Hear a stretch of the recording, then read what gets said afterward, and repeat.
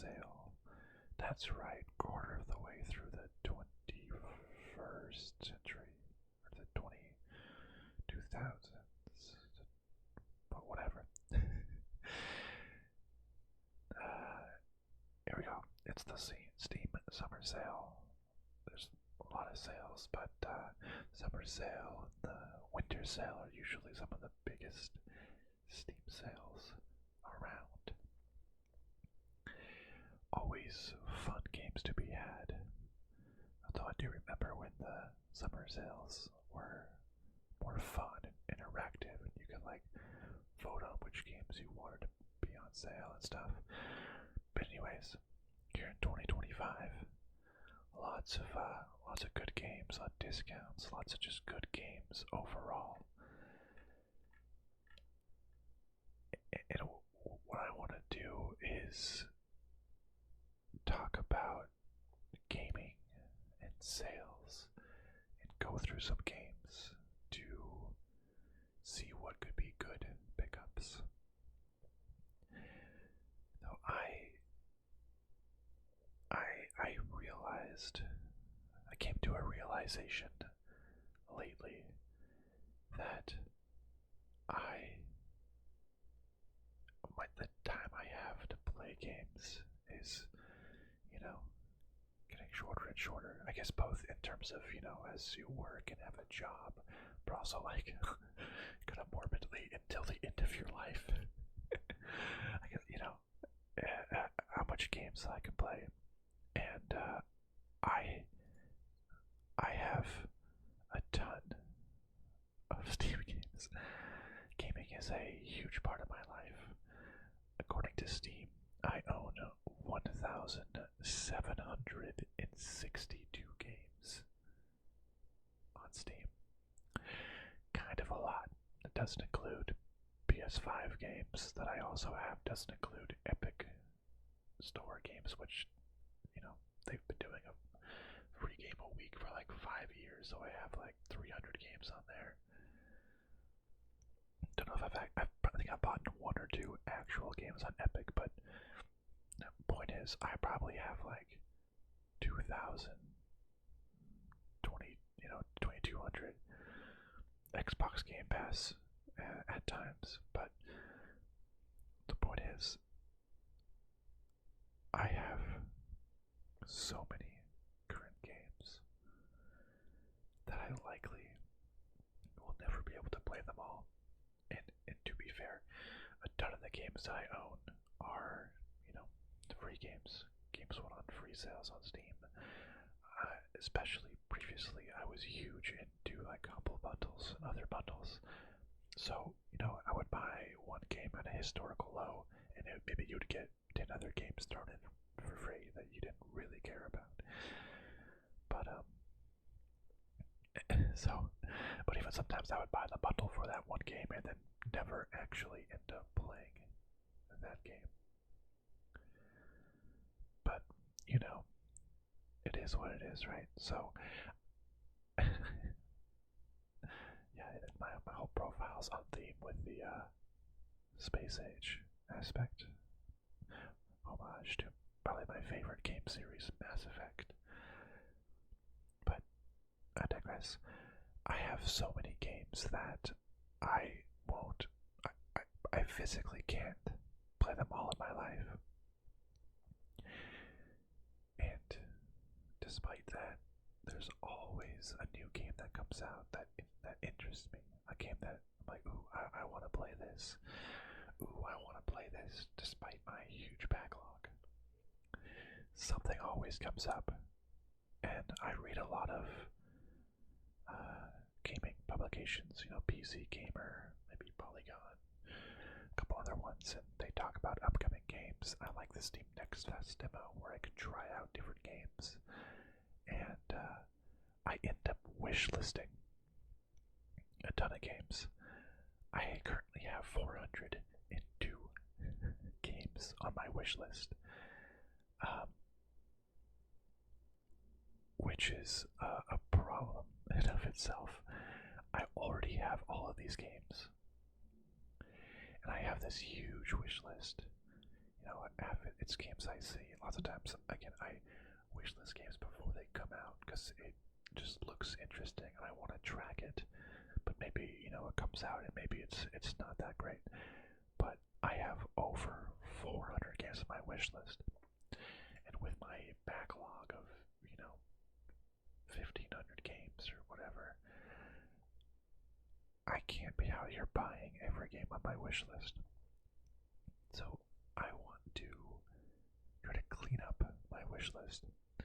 And mind you, about a year ago, I think I was at, I don't know, 550 games maybe on my wish list. And then I did a cleanup and got down to maybe 350 or 300. And inevitably, it's back to 400. So what I want to do in this video is go through my wish list. Every game, all 402 of them, to varying levels of in-depthness, and see what I can remove from my wish list. With this new realization that I can't be spending money on games that I'm never going to play, I have to probably actually want to play these games. Ideally, I would cut my wish list in half, get it down to 200, maybe 250. Realistically, I know myself, and this happens every time. Maybe I'll cut 100. If I cut less than 100, I know I'm not even gonna get 100. I was about to say, if I cut less than 100, I'm gonna be disappointed in myself, but I don't think I'm gonna be able to cut 100. Especially that I've gone through, the earlier cleanup was not as in-depth as I want to go this time. So, and then on the flip side, the Steam sale is going on. If there is a really great game at a really amazing price, and I mean really amazing price, then maybe I'll add it to my cart. It's the sale after all. But I've gotten too many times where I bought in a bundle or I bought in a game only for me to never actually play it. And then in the meantime, it goes on sale in the future, right? And I bought it at a higher price and then never played it, and it went cheaper. So it's like, why'd I even buy it? I need to get better at only buying games that I will actually play soon. So, I mean, I've been on Steam since February 22nd, 2011. Wow, that's 14 years. For 14 years on Steam, and I've been adding games to my wish list. Like, let's see, actually, date added. Go all the way to the bottom. The first game I ever well, maybe not ever added because I could have bought, but the oldest game on my wish list is The Forest. Wow, that I added in June 1st, 2014. That is over 11 years ago. So, like, this game has been on my wish list for 11 years. That's wild. Multiple games, 2014, 2015. That's wild to have. I've added it and it just stayed on my wish list, and I never got it via a bundle or via whatever. So let's go through all 14. I was just ranking it by name to keep it easy. And yeah, I have so many games already. Even on Steam, I sort it by, like, I have categories of, like, games to actually play, and then, like, games that I'm kind of maybe interested, and then, like, games that I'm not interested at all. So I'll get a free game just to make my number go up because it gives me dopamine hits. But I'll relegate it to, like, a folder that I never open and never install. So I'm not going to play all those games, but still, I need to actually go through here and see what I can pick out. So we're just going. I have probably a wide and interesting variety of games that I've added here. Let's just go through them all, okay? 402. Let's let's see. Some are gonna be easy yeses, some might be easy nos. I'm gonna, if I need to, click into the store pages, read some reviews, read a little bit more into it. But let's see. So yeah, you'll see probably what my interest in video games are.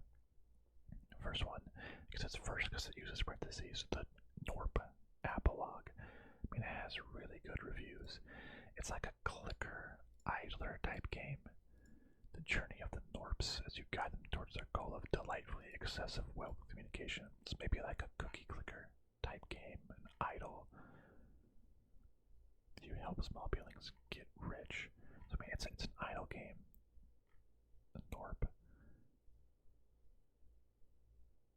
Yeah, so timing things, efficient. So it's a, you know, maybe I would do like an idle clicker game running in the background for how many amazing reviews it has.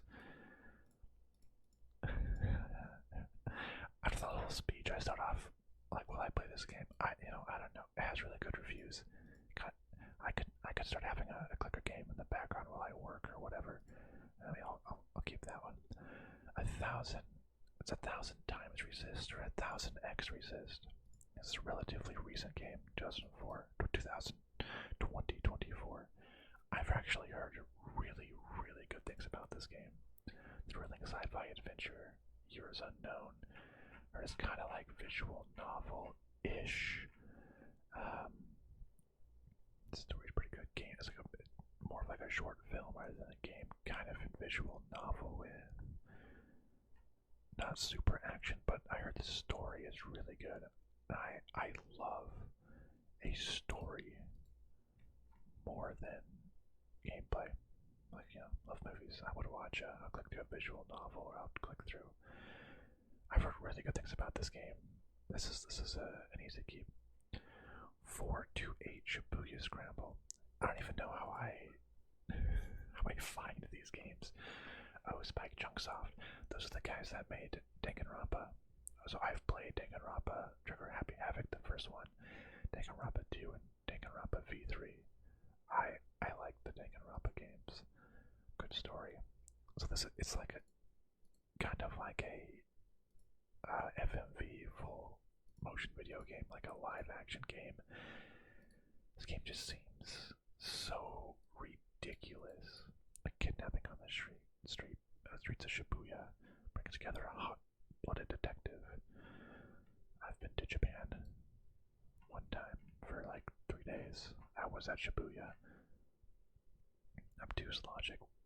You have like obtuse logic and then one of the greatest pieces of fiction ever made. Like I love uniqueness and I love novelty. But I don't know what the heck is going on in this game. The Japanese be crazy, and I love them for that. I'm gonna stick with that. Okay. I'm gonna keep that one. 60 seconds. Added in 2018.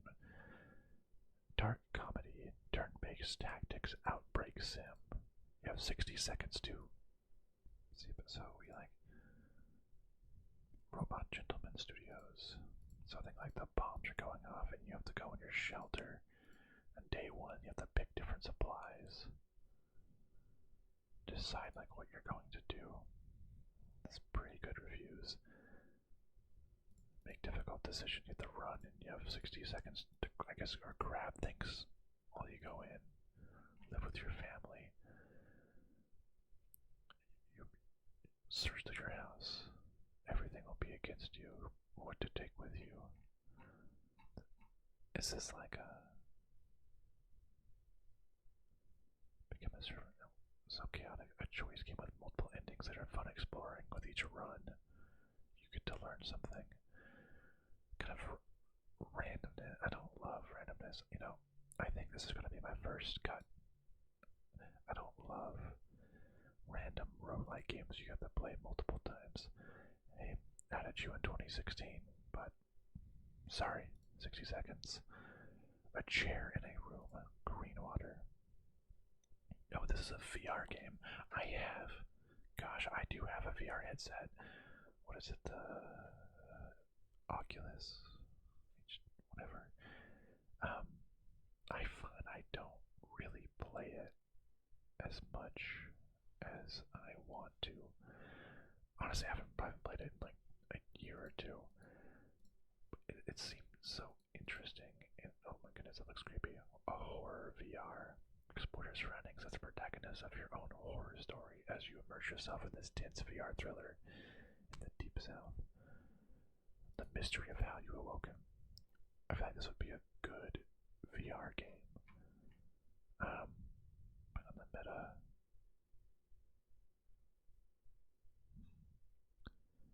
No Oculus broken for room scale airlink. I do use room scale airlink. Looks like it has some issues. 3 hour once and done, $25 may be steep. The only real room scale game that's left a lasting impression on me. Mental Hospital, one of the most immersive games on $12. Gosh, I want to do. Oh, it doesn't work with the Oculus Rift.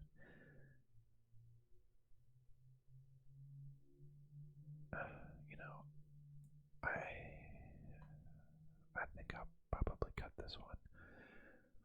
I have an Oculus, one of them, but I don't know. I really don't play as much as I want. I want to play more VR, but it's just difficult to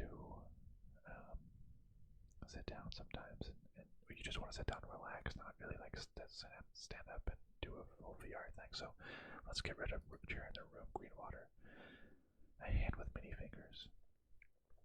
And also, I've added I've a couple. I'm on Chrome here, a couple of Chrome extensions that I really enjoy, such as like a price tracker. Like, is there any deal that tells me what the current best and what the historical low is for any games, and it lets me know if it's on any subscription services like Xbox Game Pass. So it's pretty neat. It tells me all this information about each game. I think it's called Augmented Steam, and then a like O3 subscription info. Anyways, and with many fingers, it's only a $2.50 game. Unravel a real conspiracy from deep within the CIA's archives. Search classified documents and follow new leads in this non-linear investigative thriller. Now this game seems right up my alley. Oh my goodness. I just give me like a short couple hour. Let's see, how long does it take to beat? Most people say I need how long to beat. And then with more content, some people say it just ends. And right when it was getting interesting. There's a real conspiracy that inspired this game. It ended right when it was getting interesting. Short game, surprise when it reached the ending. It feels like it ended with things unanswered, which is kind of like, I guess, like in real life. It gave a true experience, taking a lot of notes, searching for files, connecting the relationships. A fun little game. So it seems like it ends quickly, kind of like reading Wikipedia articles. I do. So it takes about an hour.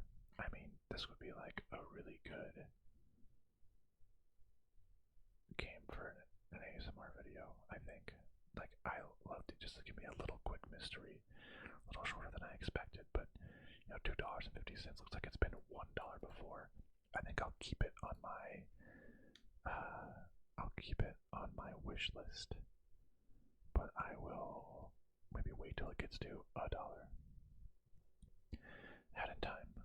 I feel like this has just overwhelming positive reviews. I heard really great things about this little game. I'm not usually for little platformers. I'll keep this on here, but just because of the reviews, if I play it one day, I'm sure I'll have a great time, but not my typical game. I probably need to move a little bit quicker. A Highland song. Very positive. Someone is running away. A wild adventure through the Scottish Highlands. Open platforming and dynamic storytelling. I love a little.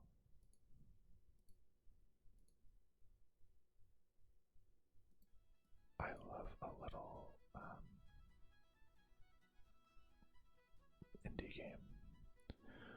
Weird with this like jumping and you're just making little notes.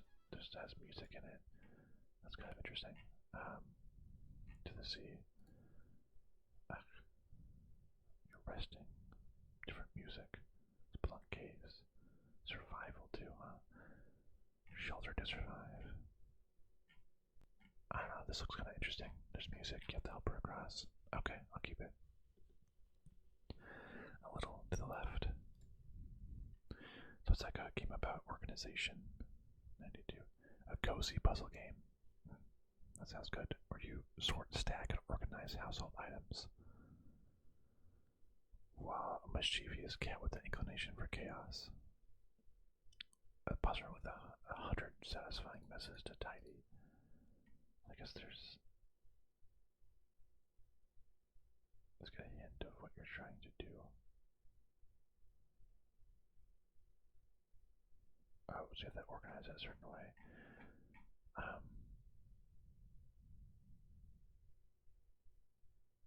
It does look kind of cozy, but maybe looks a little bit more boring. I don't know. Unclear, more trial than error than logic. That's kind of what it looked like. How much is it? $7. I don't know. Maybe let's get rid of this one. On the left. Memoir Blue. A song from years ago triggers a flood of memories. Give me some. Again, I do love little indie games. Just to tell a little story, like, hey, walking sim, like, that's fine. Give me a good game. I love a good emotional walking sim. Interactive movie, like, that's fine. That sounds good. Progression is slow. Yeah, you might cry a little bit at the end. I love that. Give me a good cry. Plague Tale Requiem. I played the first Plague Tale, and that game was pretty good. It was kind of scary at times with all the rats and everything. I would play the second game again. I had a good time. It's been on Game Pass, so I occasionally have Xbox Game Pass. I would, buy a 3-month trial when something good has come out and play it. So maybe I'll play this one at some point. So even if I'm not going to play it on Steam, I'll keep it on my wish list. And if I end up playing it on another system store, I'll just take it off my wish list. This just is to remind me that it's a game that's out there that I want to play. So looks like it has pretty good reviews. Play one with better graphics. Play one of them, but not the other. Huh. Okay, here's a game that's not even out yet. A rum case in Fogtown. Puppet Detective Sherlock embarks on the case to resolve a string of mysterious sabotage against Fogtown's most beloved pubs. I mean, this game, it looks like it's live action. Like, I just hear about these from random publications of games are coming up or on Reddit or something, and I add it to my wish list mostly so I can just be kept in the loop. This game is still to be announced. So I don't even know when this is going to come out, but this game just looks super interesting, so I'll keep it. Space of the Unbound, A Way Out. Space of the Unbound. I've heard good things. 97, 96%. Kind of like a story-rich, pixel graphics, emotional. Looks like, run around little exploration game. Beautiful, emotional core. I wish there was less gameplay, more of a chore, and the game could have been fun as a visual novel. Interesting.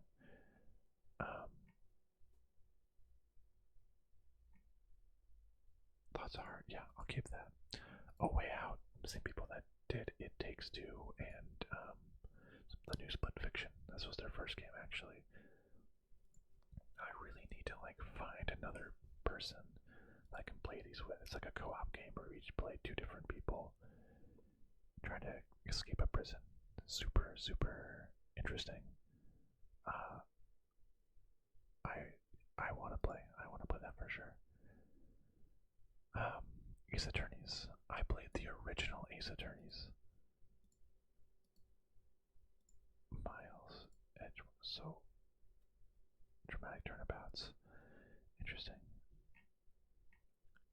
I mean, I played the first one. It's kind of a lot, all in one go. Would I play more? Yeah, I suppose I would.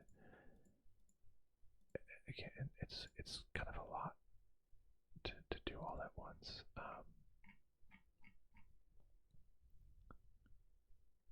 Yeah, I mean, all these stories, I do like a good visual novel, a good mystery, a good twist, which is what these provide. I'll keep it on here. After Love EP, a bit of a coffee talk. What comes after? A slice of life's little adventure. Again, give me the good slice of life. I love games that I can finish in a short amount of time. I would often want to play like a really good emotional 5-hour game than a long, dragged out, open world 100-hour game. So like this looks hand drawn. That looks just so cute. Against the Storm. I've heard really good things about Against the Storm as a city builder. I feel like I've just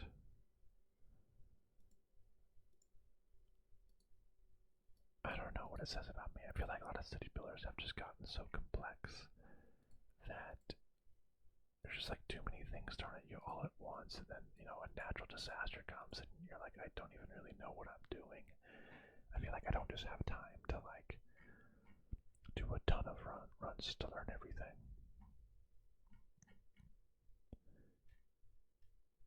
Very good, very addictive for the queen. So, it's a roguelite, huh? So, I really don't like roguelites. Like, I don't want to start over. I don't like starting over and playing the same thing over and over again. And starting over, I'd rather just have like one big story where I manage the population.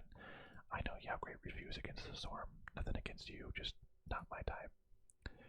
I have two duplicates, or not duplicates, a group here, AI, the Somnium Files. Oh, by Spike Chungsoft, the Danganronpa folks. So it's like a visual novel, an elusive serial killer in a thrilling sci-fi murder mystery. Hell yeah, that sounds awesome.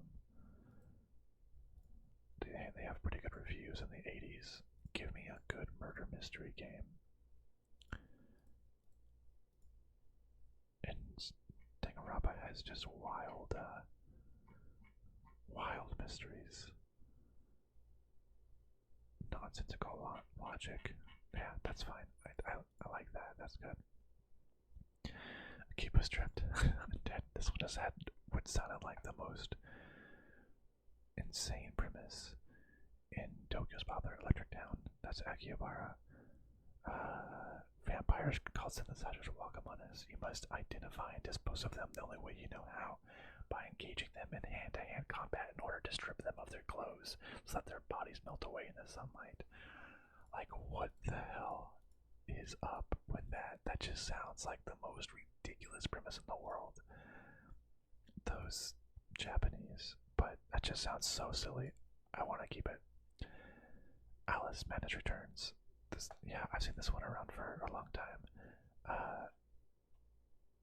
It's it's on PC Game Pass. Well, maybe I would play it at some point. I think there was a previous one, and maybe it was canceled, but it just seemed like just such a weird, like a little bit darker on the Alice in Wonderland premise, which I'm totally down for. All you can eat. A man so lazy he decided to quit his job and spend his life inside an all-you-can-eat diner. This game is only 60 cents. It's only 60 cents. And so it's like very little. It's a game you can beat in just a little bit. It's too short, 60 cents, very little content. You can complete under 3 minutes. Very short. People say like it looks fun. It's short, but hey, it's cheap.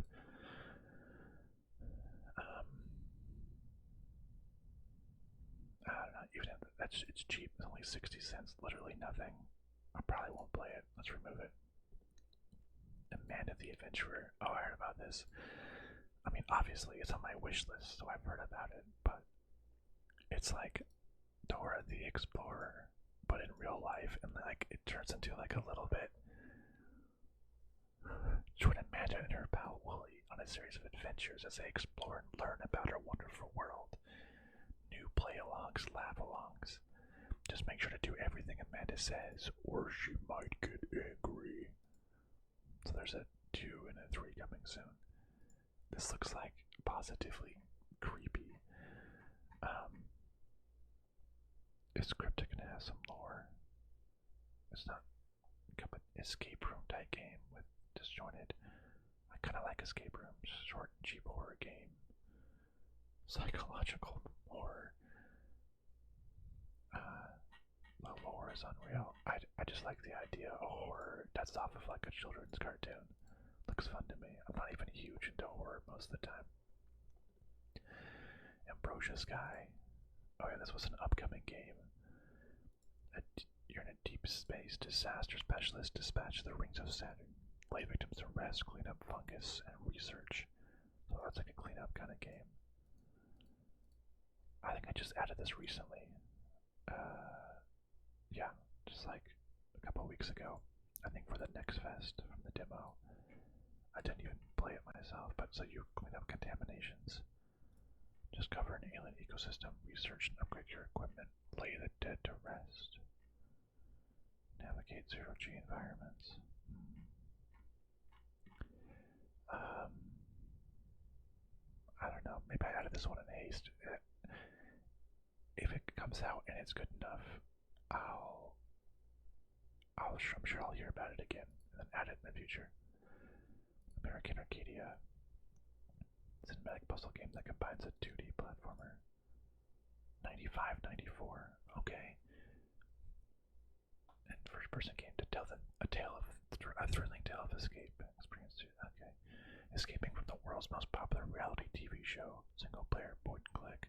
Third person, but also first person. Maybe you're playing as 2 people. Yeah, Trevor. Third person, Angela. 2 experiences, 1 game. From the creators of Call of the Sea. I liked Call of the Sea. I had a whole ASMR series on Call of the Sea. That's cool. We call the Elder Gods. Okay. But that looks super cool. Good narrative game. An airport for aliens currently run by an airport for aliens currently run by dogs. How do I? Actually, I know. ASMR Matt, or now it's Madtastic ASMR, I believe. I think he did a video on this. And it's just wild. Talk to stock photo dogs, solve their problems, catch your flight. Call it a dog airport game. When you get tired of saying the full title like I did 3 months ago. So it's like, what the heck is going on? Like, smell bacon trees lifting over the land. Chad Shakespeare, forsooth my dude, and welcome. What is going on? So it's like a stock photo of a dog. An airport for aliens, currently run by dogs. So it's for aliens. It just happened. It's not usually run by dogs. I don't know. It just seems like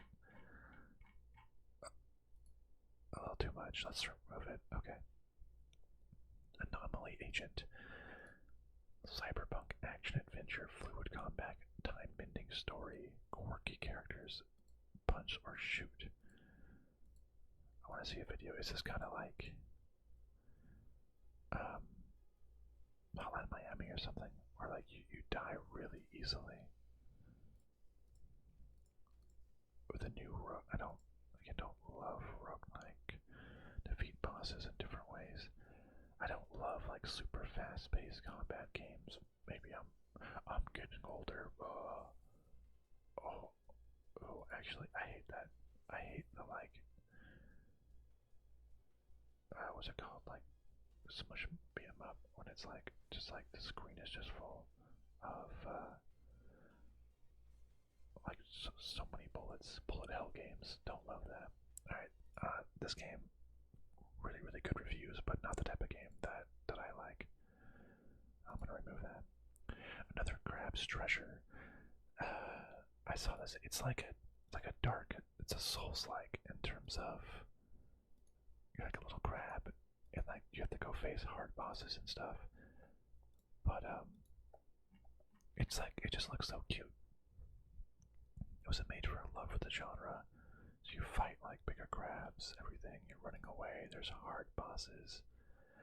I really don't like Souls-like games. Again, I don't like dying. That really goes in with my like narrative. Like I don't want. I don't like. I don't like dying and restarting. Like I said, I have only so much time left to play games, so I want to experience new games, finish new stories, and not just replay the same things over and over again. Newer Souls-like players provide a challenge for hardcore fan level of any skill. So I mean, at the start it was hard, short and sweet. People who wanted Souls-like games to have an easy mode. Okay. Dialogue was goofy in a good way. Solid Souls-like with a ton of charm. It was a little bit fresh. There's poison and oil swamp areas that are tedious. A lot of Souls-like. 18 hours, casual run, fun out of 10. Very chill, nice to ease into.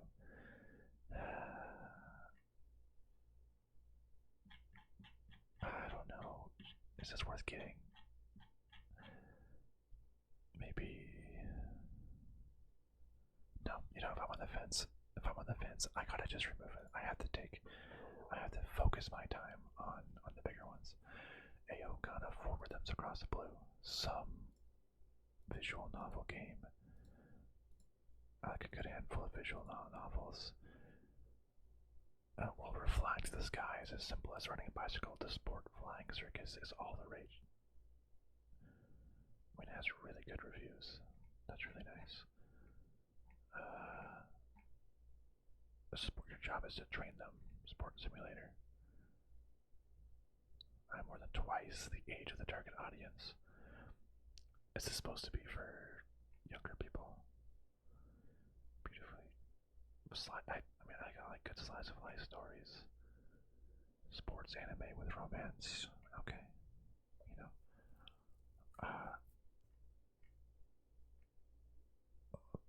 I like romance, of course. It's a sports story that hooked me.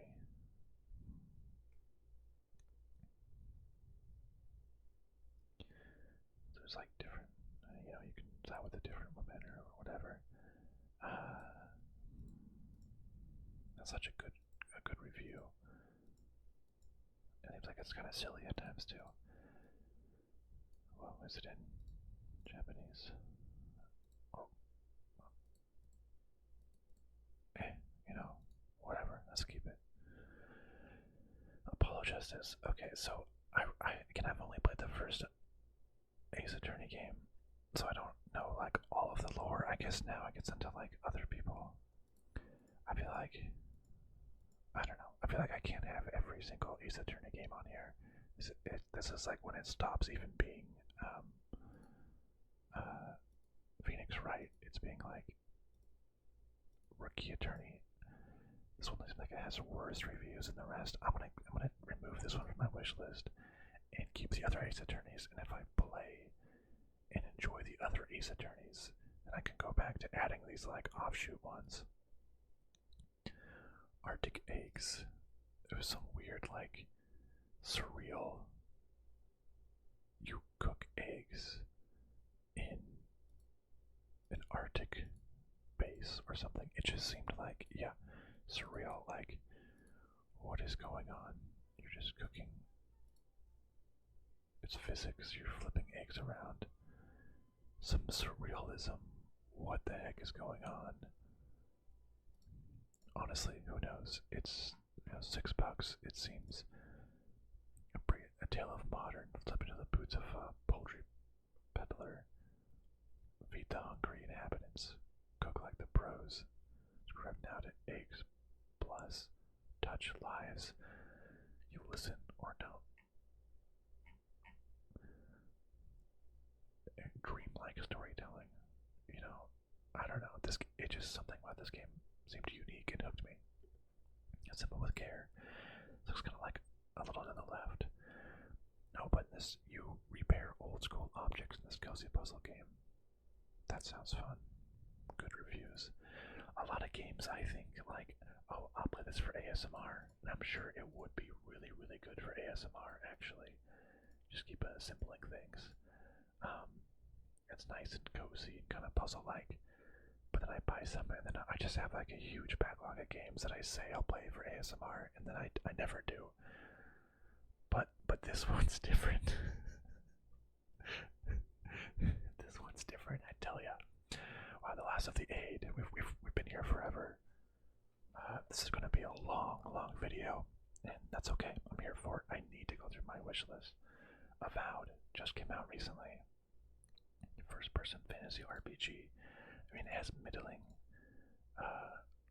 reviews, but I like a big RPG, kind of like a Skyrim or something. It's made by Obsidian. Made Fallout. Currently, as we speak, I'm playing The Outer Worlds, which is a really fun game. I like it. I love RPGs that you pick up companions, like Mass Effect, and you get to talk to companions and have good companion stories, and you take companions with you when you go fighting. Inject that into my veins. I love companions and good stories. Outer Worlds. Parvati is such a good character, a companion. So I love that. I mean, Fallout New Vegas, I love it. South Park: The Stick of Truth is so funny as well. Nice Old Republic. Hell yeah. I'm keeping Avowed despite the reviews. I'll still play it. And also the guy that plays Garrus in Mass Effect is one of the companions, I think. This blue guy. So it's on Game Pass. Maybe I'll play it there. I'll keep this one simple. Backyard baseball, backyard basketball, and backyard football. These games were my childhood. I love these games. I played so much of them. In fact, there was a backyard soccer 98. Because these were originally made by a company called Humongous Entertainment, and then a long time ago, 2001, I got little CDs from it. You basically play as like backyard kids playing these different sports, the same group of kids, and we're never able to really play it, and some company bought it and is re-releasing them as they come out. I Backyard Soccer 98 was the first one to come out. I already beat that one. Nostalgia overload. Probably played baseball the most. But these games from my childhood, they'll probably be like $10. I'll play them. Banishers: Ghost of New Eden. Been wanting this game for quite a while now. I mean, the reviews aren't the most, but it's made by Don't Nod, who I guess maybe other ones are hidden, but they did. I'm pretty sure they did Life is Strange. Am I wrong? Let me just look at Life is Strange.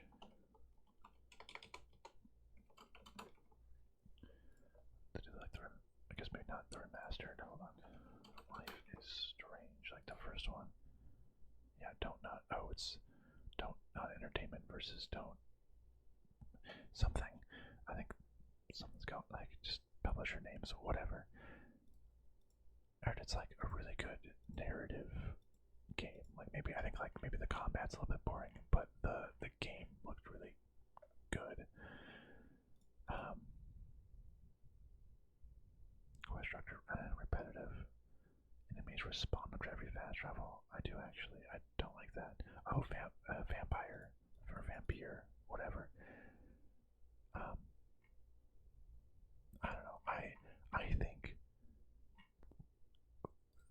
I think I would like the story. I would really enjoy the story about this game. It looks really cool to me. Whoa, that scene just looks rad as hell. What the heck? This giant. So you have to a decision game. I love those. Torn between honoring your oath to the living and saving your departed partner. How far will you go? That story sounds amazing to me. Like, honestly, at this price, this may be a game. This will be one I'm gonna tentatively add this one to my cart. I like. Been waiting for it to go on sale for a while now, and you know, that's a pretty good price. This is a game that's been on like the top of my list.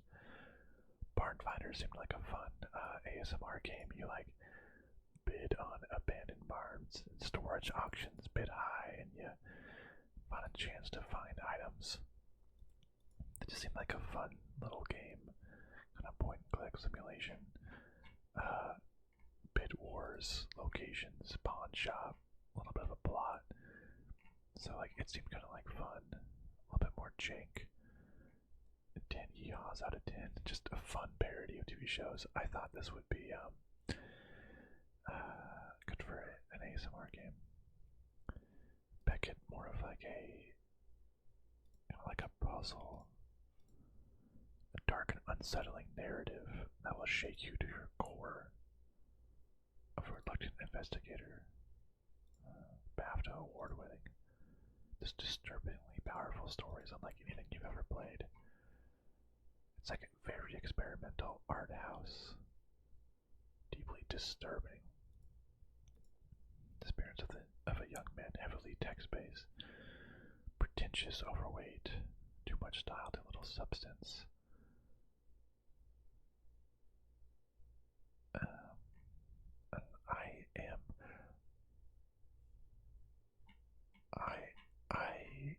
I do like some of the pretentious games sometimes, being honest. Oh, it's an all-time peak of 8 players. Not super popular. But it looks like, I don't know, does it pay off at all? Or is it, I'm going to remove this game. I don't think there's going to be a good enough payoff. Before Your Eyes. I think this is a game, I might even have this game on my phone, because it was maybe free there. A first-person narrative adventure, it affects outcomes with your real-life blinks. This is a game where I think like you have to use a webcam while you do that, or your phone camera, and like it's like as your life flashes before your eyes, you're at different points in your life, and when you blink, it moves on to the next scene or something. Really, really good reviews, probably very emotional. As your life flashes before your eyes. It's short, but that game just sounds amazing. Beholder 2, I loved the first Beholder game. I had such a good time. LOR, yeah, the first Beholder game. You like, oh, only 83 cents. If you don't have that, the first Beholder game, pick that up for 83 cents. Basically, it's like a corrupt totalitarian government. They put you in charge of a apartment complex, and you have to like maintain it to get money, but then also like spy. They'll ask you to like spy on the residents and like let them know if anyone needs to go to jail. And like while they're out at work, you check to see if they have, you know, state secrets or something. To the balance, like do what's morally good or do what's I don't know, what's morally good or do what's good for the government. to intern at the Central Ministry of Totalitarian. So if you're an intern, this behind your boss, do paperwork, so it's like the same thing, but you're at this ministry. That seems kind of fun. You turn against the state and expose corruption. Ooh. So this game is still very positive reviews. A disappointing sequel, more of a grindy tension. Yeah, atmosphere surveillance. This game is like not as good as the first one. Tasks get repetitive. Interesting. Okay, that went from I'm gonna keep it on my wish list, but it went from like, maybe I'll buy it now at $1.79 to, I'll keep holding. Probably won't go any further on sale, but that's like, if it strikes me as I want to play it now in the future, I'll get it. Between Horizons. I don't even. Oh, I think this was in a recent Humble Bundle. I didn't pick up the bundle because I didn't want to pay that much, but it seemed like a multiple endings detective journey on like a sci-fi space station. A well-written little game. 7 to 8 hours, that's a great length. Oh, Laguna. I've heard about that game. Okay. Pretty good. You just run around the ship trying to figure out what's going on. I don't know. That's pretty good reviews. I guess I'll keep it. Beyond Good and Evil. No, I've heard about Beyond Good and Evil. This doesn't have. Well, that's just the recent reviews. This was like a classic one.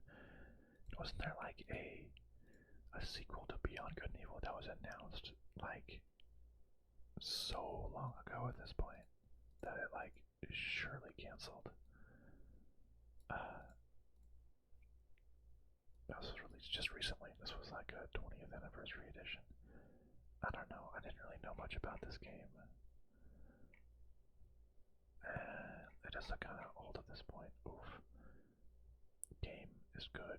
Ubisoft launcher poorly optimized. Yeah, let's get rid of this one. Beyond Two Souls. I like these. I played Heavy Rain on a PS4 or 3 back in the day. I really enjoyed it. I like these. I have Detroit Become Human on PlayStation 5, but I have not played it yet. I like the super cinematic ones. Honestly, I've always wanted to play this with oh, it now says Elliot Page. Oh, cool. So they updated that from Ellen Page at the time to Elliot Page now. Oh, neat. Okay, so some entity. This is like a super cinematic. These games are like super cinematic. Choices matter. Dang, it's only $1.99. My goodness gracious, I'm adding that game to my cart. I haven't seriously wanted to play this game for a long time since Heavy Rain. I loved Heavy Rain, and I played that like with someone. And it was just a really, really fun game to play with someone. Super cinematic, making choices. Yeah, for $1.99, $2. Give that to me. Birth Me Code. Miracle. Oh, this was like a kind of like a Danganronpa type thing, I think.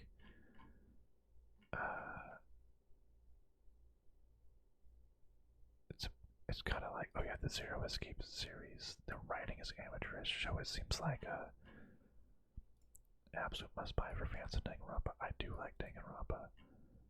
It kind of seems like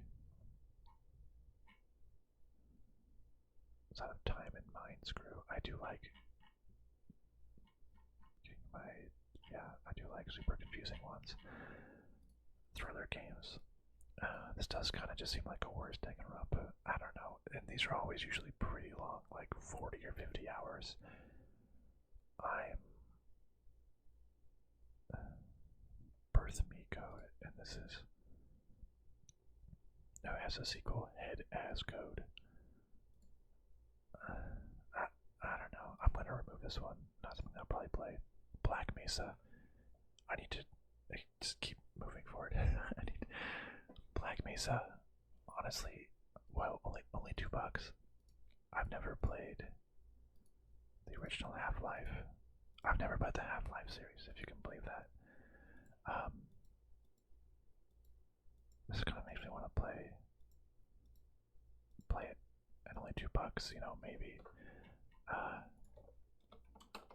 Half-Life, and then there's Half-Life 2 because I do own it. Is there gonna be a Black Mesa 2? I don't know if I'd want to play Black Mesa and it's like upgraded graphics just to like immediately just to like immediately have to go back to the 2004 graphics for the sequel and then never follow up on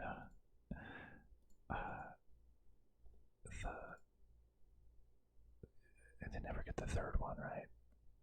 Half-Life. So I'm gonna keep Black Mesa. I was thinking about purchasing it at $2, but maybe not. Black Myth Wukong, you know, that has really great reviews. Seemed like a fun game on the Chinese market. I know that's sold super well. Bloodshore, it was like a choose your own adventure live action, kind of like a battle royale kind of thing. The reviews aren't as great as I would have wanted because it seemed like it was a fun, kind of cheesy little action, like a fun battle royale, dumb fun. Fast forward, I don't know, the reviews are just okay. Let's get rid of it. Blooming Business Casino, relaxing management game with a narrative twist. So you run your casino. So that seemed super cool, and the theme of it being like animals, but really it's only a 65% review. So people are saying it's like it's easy. It's not immersive. Everything you place makes money. So it's saying it's not hard. Looking for a casual.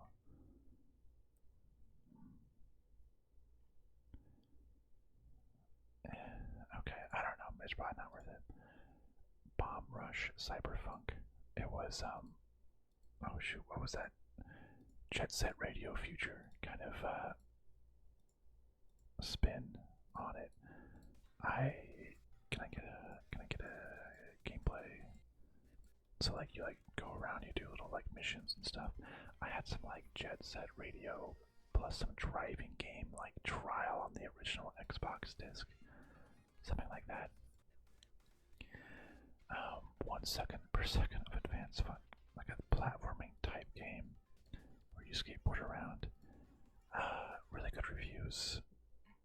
I don't know if this is gonna be something that I'm actually, yeah, Jet Set Radio Future. Yeah, love letter to Jet Set Radio. I didn't necessarily love Jet Set Radio. I'm gonna get rid of this. It's a goodly rated game, but I don't know, I'm probably just not gonna play it. Botany Manor. It was like a walking simulator, a stately home. Explore your house and gardens. Grow each plant to discover the mysterious qualities they hold. This game just seemed pretty great. Like a walk around, you have your little plant. It looks like super cool. Fantastical room by room. You learn about the life and career of some person. So it has different puzzles in the narrative. This game is right up my alley. So there's like a puzzle. You're going through the manor, kind of like Escape from Mistwood Manor that I made a video of. Seems a little expensive. I was probably expecting this to be more like $10. I'll keep it on there. It's a relatively new game. I'll keep it on my wish list. And see if it goes more on sale in the future. Box VR. This was like a VR game where you go boxing. I added it to be like, Yeah, no. I got my VR headset, and it'll be good. I'll use it to like work out and stuff. Trust me, friends. Trust me. It's good. Um, but now I'm like, I don't know. Do I want to sweat on my headset? Issues with hit detection. Oh, it was abandoned 4 years ago. Yeah. Okay. I'm gonna get rid of box VR. It would be nice to use my headset. So I think I got my headset. I added a bunch of VR games in like 2018, 2019, but I never really did much with them. So remove. Bramble the Mountain King. This game seemed really cool and creepy too. It was like old dark Nordic fables. So you're like on this adventure, but there's like creepy things going on in the background. Like you're being chased by like trolls and stuff. Whatever the heck those things are. Like there's this, you're on lily pads, and what is that? I don't know. Deadly encounters with creatures. Oh, uh-oh. You're trying to rescue your sister. It seems creepy. Story's interesting. Controls are bad, I suppose. So, okay. They're saying that it's like, oh yeah, little nightmares, brothers, a tale, plague tale with no charm. It really has no charm. That looks super charming. I'll keep it on the wish list, but probably not add it. Breakout 13. Oh yes, this was a like choose your own adventure movie about break free from a correctional institution. So there's like all these different paths you can take, and it's all live, acted out. That seems super interesting to me. Where is this from? Is this Japan? Maybe, but like it seems super.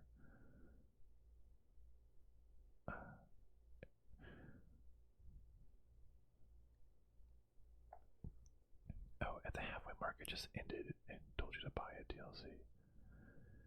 When you are thinking about to get to the good part, it just ends and tells you to the rest of the game is going to be DLC. Is this the end of it? Chapters 6 to 10. Wait, is this even the end? The second half of the game? Oh. Interesting. Okay, so I would like. Oh, sorry, not even going to the next chapter. That. I don't like that, actually. I don't know, it seems cool, but I don't like the thing about having to buy the DLC in the middle of the game.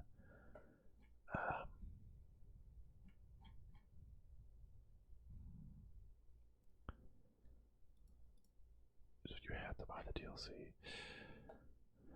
Oh, this is Chinese, sorry. 16 to 18 hours. Interactive movie about a gamer gets sent to military academy. This seems pretty cool. Choices that matter, decisions ripple. Tense acting. The best FMV I've played. Okay, so part 2 is the final part. I was gonna say if there's more that wasn't out yet, I would get rid of this. But that acting looks really good. I'm gonna keep it just because it's super interesting. Now, Budget Cuts and Budget Cuts 2 were like some of the best rated VR games, especially when VR was getting really popular and it came out. I remember this being like the pinnacle of VR games.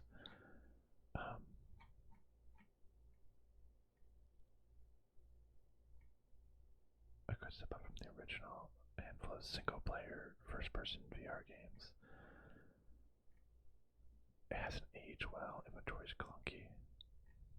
I don't know. Yeah, I feel like VR got big. I feel like it's dying out, unfortunately. Like, I'm not playing as much. I don't think developers are playing as much or are making as much as a result. Like, play the ones I had. I don't know. I don't know if anyone's making new VR games anymore. So maybe I'm just gonna cut these two.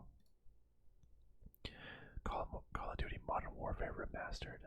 I loved like Call of Duty Modern Warfare or COD 4 was like the a huge game. Like the first Call of Duty game I really got into. Played so much online. I don't care if it has mixed reviews. I want to play like the campaign again. All gillied up, and the sniper mission, and the nuclear bomb mission. The game crashes. I want to play it, but it just crashes though. Lazy port.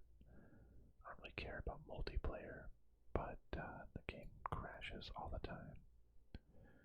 No, because I really want to play the campaign. I remember just the UAV,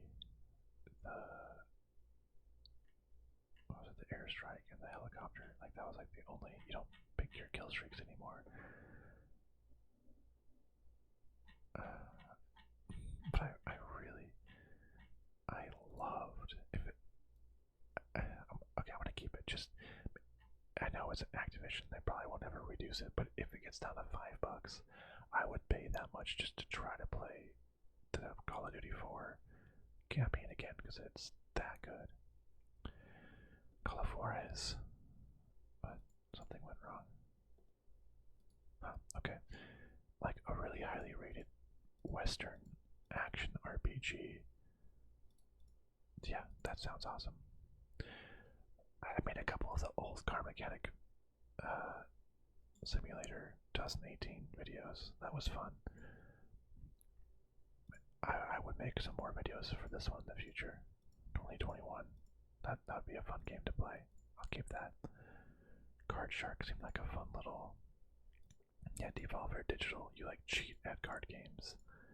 So that seems like it's fun. Carrion. This is a game where you are the horror creature. You are this like blob of meat horror creature that you are trying to escape like a facility or something. So like you are the villain. I want to see, is there a gameplay trailer? So you like go around. Oh, you like drag people up. Oh my gosh. And you kill them. You're flying around.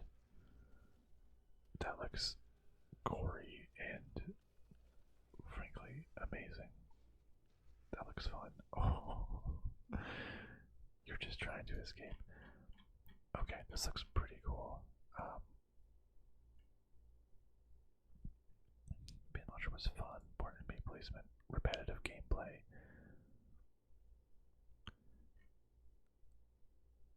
Great game, no dialogue, just you being bloodthirsty. Puzzles are trivial, combat repetitive. It's fun for an hour.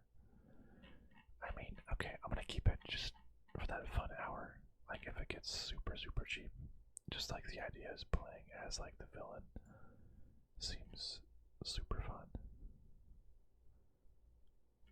A villain protagonist game. That sounds fun. Or no, do I have to be stricter? Do I have to be stricter with this? Would I actually play the fine. Could I actually remove these games? I need to be stricter. Cast and Chill was a game I just heard about recently. It's like a super chill fishing game that you just go on a boat with your dog and go fishing and upgrade, and it sounds amazing. Chicken Police. I played the first Chicken Police game, and it was super fun. It's like detective. There's like human bodies, but they have like animal heads in some animal town, and it's like a noir style like game. I really enjoyed the first one, Chicken Police Painted Red. Thought it was a really fun game. So I'll play the second one, definitely. Children of the Sun. This is a game where you control the path of a single bullet. try to, like, I guess, kill as many people. You have to try to kill as many people as possible. Something like that. You control the path of a single bullet and unleash a fury of vengeance. You can, like, curve it. It's like a puzzle shooting game. Oh, you, like, bounce it around and can curve it. It can, like, hit people and then bounce it off certain things. That seems kind of fun. Far. So simple fun. But this game for ages now. Action puzzle. Okay. The puzzles felt simple. Trippy psychedelic story. And I'll keep it. Circuit Superstars. This little tiny racing game. A top-down racing game. Oh, it looks so cute.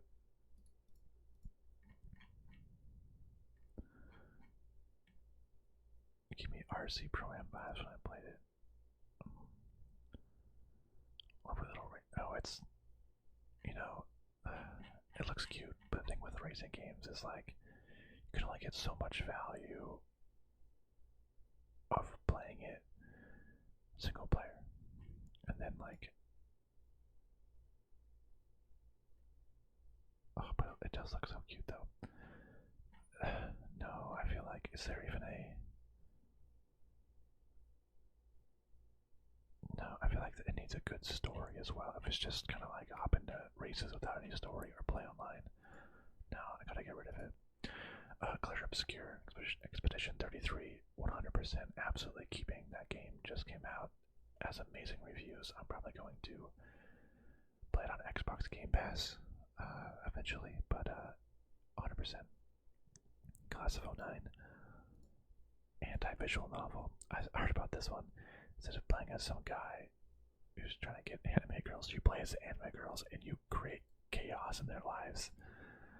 I've heard funny things about this game. It's like reverse, making fun of it, and you, like, dump them, you reject them in different ways. It seems super funny. Click holding, psychological horror about a guy wanting you to click. It seems creepy and silly. Closer the Distance was I played a demo on a Steam Next Fest. The demo was like 2.5 hours. It was insane. I had a good time, but I don't think it sold super well, and kind of a lot going on. But you know, I would keep it a year on my wish list. Seemed like a very emotional game. Cloudpunk was this like a delivery neon noir, cyberpunk cloud, whatever delivery service. Open world. I mean, it has pretty good reviews. I'll keep it. Cocoon. Yeah, like I won an indie award, I think, for like the best indie game. Sounds good to me. I'm just going a little bit quicker now. We're barely even in. Oh my goodness, this is gonna take forever, but that's fine. Coffee talk. It's like you just chat and you learn people's life as you serve them coffee. There's coffee talk, and there's it's like a bartending one too game that seemed pretty interesting. Interesting way to just like learn more. Cozy visual novel. That sounds good. Give me a cozy visual novel. Contraband Police. Good reviews. Kind of like a take over the duties of a border guard inspector in communist country of the 80s. Oh, this sounds... Oh, I can play the demo. Hell yeah, I'm gonna do that actually.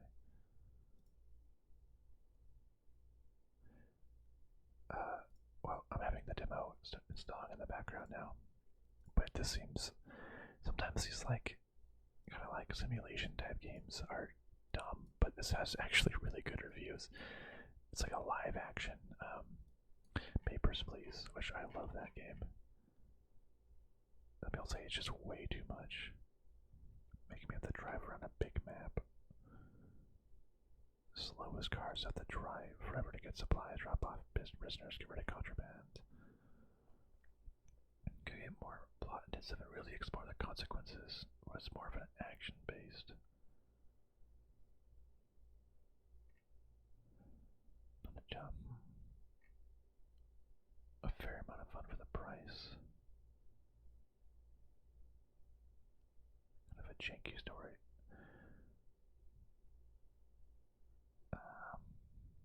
More involved. It's like a routine. It never ends. Okay, and you know, I'm gonna play the demo and maybe I'll get rid of it. Cookie Clicker, just the classic clicker game. $2.50 because it was 35 cents at itch.io at some point, but the classic cookie clicker. How much bakeries can you get? I kind of want cookie clicker, honestly. It's just like I think it used to be like just a little browser game. You just make more and more the hilarious reviews. Yeah, for $2.50, I almost kind of want to like. Should I buy this game? Should I add this one to cart?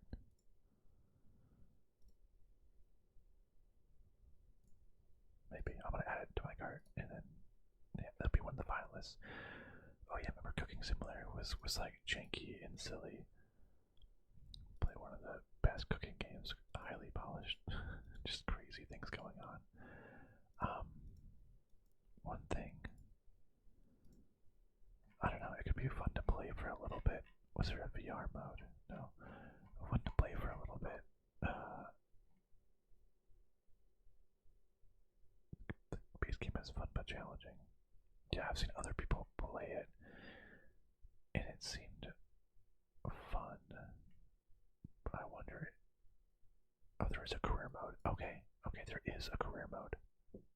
That's what I want. I want there to be like some sort of story or career or progression instead of just making things endlessly. Creepy Redneck Dinosaur Mansion 3. I saw this was like a game, like just like a like there isn't a Creepy Redneck Dinosaur Mansion 1 or 2. It's just like an entirely funny, story rich, like little mini game. It's just silliness. Very fun, very good game, chuckles and gameplay. So it just like it's because it has a match 3 game. Okay, so it's mostly this like kind of match 3 type of thing, but with like a funny story. Crime O'Clock. I wanted to like this. This is so much. There's a physical board game called Macro Micro Crime City. That is really really good. You like can see people on the map and where they go. This looks almost exactly like that. I'm sad that this has pretty bad reviews because that little game is fun. But the main story, they said, is really not very good. Let's get rid of it. Crime Scene Cleaner. It's amazing reviews, which is wild. But you're taking part of the mob. You're running him after the mob. I actually played a little bit. I played a little bit of this, like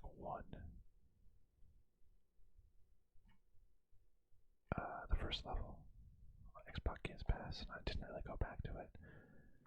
So this one actually has a storyline, which is pretty cool. Well, with how good a review it is, I'll keep it. Critters for Sale. I don't remember what this was. Experience death from the comfort of your seat. Which is just like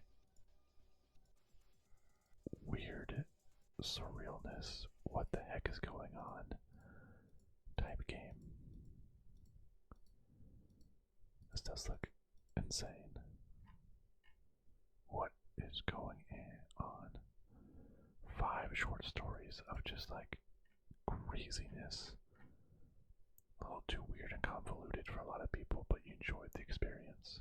More or less understood what was going on. So it's just a weird experience, boring and confusing. The stories are so weird, there's nothing to dive into.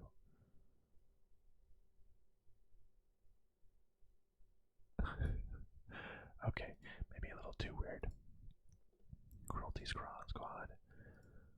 Immersive power fantasy simulator with tactical stealth elements. I saw some people playing this game. It just looks like insanely weird. And you're like have an immersive set, you're just jumping around and you're just like killing people, I guess. Okay, so you can go fishing. There is I don't know what all that is. Just go fighting people. There's like a stock market in the game. What is going on in this game? You have no idea. You're jumping up and down.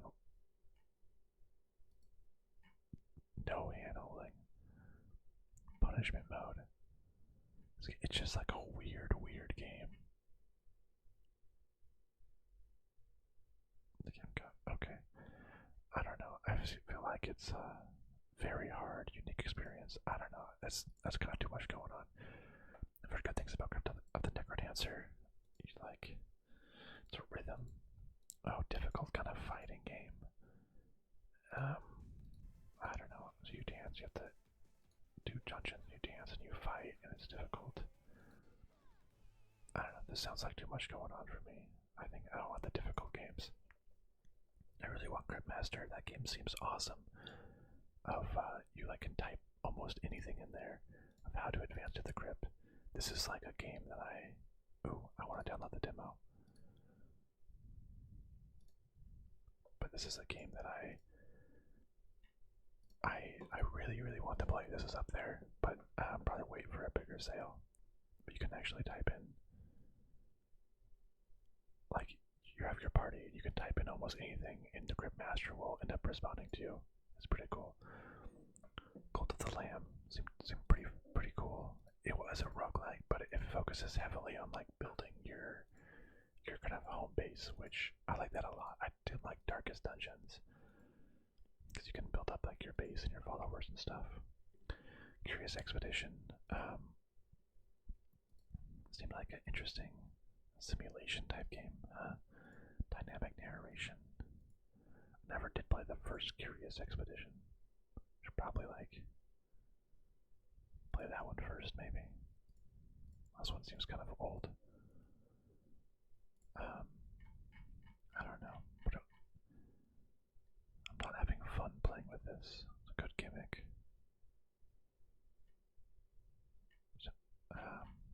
Roguelike. Go on expedition. I don't know. Let's say no to that game. Danganronpa, another episode. Ultra Despair Girls. This was like a third-person kind of game from Survive, Uncover the Secret. So this was like kind of like a spin-off, like a side adventure.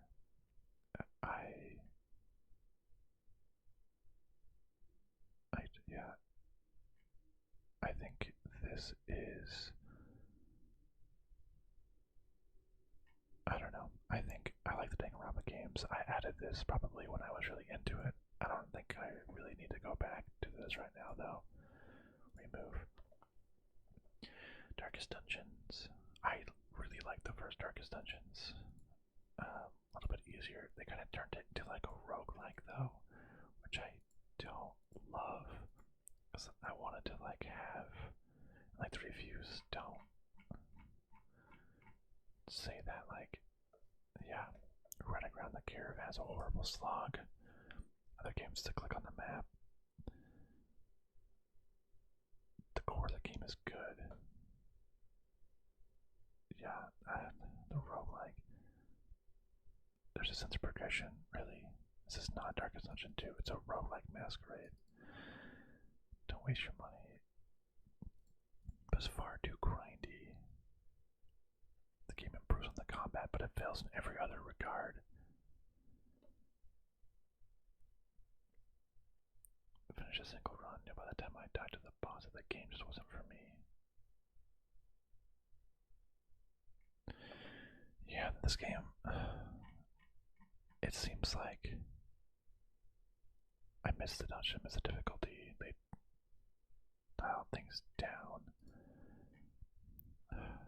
Maybe I should just. I wanted to see where it went. I wanted to play it. But I really don't like the roguelike. My favorite thing about the original was you can like have the same characters and build up your little hamlet and evolve your characters as more and more happens to them. But if it just restarts every time, then it's not as fun. Maybe I just have to get rid of the nostalgia and remove it. Date everything that I just played the demo for that game. I put out the video. Looked super fun. I'm absolutely going to get it. It's awesome to see that the reviews are really, really good. It seems fun.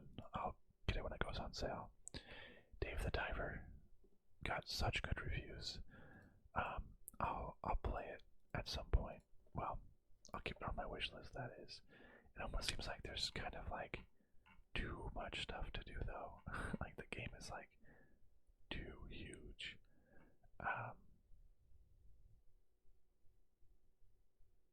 So but I'll play it if it gets on a good sale. I don't even remember what this Dead Secret is. A first-person horror mystery in rural Kansas. Time magazine called it captivating and creepy, and you can play it in VR. Interesting point-and-click murder mystery with some spooky elements. It's available in VR. It's a cool little game. A 3-hour VR murdering mystery, full of twists and turns. Good enough for me. I'll keep it. Deliver Us the Moon. This was a follow-up for Deliver Us Mars. Deliver Us Mars. I've ignored because I think I got it on the Epic Game Store. Oh wait, no. Deliver Us the Moon is the first one. So I need to play Deliver Us the Moon before I play Deliver Us Mars, which I already own. So for that reason, I'm keeping it because if I have the sequel already, at some point I need to play the original. Detective Grimoire, exploration point and click with positive reviews. That sounds great. Dicey Dungeons, like a roguelike. Yeah, a roguelike deck builder. Where you like roll the dice, you can power up your dice. Not a huge roguelike, just too much randomness. It's a funny and silly, too much randomness dependent. I hate randomness dependent games. I'm gonna remove that. Dispatch was a demo I recently played. You might see a video on that soon. Wink wink.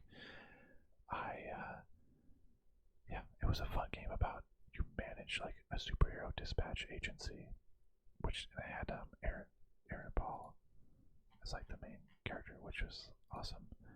Bunch of cool characters. Aaron Paul, yeah. So keeping that for sure. Divinity Original Sin 2, which is Larian, people that did Baldur's Gate. The creators of Baldur's Gate. There seemed like there's just kind of like Baldur's Gate, a ton of things going on.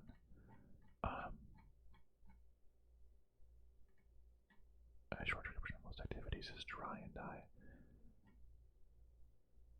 Better than Baldur's Gate. The combat being more fun. Like this is just such a long games. People are playing this for like a couple hundred hours. So I feel like I don't know, like I'm sure it's good, but like do I want to put that much?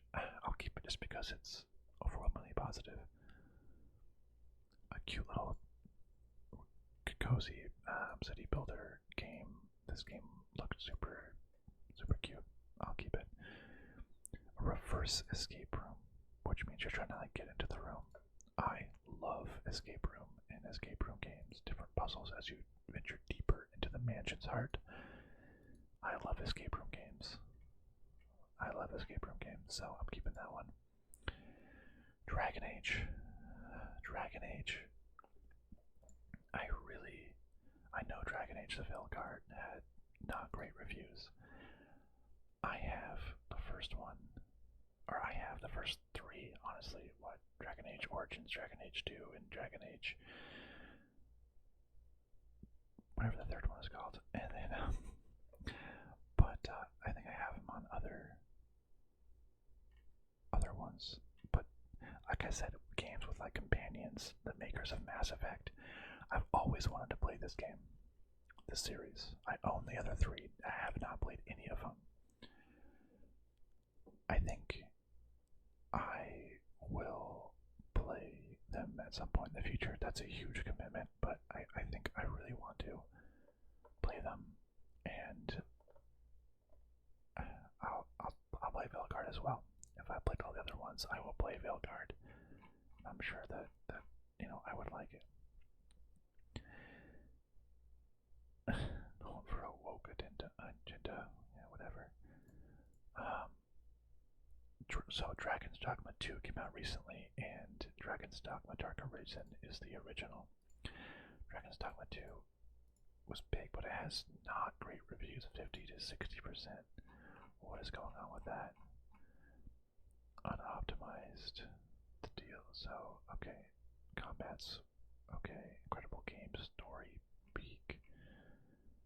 But the first one seems kind of like older at this point. Well, 2016, honestly, that's not even old compared to like Skyrim.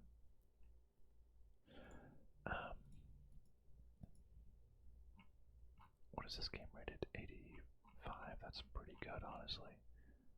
Holds up really well as a dark fantasy RPG. Different classes. Best 7 out of 10 game you'll ever play. So it seems like it's good.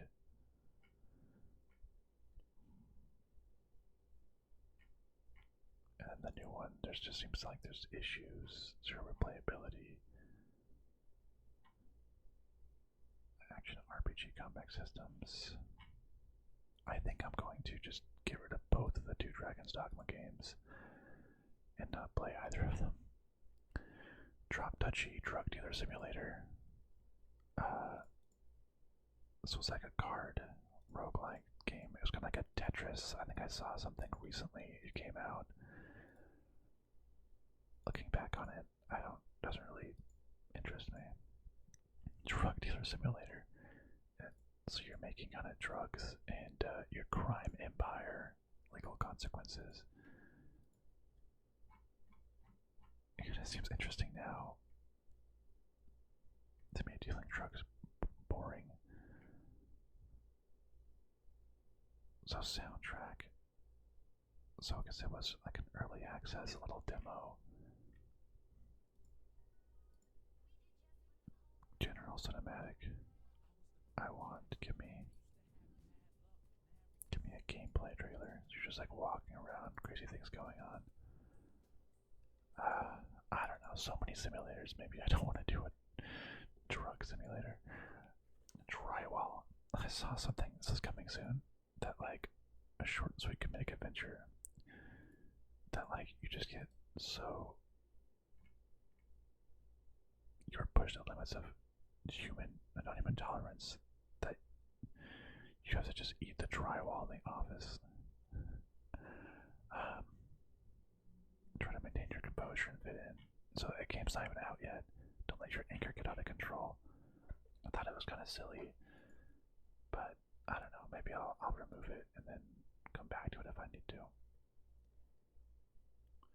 Duck Detective, a detective investigation game with overwhelming positive reviews. Absolutely. Duck Season was actually like such an earlier VR game. My Stress Level 0, old part of the like Corridor Digital crew. But this game seemed like a super cool VR game. Like you're playing a game within a game, but then creepy stuff happens. I'm gonna keep this game as like a VR game for now. Dude, stop. Funny. Like it's like there's puzzles. People ignore the rules and the person gets angry at you. Sounds fun. East Shade. Oh yeah, you're a traveling painter exploring the Isle of Eastshade. Talk to the inhabitants, learn about them, make paintings. This just seemed like such a relaxing open world game. It seemed really, really nice. Oh, that looks so beautiful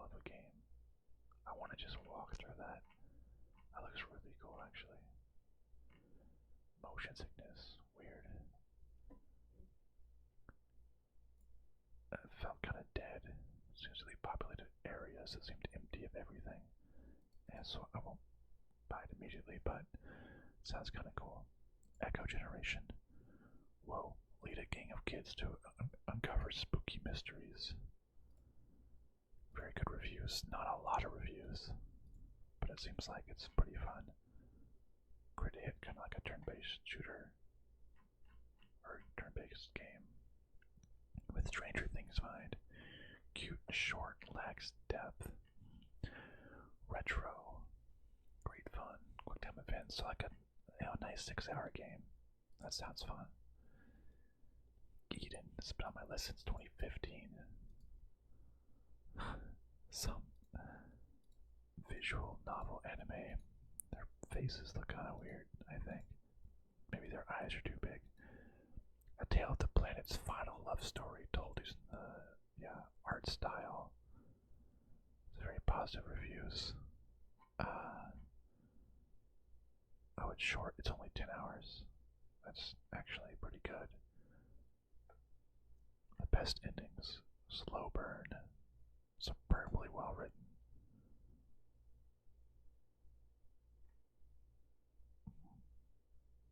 Interesting. Straightforward story. Having a shower.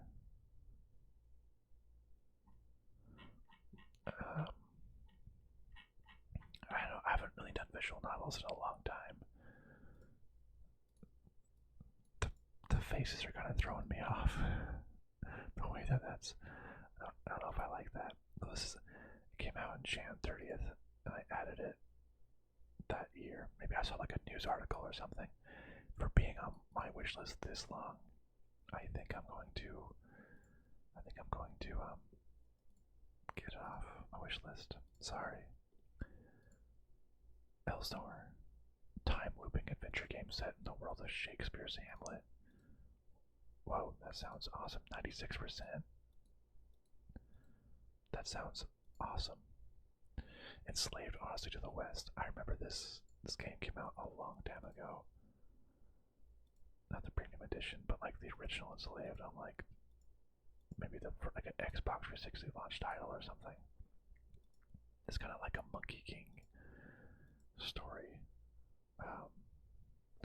Odyssey to the West. I mean, wow, it has really good reviews. Seems like it's a story-rich game. What do people say? Those older games I never got around to playing. It does have that console. That console, it looks old. Yeah, this it kind of has that really old Xbox 360 look, kind of blocky characters, the bloom.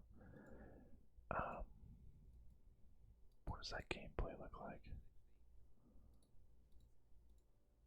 Okay, oh, it doesn't tell me anything. I want gameplay. Jumping around, kind of puzzles, doing different things. Is there any more gameplay videos? Not really. It's unique and worth a ride action adventure game.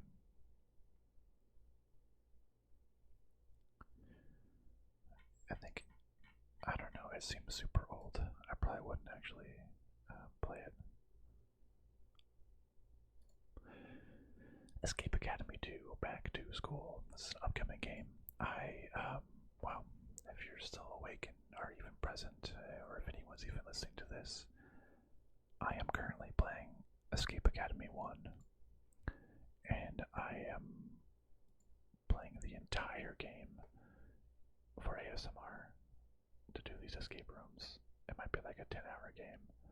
I'm going through it kind of slowly, but I'm going to release like a 10-hour video if I need to of the entirety of Escape Academy 1. So I'm in the middle of playing that from time to time, and I love it. I love escape rooms, and so I saw it there's with a sequel. So hell yes.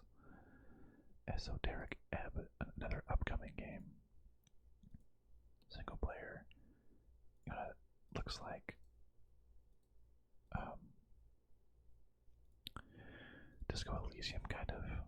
wisdom. It looks really cool. Roll dice, intense encounters. There's no reviews, it's not out yet, but I want to keep track of this game. Everdell, a fun board game. I've played this in person once and had a good time. I feel like I don't need it on PC because I don't know. I feel like I would need to have like a co-op person to play it online with. I feel like if I wanted to, I would just buy it and play it in person. I don't think I would have another person that would play this game with me that I wouldn't just play in real life. Just get rid of that. Everybody's gone to the Rapture. The Chinese room they made still wakes the deep, which is good.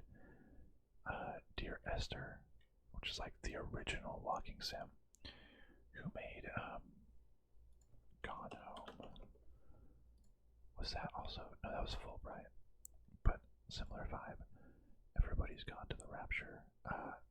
I like a good walking simulator. I like just walking through, like Gone Home. Gone Home was really good, and I made the whole series about that game too.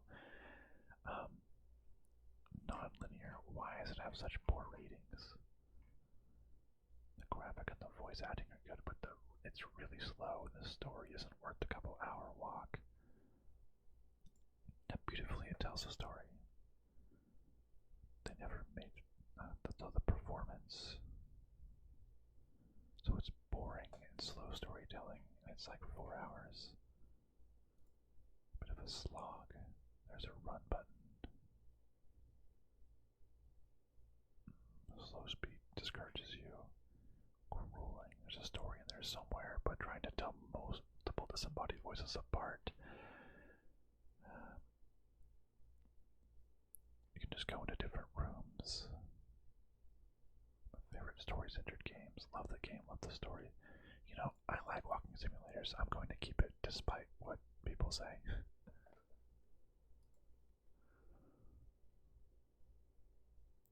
A school prefect has been pushed out of the window and everyone's blaming you. Expelled, an Overboard game. I don't even know what Overboard is. Oh, Overboard. Oh, it's another game I have on my wish list. Get Away with Murder. Highly replayable detective game. It's a replayable detective game.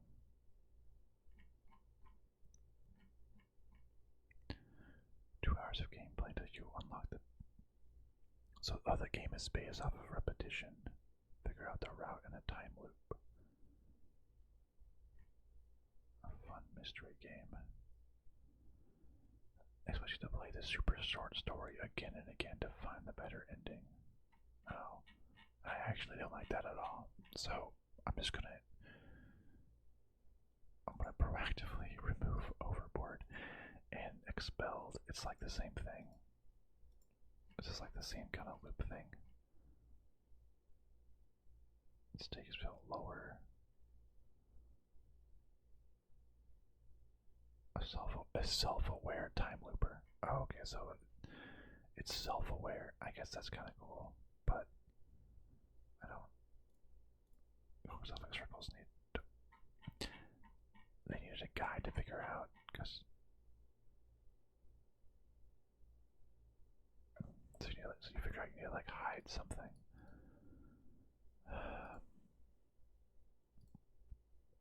You're like self-aware, and they want you to play the same thing over and over again. I don't know. Both of these don't sound super interesting. I'm just gonna go down to the O's. Scroll, scroll, scroll, scroll, scroll. I should have. What was it? Overboard. And just delete that proactively. Where was I? Faith, some like pixel graphic. Scary. Oh, this actually looks worse than I thought. Worse than I remembered when I added it. In 2023, 2 years ago. Looked kind of like a weird story. Actually, I really don't like how those graphics look. Fallen Aces was this like early, it looked really cool. It has really, really great great reviews for being early access. I saw like a trailer, and it's kind of this like, kind of like comic book, but also like mafia. That looks really cool, actually. It's like an immersive sim. I want to keep this. That looks freaking awesome, but I want it to be out of early access first. Now, Far Cry 2, and Far Cry 4. Far Cry 3 was my first Far Cry, and I really, really enjoyed it. Just going through these quickly. Original Far Cry. So I added other Far Cries. I played Far Cry 3 and Far Cry, I don't know, 7. I've played Far Cry 5. Yeah, 5. And I've played 3. I really enjoyed 3. 3 was freaking awesome. 5 was good. Got a little repetitive and big. I don't think I want to go back and play the first one. Looking at these graphics now, looks pretty bad. Far Cry 2, I heard like it's in Africa and there was this like malaria feature or something that everyone just hated. It just seems outdated. And it was hard, I think. It's hardcore difficulty, the kind of missions. It was something, I remember there was something, yeah, that made this game difficult. It's flawed, so I think not to waste my time on the original or Far Cry 2. Now 4 came out right after 3, which I think is like the best in the series of, I guess, the couple I've played. And you're in like the Himalayas. It's a pretty cool setting, pretty cool. Oh, just Ubisoft Connect, some glitches. I remember like Voss from Far Cry 3 was really cool. We'll see how like the pagan min is. I think it's worth keeping 4, but getting rid of the other 2. Far Lone Sails. Atmospheric adventure. So you have this like this ship that you have to maintain. You go along the seabed. I mean, it has really, really good reviews. Wow. Just you and your machine versus the big nothing. Zombie free. Nice atmospheric light management. So it's kind of short, doesn't overstay. A light management. That sounds really good to me. Sublime storytelling, set pieces, positive, tiny dreamlike world. $1.49. Shoot, that's great. Maybe I'll have that. Fights in tight spaces. Oh, I've seen about this. It's like a strategy game where you have different cards, headbutt. It's deck building, turn-based tactics, animated fight sequences. So you have your cards, and you have to like say headbutt, fight this guy, push someone into them. You push them around. You can taunt to have him fight the other guys. 72.91. Why is what's reviews? Interesting game with flaws. Each run is too long. A mistake might be enough to lose a 2-hour run. Oh.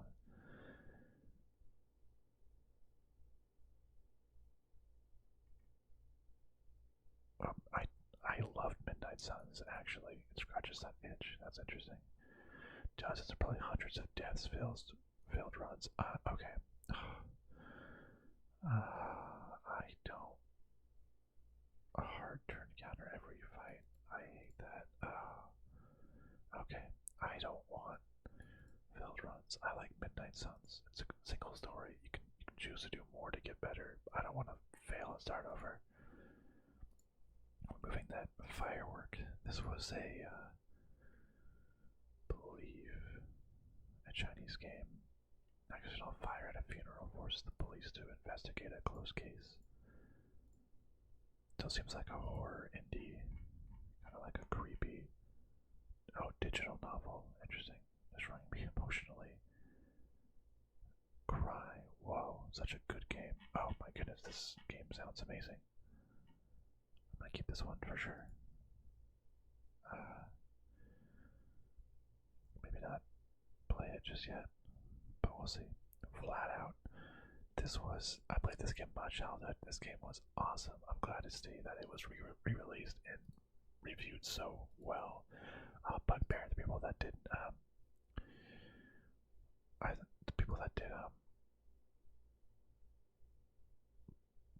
I forget what it was called. Demolition Derby. Well, whatever. Demolition Derby.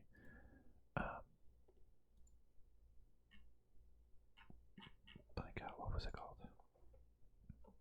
It was like next card game. Well, Wreckfest. Wreckfest, which I have played and it was pretty fun. Bugbear. Okay, same Asian company. Just Demolition Derby. Good physics. This one had some like funny mini games. You could like launch your driver out of it. This game was you can just destroy other cars. Whatever. It was just fun. It's funny to see that it's still well rated. Forgotten and another sort of, if no, it's not Annapurna. Oh, it's a hand animated. Whoa, that looks amazing. Looks like a, wow, hand animated, well reviewed, story rich. You know, probably a really good narrative story. This sounds really good. Wow, that looks so good. You like jump around. Game is a mess. Well-intentioned mess. Tug on your heartstrings. Give me those good stories. Foundation. I did this in 2019. I thought this was a different city builder. A gridless, laid-back, medieval city building game with a focus on organic development and resource management. Only 78 to 85 reviews. I like the idea of laid back. What makes it so? Game crashes a lot. The more I play, the more frustrating your progress, the more restrictive it becomes. Fairly enjoyable. Okay, nah, not worth it. Removing that. Four last things. I think I played. Maybe I didn't play. I thought there was a game that was similar. I think sometimes it hides games, but a point-and-click adventure game made from the Renaissance paintings. Oh, I have played. Oh, I think I played it on Xbox Game Pass, so I ignored it. Procession to Cavalry was a really fun game, just a silly, ridiculous, like painting style. Prepare to be boarded. I'm trying to sleep. Like, it was ridiculous and it was really funny. Set in like what looks like medieval style paintings and such. Point-and-click adventure game. Yes, it seems silly and it seems stupid and it seems really funny. Silly, smart, and beautiful. Yes, please. The Frog Detectives. Those are just comedy, short, and funny. Absolutely keeping them.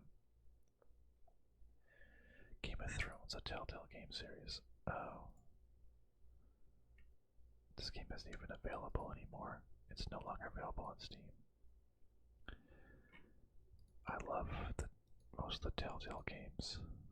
I mean, the original Walking Dead was one of my favorites of all time. I think I did two. Did I play New Frontier? Maybe not. And I played, not the final season. I need to play those. What am I doing? The original Walking Dead is one of my favorite games of all time. It's so good. Maybe yeah, what am I doing? I need to just, I have those games unplayed. Crazy. Wow. Anyways, Game of Thrones Telltale is no longer even available.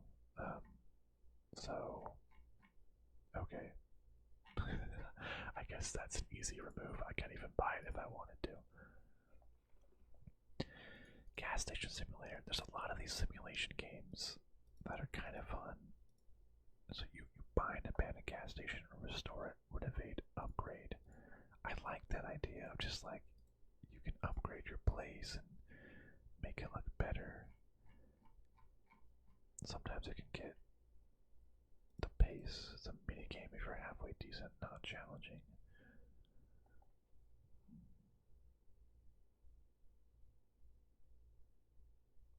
So like, sometimes they're just like acid flips, not super challenging, fun and addictive, but the progression is not the best. Mini games get stale in game after upgrade. It's just not as great.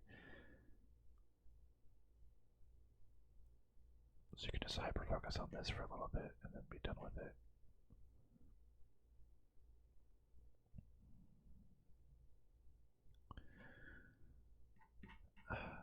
These games do, like, they scratch a little itch. They're still updating it. Okay, perfect. I managed to mitigate this by variety. You play a cart driving minigame, let employees take over tasks. Okay, I think this would be a good initial management sim. I'll keep this one. I'll keep this one. It can scratch a good itch for a little bit, and you don't play it again. Gerda, a flame in winter. 95%. 5 days to save your husband who's been arrested by the Gestapo. So it seems like almost like just, a story or like a movie. The ending was annoying to spoil. A lot of choices. Interesting. World War II narrative game, point click adventure. My kind of game with 343 hours this person has. That can't be right. Choices matter. Decent game. Good story. Oh, characters can like die and stuff. This one seems a little bit less interesting to me than some of the other stories. Story-driven RPG light. You have personality points, allegiances, resources. If you give away precious resources to someone who needs it, that seems a little bit less interesting to me than some of those other games. I'm gonna go to that one. Get even. Action psychological horror. I'm not usually huge on psychological horror. A girl, a chair, a bomb. Follow the voice into the depths of your memories. What the heck is that? That's like a mannequin fighting you. I do like mysteries, but I don't know so much about full-on horror. I was expecting some psychological thriller with some horror. The kind of game that leaves you staring at the credits. I thought this is weird in a good way. Potential. It's building towards something more profound. Then came the guns and more guns and more guns, and not the tense, calculated kind of combat, like a janky shooting brain-dead enemies. So, mediocre gameplay. Yeah, I'm gonna get rid of this one. Get even, more like get out of here. Ghost of a Tale. Action RPG where you play a little mouse. Delo. Through stealthing little mouse games. Atmospheric, cute. It looks kind of cute.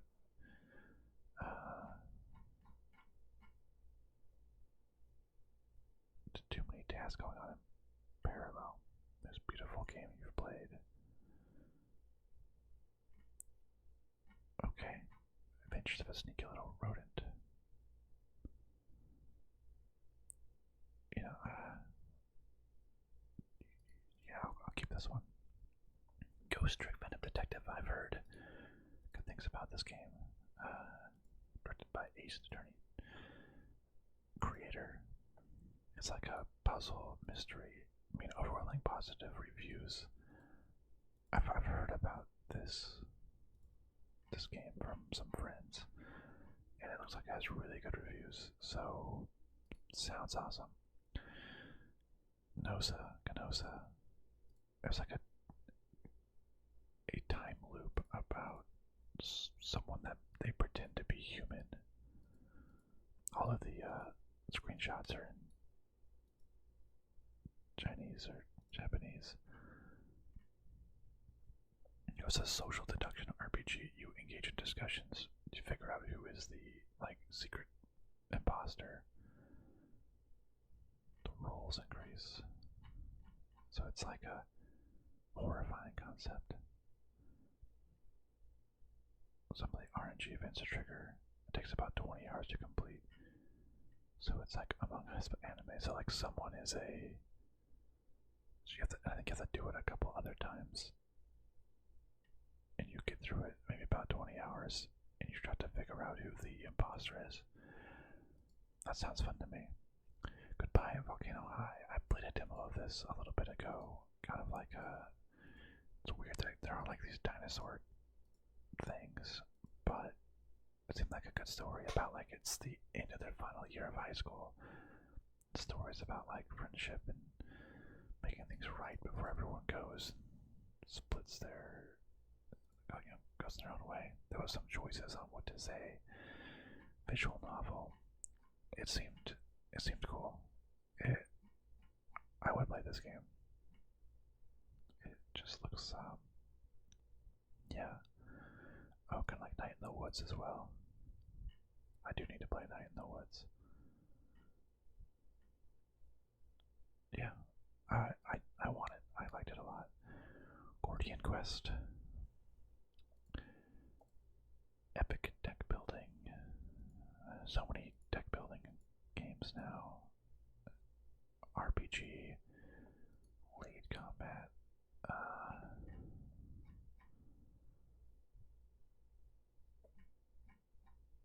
There's a lot going on after kind of boring, repetitive. Roguelike, I don't know. I feel like that area is kind of getting overdone. I'm going to remove Gordian Quest. Gorogoa, it's like a puzzle, hand-drawn. Really good reviews. I had a friend recently recommend this game to me. I'm absolutely keeping this game. Do I want to buy it now? Came out in 2017. I'll keep it on. Now, Grand Theft Auto 4, the complete edition. I've never actually played Grand Theft Auto 4. I've heard really good things about it. I think I played it. Well, I never finished it. I don't even know how far I got. I got some ways on like the Xbox 360 or wherever it was. This could be pretty good for $6 to play the Grand Theft Auto story. It's the most mature one. Still the best Grand Theft Auto story. So a lot of negative reviews are about the like Rockstar Club and the Take-Two things and terms and conditions. Lots of nostalgia, so it's still good. I mean, it's really cheap. $6, that's crazy. Or probably some fun, crazy story. That's pretty good. I don't know if it's good enough to want me to buy just yet. I think they had really good episodes of Liberty City and a couple of the Lost in the Damned and the Ballad of Gay Tony. That's the DLCs that came with it. Just picked like random looking screenshots. Kind of looks like Daredevil in this picture. And $6 is pretty good of a price. I just don't know if I'd play it right now. Anyways, Hades. Yeah, a lot of people like Hades. I played it a little bit on Game Pass, and I'm not a huge fan because I don't love roguelikes. I really, really, really wanted to like Hades. I had such good reviews. I play like I wanted to like it. I love the characters. Story seemed cool. I would just hate that I would just die really quickly, and then I would have to start again. Have to play the same beginning realm advance up, and then like when I die just quickly again, I didn't even make it as far as I did the last run. I just hate it. I feel like I've wasted my time, my precious time. Wish there was like a more progression that this guy's 5,000 hours. My goodness.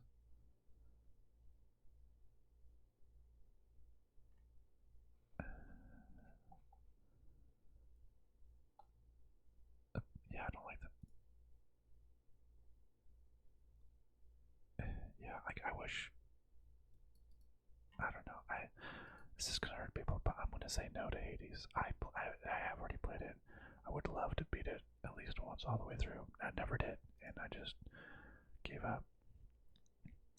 Half-Life, Alex. Yeah. So this is like another part of the Half-Life. It's like one of the best VR games I've heard. Still $17, probably more than I want to spend. But if I'm gonna have a VR game, it's gonna be this one. But I'll probably need to play it after I play the other Half-Lives. So yeah, Halo Wars. I never actually played Halo Wars. Honestly, I don't even really play the real-time strategy games ever. It's just the Halo skin made me kind of want to play it.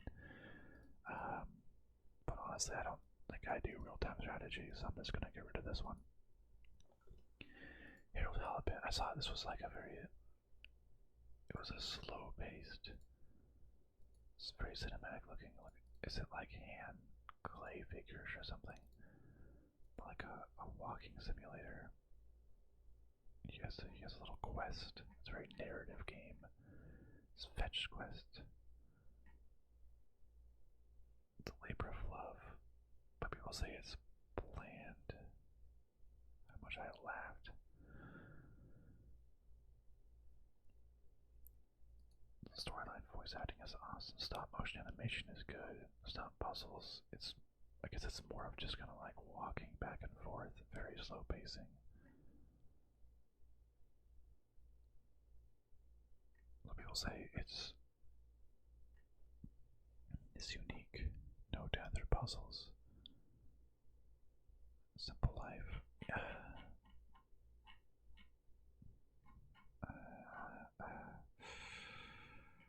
I don't know. It looks beautiful. Wait, it's in VR. Or that person's just saying. Well, anyways.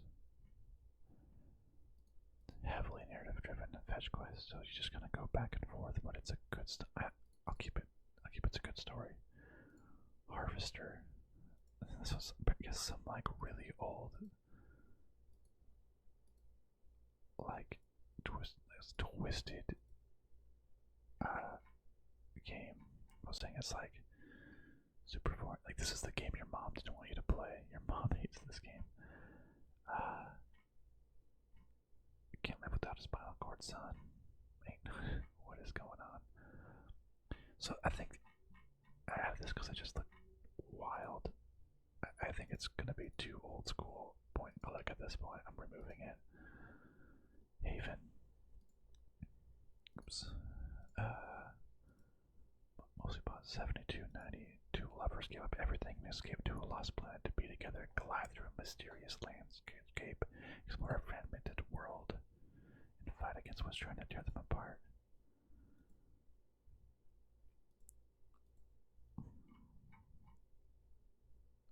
Is this? Oh, it's a solo game. Okay. U and K. Synchronizing combat. So you like fight, turn-based kind of fight and combat. Love the story. The gameplay did kind of, just from this, the gameplay looked pretty tedious.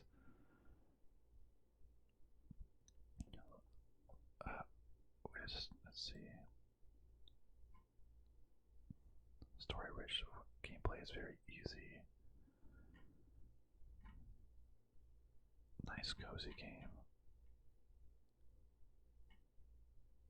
Great. cutscenes. Keep this flesh.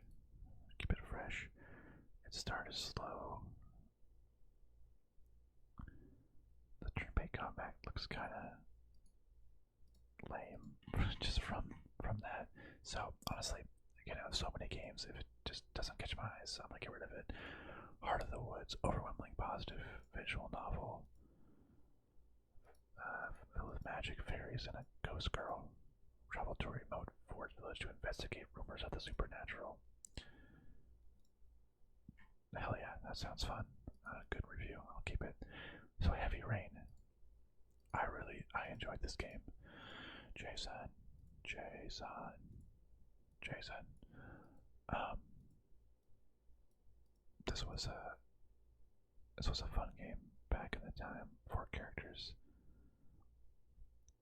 Trying to find the origami killer. I played this. Had a really good time. On the PS3, maybe, yeah. Maybe it was on the PS3. Quick time events. Controls are terrible.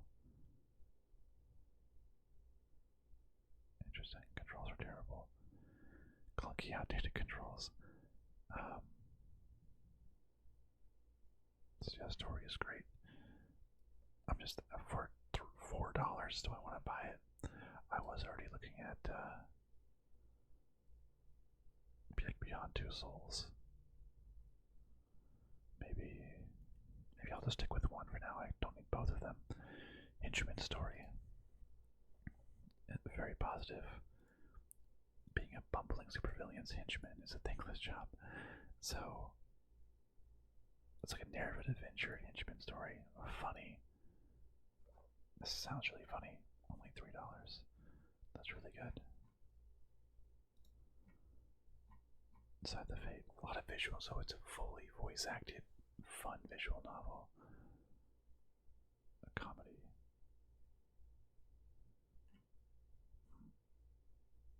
So it's pretty short. But so it's funny. And there's love interest too, huh? Okay. Now we're talking. That game looks great. $3, pretty cheap. When I play it right now.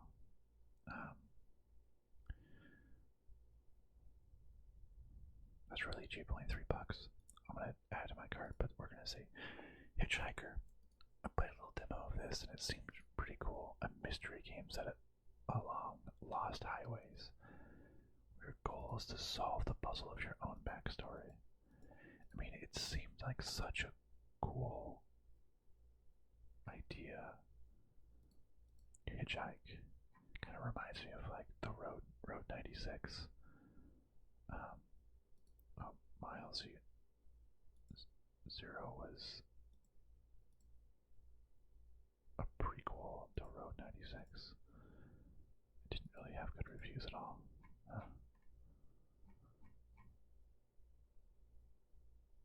Oh well. But anyways, Road 96 was good and I had a good time. It seems like it's you don't actually know very much in this game. With the mix, I can't keep it in my cart. Hollow Home. So it's just a game that comes out, yeah, in the future, I guess. It's there's a demo for it. Isometric narrative RPG about Russia invasion of Ukraine. Oh wow. So it looks kind of like Disco Elysium-ish as well. I think I added it probably because of that Ingenuity Alertless. There was that other game that was kind of similar, that Disco Elysium Light. This one doesn't look as interesting to me now. I'm going to remove it, and I added that in 2023. It's still not out yet, so we'll see.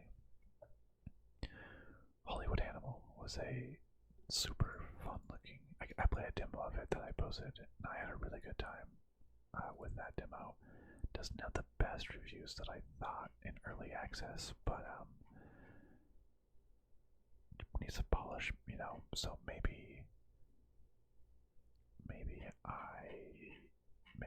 they need to polish it up in early access, but I want to keep following the game. Home Safety Hotline, I played the demo of that on my channel as well, and like they called you asking to help them solve the issues of like weird, creepy things going on.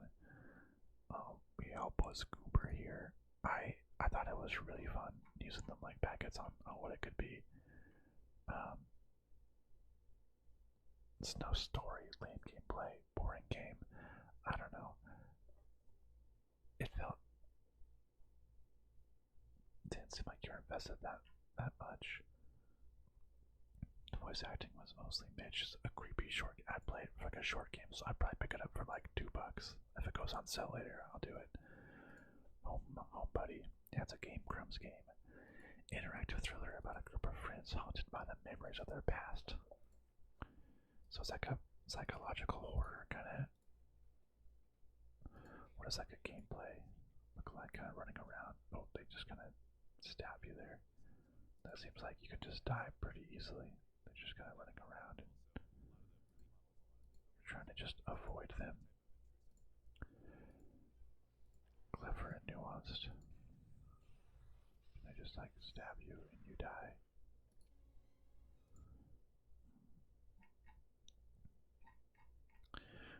Oh, it's a time loop horror game. Okay, so it's like homage to slasher films, a time loop. Okay, so like if you die, I hope it's not just like the same thing over and over again, but like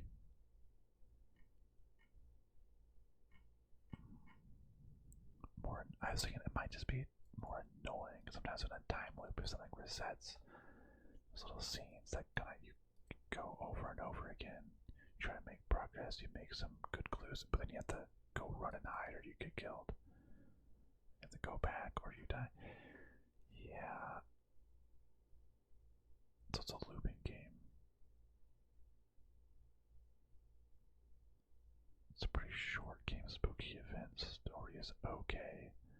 Some say it's incredible. With more psychological depth, the horror aspect isn't too bad. You just get chased. It seems like it's annoying, like you're just trying to solve the puzzle and get to the story. And this killer just chases you. I'm gonna remove it. House Flipper 2. Yeah, I mean, I've had quite a few House Flipper videos. This one looks pretty nice. It seems pretty similar. Just more things to do. Maybe I would get it from ASMR at some point in the future. Not for $25 though. It's not really a big story. I need like guidance in a story. I'll keep it though, but I don't know if I'll buy it in a while. House of the Dying Sun is like a tactical space shooter. You don't feel like too many space shooters anymore, but it doesn't have great reviews. That's kind of has some VR things to it. And pretty simple. Let's remove it. Humanity. This has VR, but it's like almost like a Lemmings type game. You have to try to tell people what to do. Play it alone, keep it in charge with commanding of massive marching crowds. Yeah, I want to do the story mode. You're trying to get people to go through all these different commands just to get through all these quests. So it's like it's a good puzzle game, I guess. Yeah, sure. Advanced Lemmings. Hypnospace Outlaw. Greetings in Forza Hypnospace Patrol Department. Point and click simulation. This looks just like one of those really weird games, but you know, good reviews. I'd try it out. I Am Dead. Charming puzzle adventure. Oh, pretty good. Well, actually only 80% reviews. Wilmot's Warehouse. Exploring the afterlife. It seemed like an intriguing game, but it dragged. Making shots with a lot of charms. The story is boring. It plays like an I Spy book. Narrative puzzle.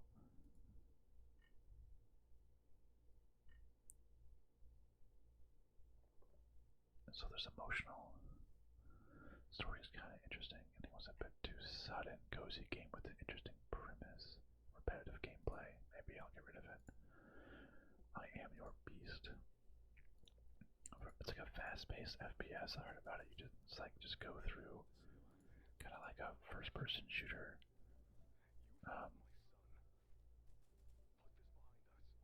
Like Hotline Miami or something. I think where you can die fast. You just run through and you're shooting everything and you're blowing everything up. And like you have to just go through everything super quickly. I don't know. I don't think I'm that big for the super fast action.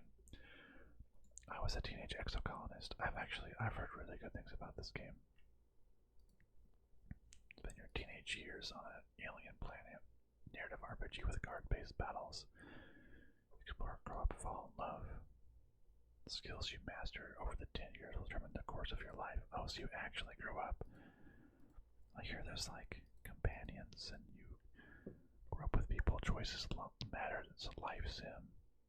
Deck building. I've heard actually really, really good things. Oh, look, all the characters start as little kids and then they do level up.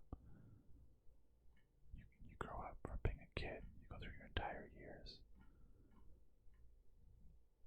Deck building.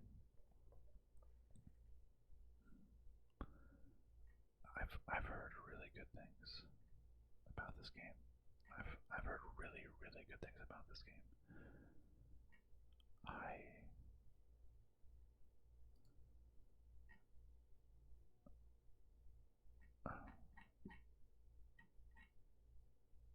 Yeah,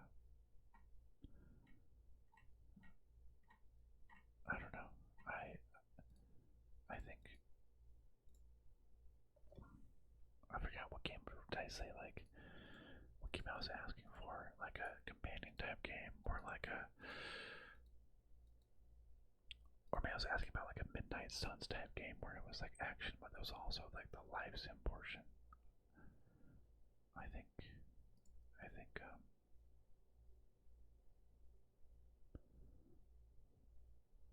just whether I want to add it now or not. Maybe I'll wait for a little bit more of this out.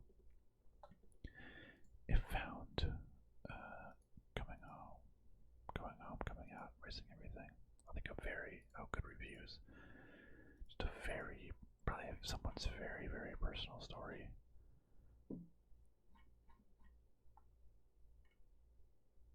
Very, yeah, pride LGBT plus. Look, I am not LGBT plus, but you know, a good love story is a good love story, and it doesn't even matter. It's just two humans on this rock just trying to do what they can, you know. That's not the way I roll, but people can do what they want, love who they want, you know. So a story can be just as good, just as amazing. I like Annapurna games. This has really good reviews. You know, maybe if it's like $1, I'd probably buy it though.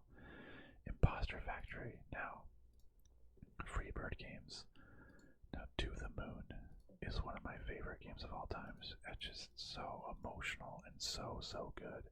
I need to play their other games that I have, like Finding Paradise and A Bird Story, because To the Moon is just so good. This is another one of theirs. Oh, yeah, I'll play that at some point. But I see, like, the thing is, I have all these good games that I just haven't played them for whatever reason. I don't know, time. In Other Waters. Now, I didn't really know too much about this game when I first added it, but it's made by the same people that made Citizen Sleeper. And the Citizen Sleeper games are some of my all-time favorite games, so I'm sure this one is good too.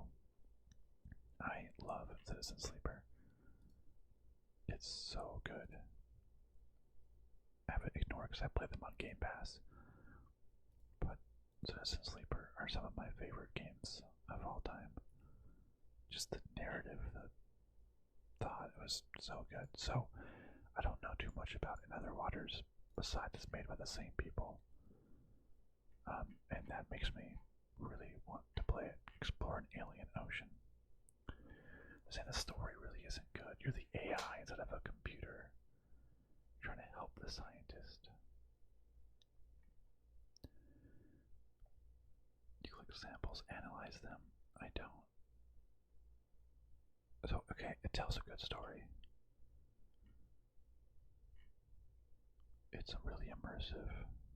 Okay, you know, I think just because of how much I love Citizen Sleeper, I trust. Actually, this is the lowest of all time. It's just the historical low, so that's pretty good. In Stars and Time, story rich, very good. RPG, ever-present burden of being trapped in a time loop only you can know about. Create a better future. Pray to the stars and free yourself. This looks like there's a lot going on, actually. Slipped on a banana peel, start again. You're stuck in a time loop. I don't know if I love this kind of like little art style.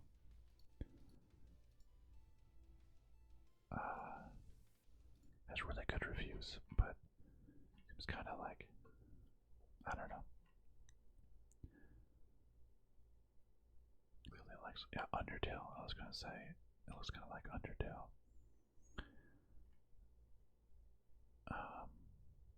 It got repetition. I don't know. I'm gonna get rid of this one. I just don't know if I'll play it in time. Indica seemed just like such a crazy game, like third-person story-driven game, religious visions clash with reality. It looks like there's like so many different styles. Like there's realistic, and then it turns into like pixel, and then it original soundtrack by who was that? I don't know who that is. Okay, I don't know why I looked. Gameplay. So, kind of just like a surreal puzzle, a little bit of horror. I don't know, it seems pretty cool. Honestly, very pretentious. It just seems like super unique and surrealism. I'd check it out just for that. Iron Wolf VR, another VR game. Again, if I ever pick up VR, I think I'll want this game on there because this was like you're in a submarine, and it just seems like really cool. Like perfect for as a free version. It does. I don't know where, but it seems like this would be really cool for. Makes it seem fun for a VR type game. It Takes Two. Yeah, I want to play that game. Absolutely want to play that game.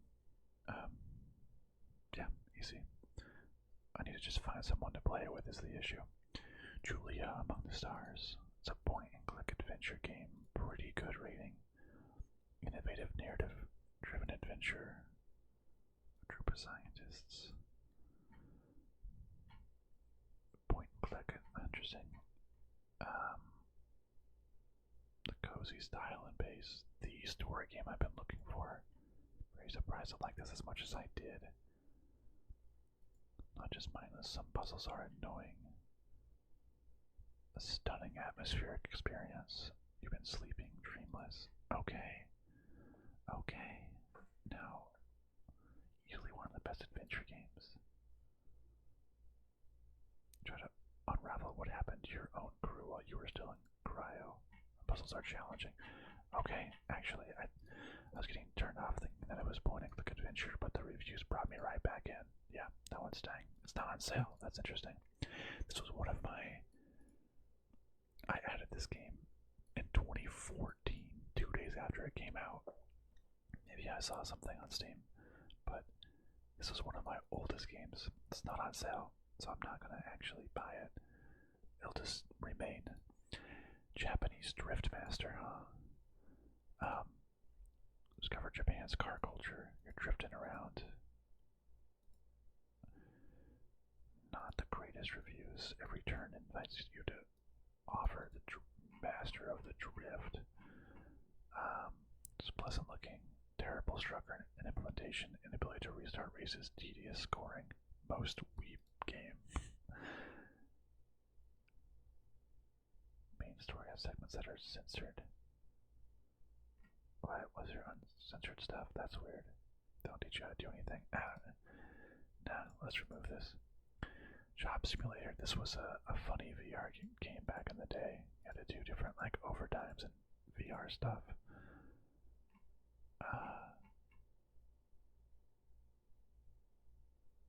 Tongue-in-cheek virtual reality experience. Wow.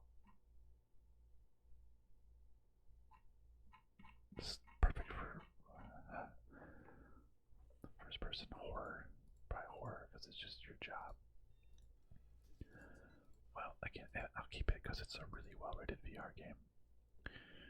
Judas. Oh yeah, this was the upcoming. The people that did BioShock Infinite, wasn't it? Or BioShock. Ken Levine, didn't he like? This game was announced a while ago. Much more current, yeah. I think it's the same people. Yeah, Ken Levine, he did System Shock 2, BioShock, and BioShock Infinite, which are freaking amazing games. Like this game has been like you've been waiting for it for years and years and years for it to come out. But I want to keep track of it. Judero, a very interesting looking, it's like action figures that are like fighting. Everything is handmade. You're batting the little creatures. Okay, on second thought, it has 98% reviews, but on second thought, this looks like weird. It's made out of like clay, these little action figures. Entirely handmade. Wow. That's insane. Bosses. So it's like you're like this action figure. Oh, I don't like that bullet hell type thing. I'm getting rid of this game. I hate when it's like big attacks like that. This game looks weird and wild, and you know, I really appreciate like what they did, but I don't know. I don't think the actual gameplay is for me. I did a great demo climbing the mountain on my Steam page. I really enjoyed it, and I would definitely play it. Cartong Death by Cardboard. What is this even? I don't even remember. Wicked experiments inside the miniature city of Cartong. You've been trucking down to the size of a cardboard. Whoa, it's like a VR game. All-time peak of 7 players. This did not sell very well, but unique visual style, but the gameplay is just passable. Maze-like experience where you collect gears and coins. A new game type, not an FPS, not a maze, not a puzzle. Even without, so it is kind of made for VR. Game gets more difficult. Fun factor is lacking. It seems kind of, I like the theme of like you're in this miniature cardboard city, but it seems like this is more fun in VR, and it seems like I have already added other VR games I think is more fun. So goodbye.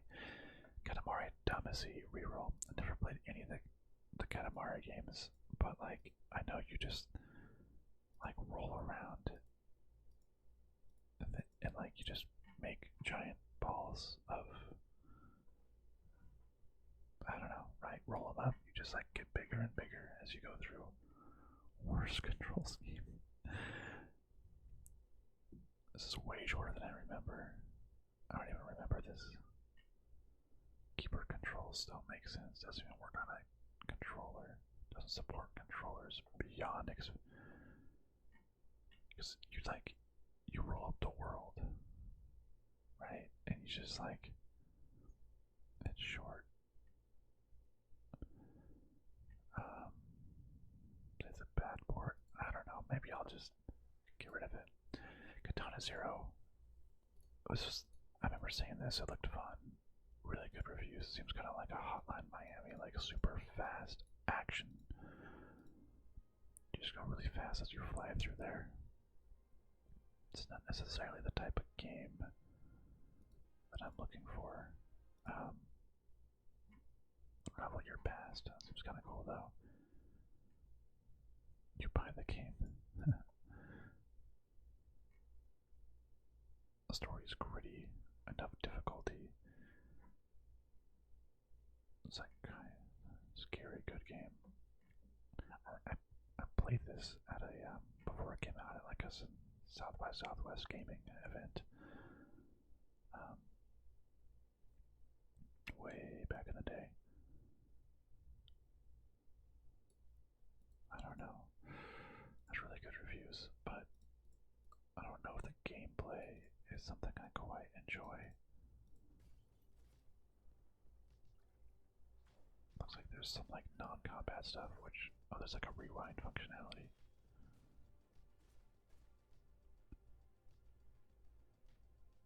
Tell me about the last night. I don't know, right? It's like I have to get rid of some of them, right? Keep talking, nobody explodes. You find yourself trapped alone in a room with a ticking time bomb. Oh yeah. So this is like you play with a bunch of friends, and like one person has to describe it, and you print off. There's like an actual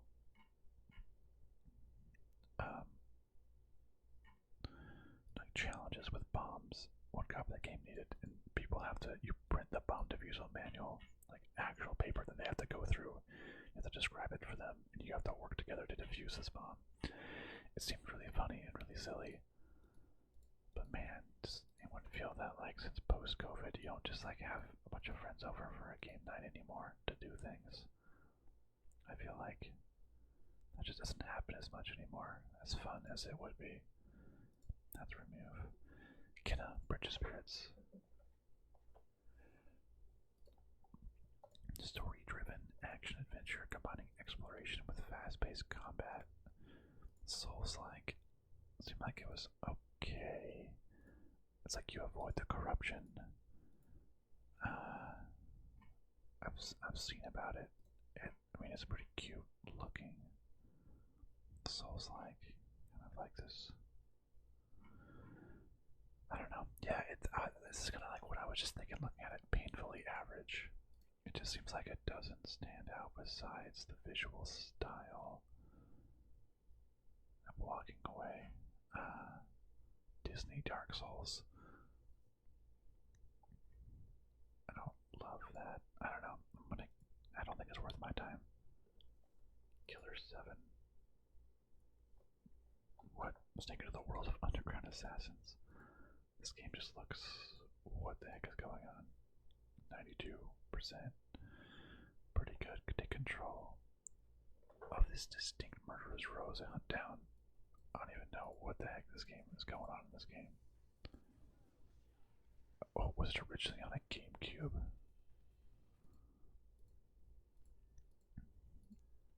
This game just seems. I have no idea what's going on, and it kind of looks cool. Crispy Art House Greasy. Sure, I'm keeping it. Kindred Spirits on the Roof. Another visual novel. There's a ton of like LGBTQ ones, but super positive reviews. I'm sure it's gonna be a really good story.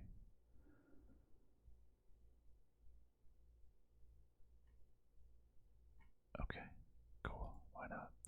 Kingdom Come Deliverance. This is a game I want more than probably any other single game right now. I played the first Kingdom Come Deliverance. I have a couple videos of it. I love this game. So good. It's at, well, it's not at full price, but it's still expensive, and it's like, I really want to play this game now, but at the same time,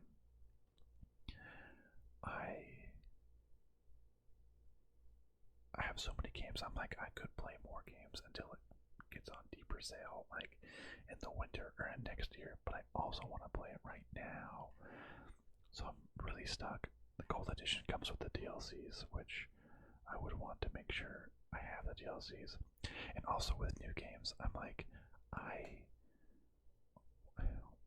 I don't want to play it, and then I play the whole story, but then the DLC comes out like a year later, and then a year later I'm like, I don't remember what happened so much in this story, so I kind of want to wait till all of the DLCs are out, just get the gold edition, and then play it. But Kingdom Come Deliverance, the first one, was so good, and I heard this one also got really good ratings. So I probably want to play that game more than anything, but I'm gonna have to wait. Just because.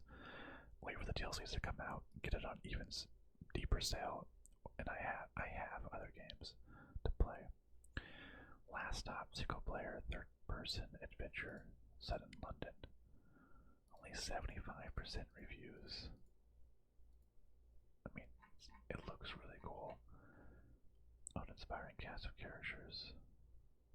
Yeah, I don't know. I have the reviews. A cute, fundy, later alligator, 96% positive. That sounds super funny. Just a funny cartoon alligator, overwhelmingly positive. I'll keep it. Lasara Summit Kingdom. I played a demo of this game. It was super beautiful looking. And it seems pretty cool. It's only in early access. I didn't think it'd be in early access. There's a summit. There's avalanches that cover everything up. The transportation network. It was cool. It was interesting. There's no combat or military. Just all about surviving. It seemed cool. And it's kind of a puzzle. I don't know. It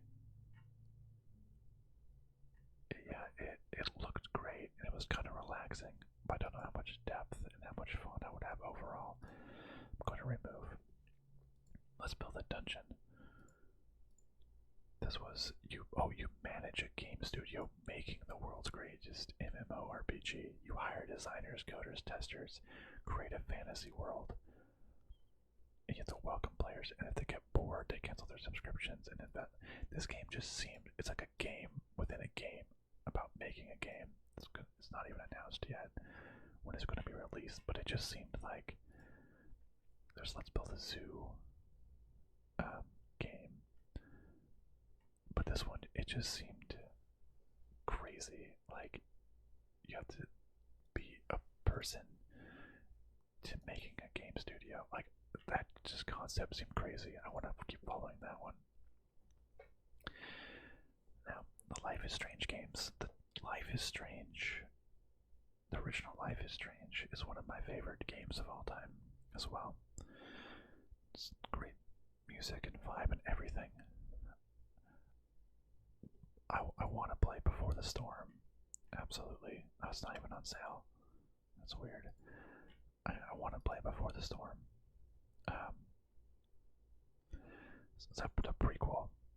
This Life is Strange Double Exposure just came out, and it has honestly terrible reviews, but it's still really good. Oh, I think I have Life is Strange 2. I need to play it. I don't know. I think I still want to play Life is Strange Double Exposure. Like, I think I still want it. I'll play at some point. Little Gator Game, just a casual, cute, cozy look at how cute this is with 99%, 100% reviews. Absolutely. Little Guardsman was. I played a demo of this game as well on here, and it was just so funny. I really liked this game. $10. I mean, I feel like I should support the devs and everything, but I thought this game, the demo I played, was so funny and so good. Goodness, I feel like, I don't know, I want it for sure. play immediately. It's like, I will. That's 100% going to be played. Lobotomy Corporation, a roguelike monster management simulation inspired by SCP. Roguelite, order your employees to perform work, watch as it unfolds, harness the energy, expand the facility. Difficult. What makes it roguelike? Cabin in the Woods is a good. What is Warehouse 13? Oh, it's a sci-fi show. Middle of it. A warehouse holds every artifact, supernatural souvenir. Oh, that sounds kind of fun. Interesting. Anyways, several departments. The story, visual story, dialogue with these people. Seems like it's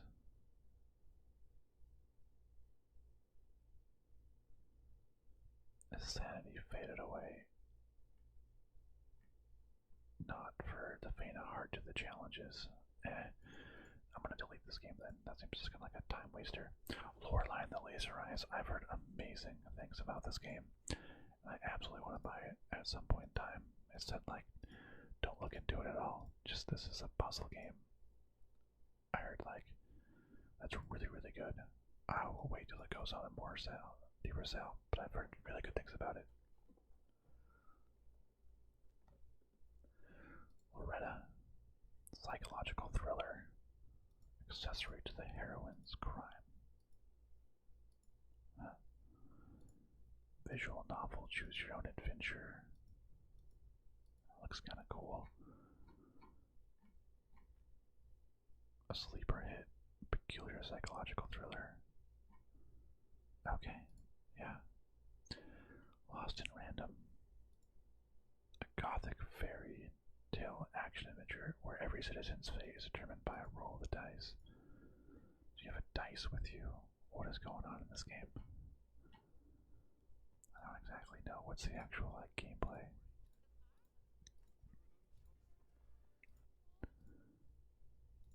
I want to see like, okay, oh you're, okay. Kind of like running around shooting little things. Action adventure. Rushing.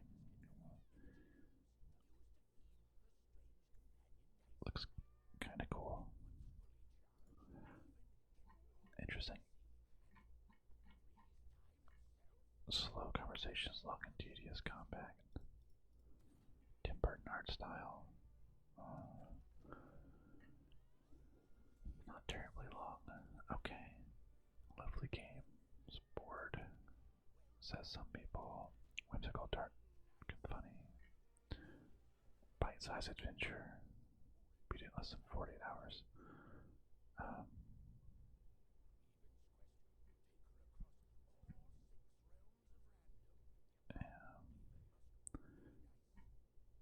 You know, good enough to keep.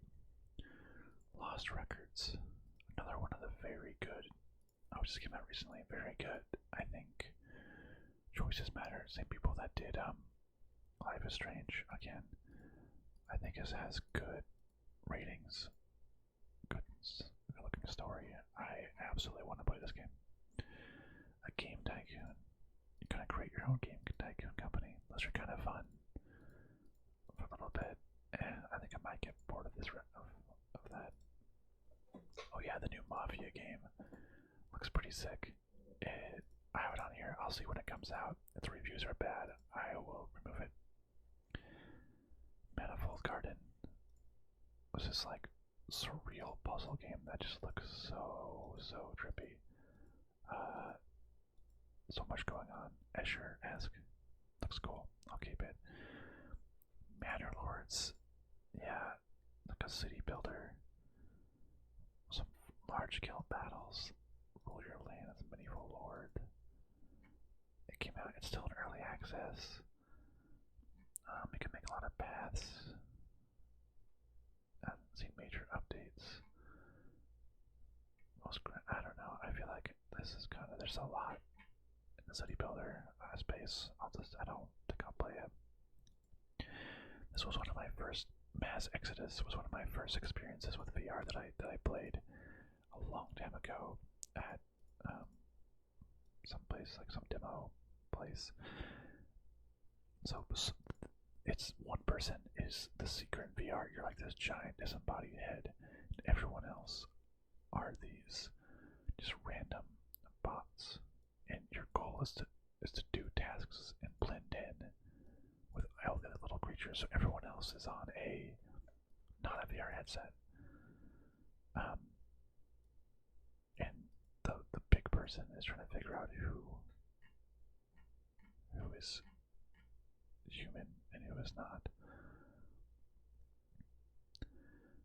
Well, so I had a ton of fun. But looks like it's abandoned and doesn't really work anymore. And that's too sad. I probably wouldn't even have local multiplayer people to play it with anyways. This is on PC Game Pass. Wait, no, it's not. That's weird. I'll remove it. Master Detective Archives.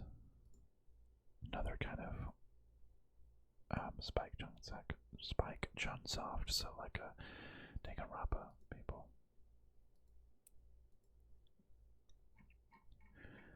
This is interesting. The fantasy detective action game. Oh, you can actually kind of walk around in a city and stuff. This looks kind of sick. Where you can feel the Danganronpa. Okay. So all the flaws and annoyances with none of the charm. Artistic direction. Gameplay was atrocious, it says. Did that with amnesia.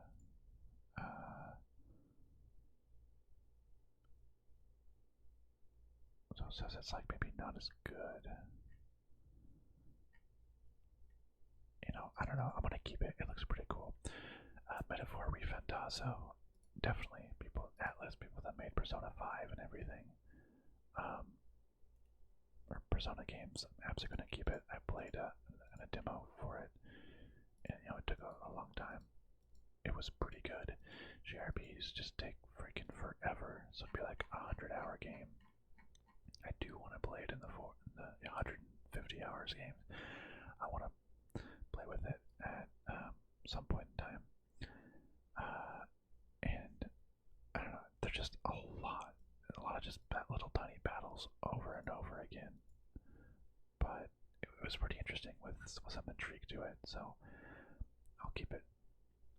Milk instead of a bag of milk instead of a bag of milk.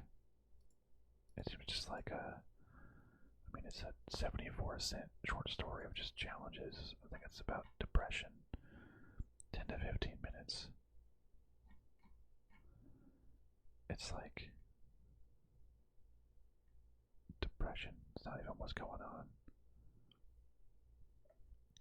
Different diagnoses. A really good 1-hour experience is short, odd. Surprisingly well-layered story, having the option to type out an answer. It's a chill game. Turns out to be the eyes of a schizophrenic, traumatized person. Creepy and sad. Disturbing.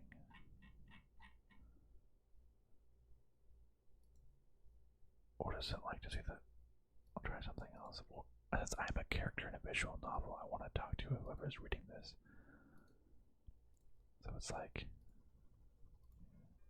so you're just something, I don't know, maybe a little too much for me. Minds Beneath Us, a really well reviewed, emotional sci-fi cinematic narrative game. Count me in. Mini Motorways. I played Mini Metro a little bit, and I didn't really find the puzzles that interesting to me. So this is the same. I'm going to remove it. Mirror's Edge Catalyst. I like the first Mirror's Edge. I never played the second. Is this the second one? I think so. In Faith. Yeah, I had a lot of fun. Absolutely want to play it. I think it's on PC Game Pass. Mixtape is an upcoming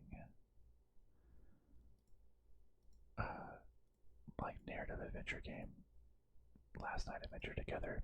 It sounds super cool. It sounds exactly what I want. Adventure, narrative,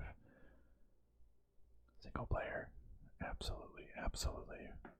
Would play this. Monster Energy Supercross. I knew I had a couple. I had like MX versus ATV Unleashed, and a couple other games. And I'm trying to figure out one of the MX, I don't know, motocross games, and it was like super fun. I remember having a lot of fun with it. I had like a lot of fun with this. And I wonder if only for $2.49, $2.50, if it'd be fun. Because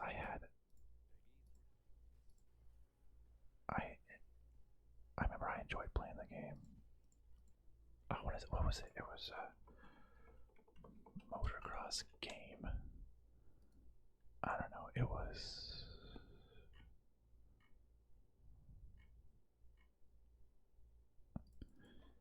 MX versus, was it ATV? Untamed?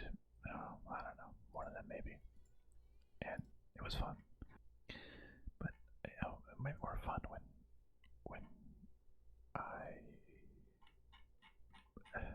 I had more time to play things and just drive around races for fun. I want like stories to complete though, so I don't really know anything about motocross, so let's get rid of that one. I've heard good things about Monster Hunter World, but I've also heard that it's like the game's like a big slog. I've never really 40 minutes of cutscenes and playing some lame game. I don't know. I feel like because it's like hundreds of hours. I think. I don't know. I think it's like not quite over. Yeah, just hundreds of hours. I don't know. I think it's just too much going on. Too much of a slog for something that I would want. Monster Train 2. Monster Train 1. Super fun. Absolutely would play the second one. Moons of Madness. 91%, 77%. Adventure, horror, Lovecraftian. Looks pretty freaking rad to me. Reviews. It looks like maybe more horror than I'd want it to be. It's a horror game. Decent, definitely not scary at all. Focus on creating a tense atmosphere, the more than jump scares. I guess I like that. You have to just like run away or felt very gamey. Good story-driven horror game. Cosmic horror.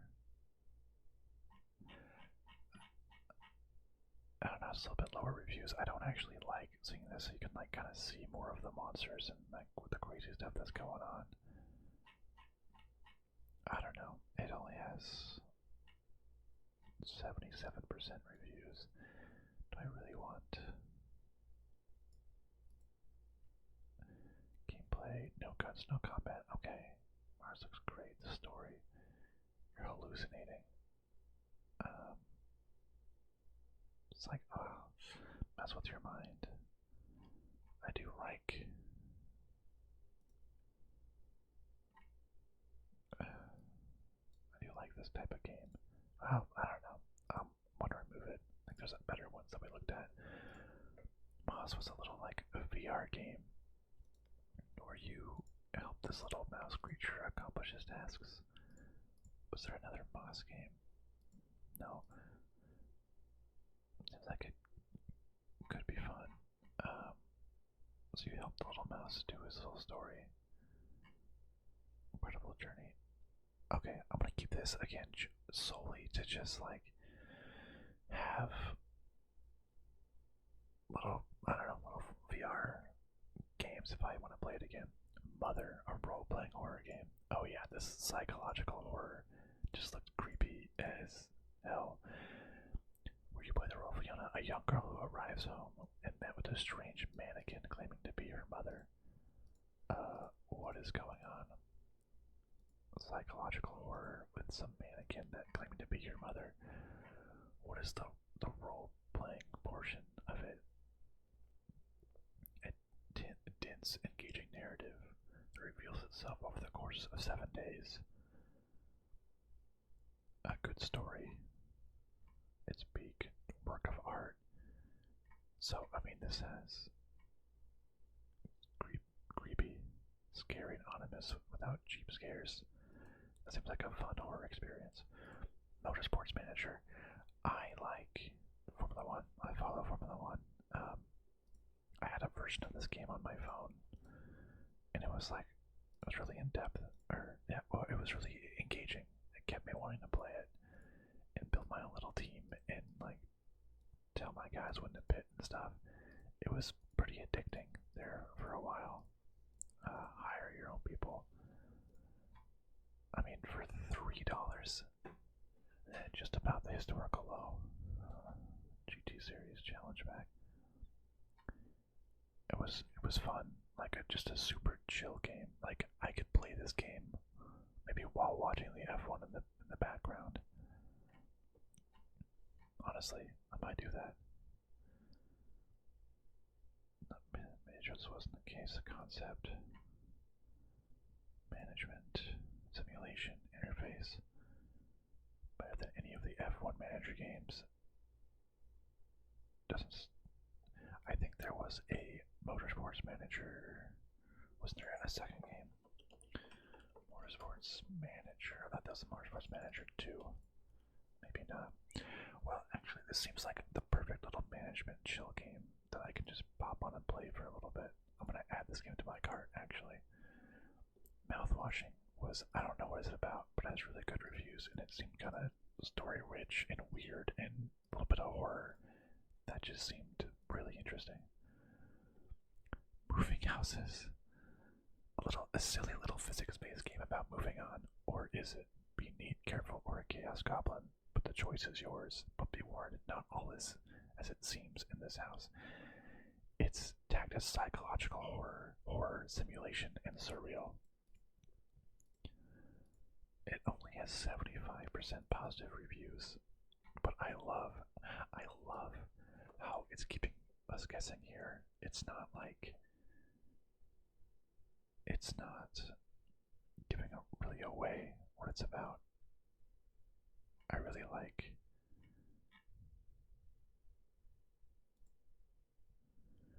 features a fun physics-based experience. Pick up household objects and try to pack them neatly into boxes. Give up, just throw stuff. I love the idea. It's creepy, too glitchy to recommend. I really enjoy this experience. It's an okay game.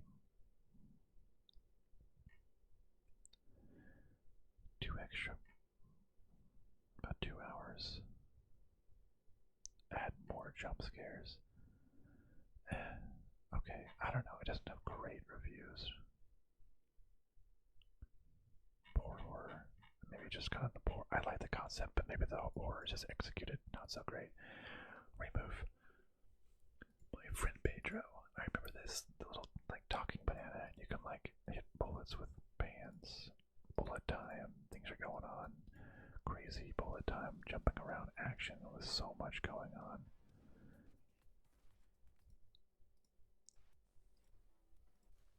You're just jumping around. I remember seeing this when this launched.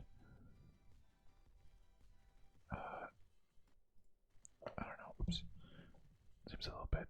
I've had it on there for a long time. I'm going to remove it. Just the fast pace isn't what I like anymore. My Friendly Neighborhood. It was a single player kind of horror-ish survival horror set in a kid's television show background thing. Really good reviews. The concept seems just really cool. You're in the TV show of Sesame Street, basically. That looks fun. I'll add it. My work here is not yet done. This was it's to be announced upcoming narrative-driven investigative horror game a survival simulation with a dense, nonlinear plot, exploring the imbrication and dissolution of human identities, meetings with uncanny wilderness. What the heck? That is so much going on. Honestly, this seems like a little too dense. Horror, maybe, or whatever, narrative. I'm gonna get rid of it. The classic Mist. I want to play that at some point in my life. Nantucket. Chase after Moby Dick. Lived in the Golden Age. Kind of like how this game kind of gives me some old school vibes. Decent character growth. Pretty good. It seems like it's, I don't know. I'm getting just like a decent vibe from it. Only 78%. I'm gonna say no to that game. Negative Nancy is a choose your no adventure where you can only say no or nothing. So this is a robbery and I will shoot you. You can say no. So it's like, can you hear me? Are you awake? So it seems like just a really funny dark comedy game. Yes. I mean, wait. Neighbors from Hell. I remember this game way back in the old day. You have to like terrorize your neighbor. Really old game, but has really good reviews. I remember seeing it on like the G4 show way back in the day. I'll add it. We'll see if I play it. Neo Cab. You're like driving around a cab person. Visual novel, cyberpunk, international fiction noir. Visual novel. The Last Human Cab Driver. That sounds fun. You learn about people.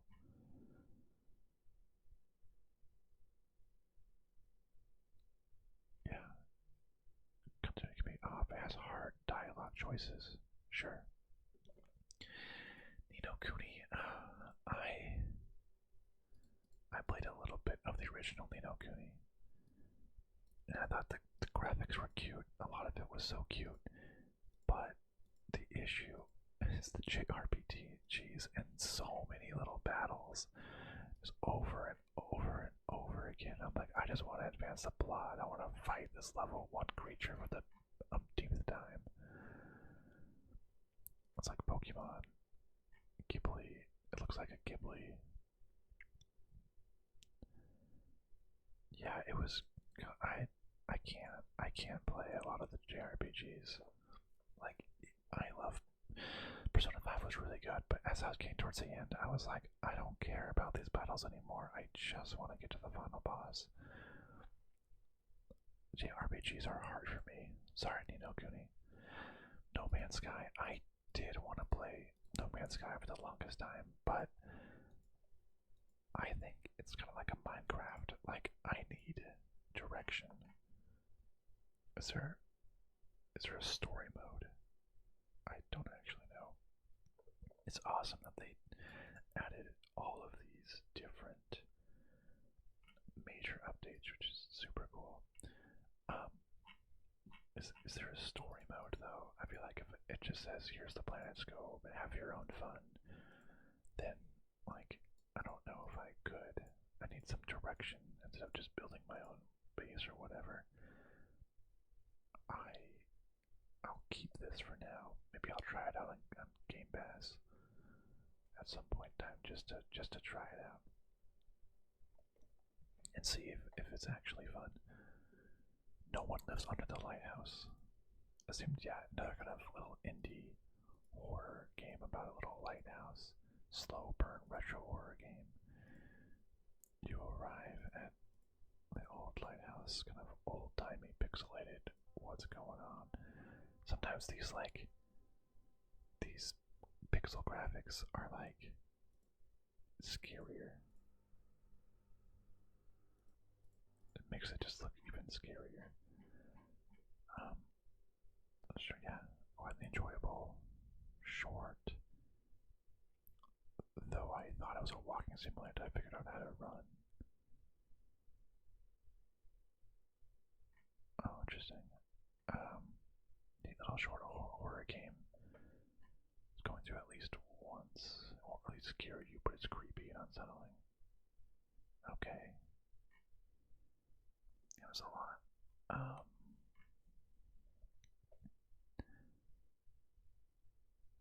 This got so tedious.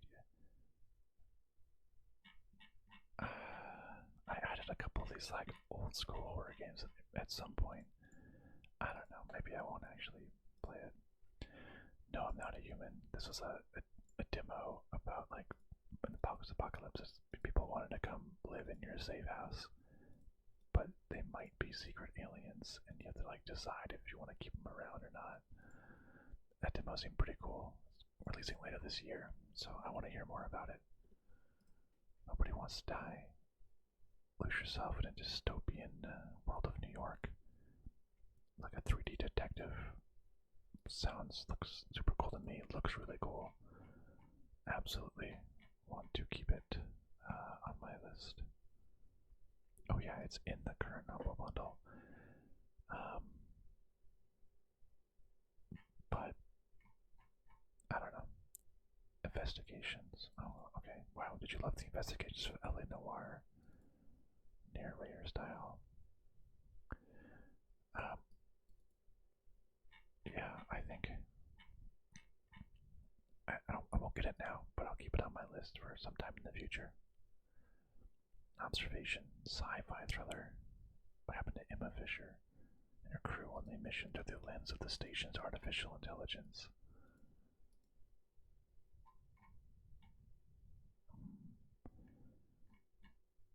You are the station intelligence. Navigation is difficult, the ending is strange. Good story. Story-wise, good vibes, weird, intense. A cool story, mediocre gameplay, mediocre graphics, mediocre price tag. But it sounds like it's a good story, more than a movie. Okay, I'm gonna keep it. If when it gets down to like a couple bucks, then I'll play it. Omori, I have no idea what Omori is about, but it has like a cult following. It has really good reviews, so I'm gonna keep it.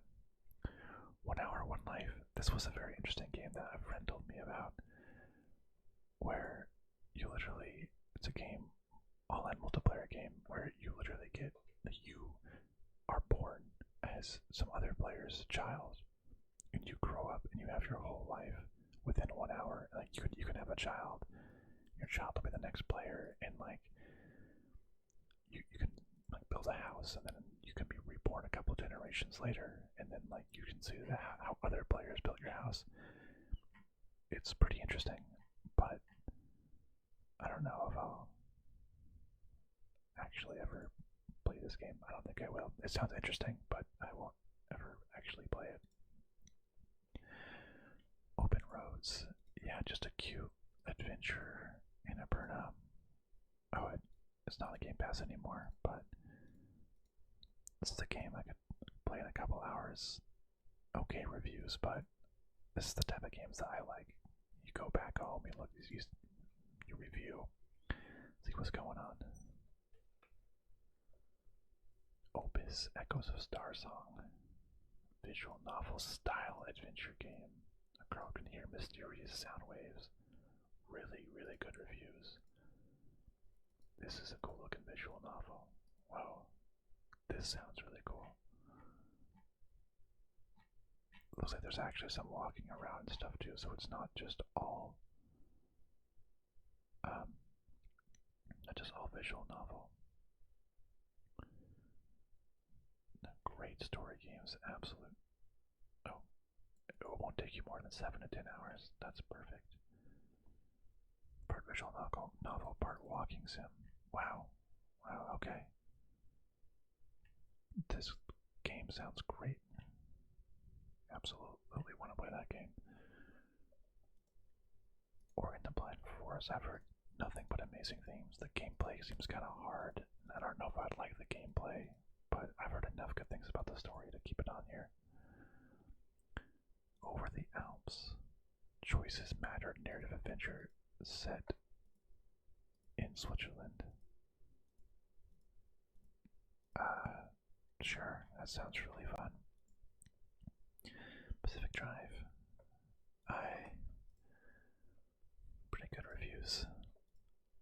I've seen it various, I don't know, various things. It seems pretty interesting. Pretty new game that came out. You're driving a little car around. I'll keep it Paranormasight, The Seven Mysteries of Hanzhou. Very, very good reviews. Another visual novel, adventure, anime kind of game. How far would you go to bring someone back from the dead? Sure, let's keep it. Parkasaurus and Parkitect. I used to play Zoo Tycoon and Roller Coaster Tycoon all the time, so this seems like a super fun game to create your own little zoo park in your roller coaster park. Pinko Park. Snap pictures of spooky creatures and explore an abandoned wildlife park. Well, great reviews. I don't really know what this is about at all.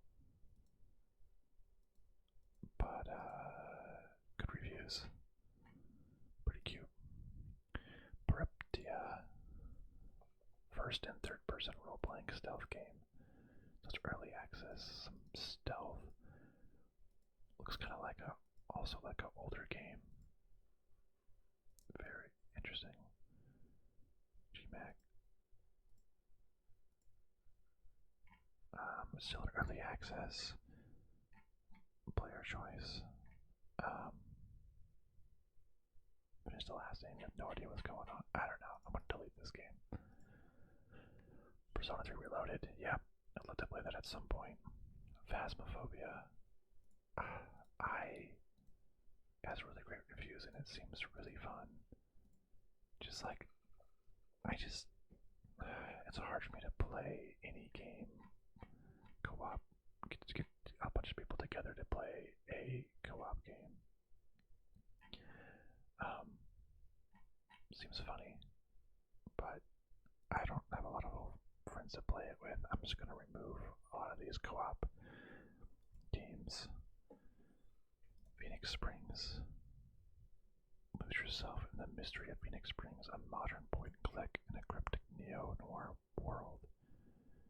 Find your brother. You already know where it ends. Mystery story rich. The visual style of this game looks awesome. I'm gonna keep that. Pillars of Eternity 2 Deadfire. I think I have the first Pillars of Eternity. These are really long games, but they seem really cool. I'll keep Pillars of Eternity Deadfire. Pistol Whip. Ultimate Action Hero. OVR Action Rhythm. I added this. When did I add this game? 2021. Yeah, I don't know. I think I added a bunch of VR games that I don't know if I'll ever actually play again. So I'm deleting this one. I don't think I'd play it. Planet of Lana. A young girl and her friend embark on a rescue mission through a colorful world of gold machines. Like a puzzle platformer. Seems kinda cool. Looks kinda cool. Gameplay. It looks kinda boring. Art style is beautiful. They're saying that, like, didn't really have fun playing it. Yeah, I don't know. Nothing's really grabbing me necessarily when I'm looking at this game. Kind of just like doing little puzzles, running around, puzzle solving triumph.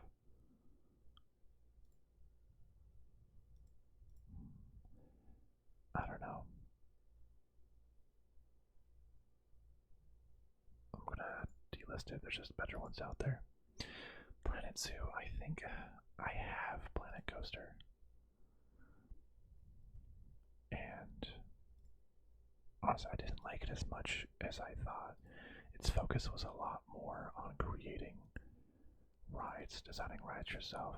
Like when I played Roller Coaster Tycoon, I'm not actually super creative enough to create my own rides. I always did the pre-built rides, but I kind of liked more of the management aspect of charging money and all that. This seemed like way more focused on the creative aspect, which I don't think I like as much, so I'm going to remove that. Plane, a meditation game. Grow a beautiful island as you build a daily habit of meditation. That's kind of cool. You can like grow trees and stuff, and That seems pretty cool. Maybe I should start doing that. Come and meditate on a regular basis. Oh, and you can play it in VR too. That's neat. I'll keep that. Please knock on my door. Summary of every emotion you'd rather lock away. A very little indie emotional game. Yeah, I'll keep it. Another VR fitness one that I thought maybe I'd actually do. See those calorie burn. I feel like I won't actually ever play it. Sorry. Power Wash Simulator seems pretty fun. Just clean everything. Well, I don't know. It's satisfying. Maybe enough just to play a demo. I don't know. I feel like it might get boring after a little bit. Pop on a podcast and chill. That's true. You can play this along just with like an audiobook or something, or a podcast. Satisfying. It's a little zen. I think I might want more like management aspect. I don't know. I think I'm gonna actually remove it despite it being, well, okay, it'll be for ASMR, maybe. Primordia. Very good reviews of some point and click adventure game. It looks really old. I don't know how I feel about. Doesn't really want that point and click adventure game. Production line car factory simulation. This looks way too complex. You make your own cars. Management tycoon game. You build the ultimate optimized free-flowing car production. Goodness, this seems like way too much going on. Yeah, I think there's just nothing interesting or satisfying about the gameplay. Classroom simulation software. Yeah, that's too much going on. Project Wingman. I don't know. I played what is the classic? I forget what the classic flying game was. I didn't love it. I don't know why I can't remember what it was, but I didn't love it. I don't think I'm just huge into the flying game. This one has pretty good reviews. Fighter jet game. Ace Combat. Yeah, Ace Combat 7.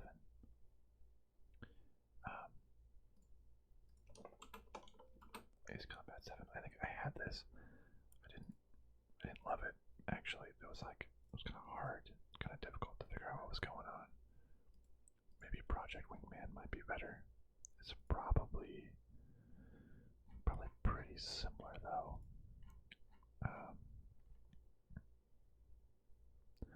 I didn't really like Ace Combat games. Plans to fly around. I think better than Ace Combat. Okay, I don't know. I think I'm gonna not play this game. Problem is Mascot Agency, same people that did Paradise Killer, which I played recently, and I had a really good time with it. So 100%, this game just came out. Oh, Raging Loop. Actually, this is a game that I just bought on my PlayStation. That I was on sale for like $2 or $3 or something. So some like loop thing going on. So I don't need this anymore. Here on my wish list. Oops, I think I confused it by doing it in this section. Rakuin. A hospitalized boy, story-rich, emotional puzzle JRPG. Traveling with his mom to a beautiful fantasy world. The graphics look cool. I don't love kind of like the 2-bit top-down. That's the JRPG. I'm sure it's a really good story. Just the graphics aren't doing it for me. Ratchet and Clank. I want to play more Ratchet and Clank games. I'd probably get this with the PlayStation if I did, because it's kind of built for that, and the haptic feedback and everything. But I definitely want to play it. Ravenous Devils. I demo recently, and it was kind of fun. Um, you have a tailor and a bakery, and you like kill people.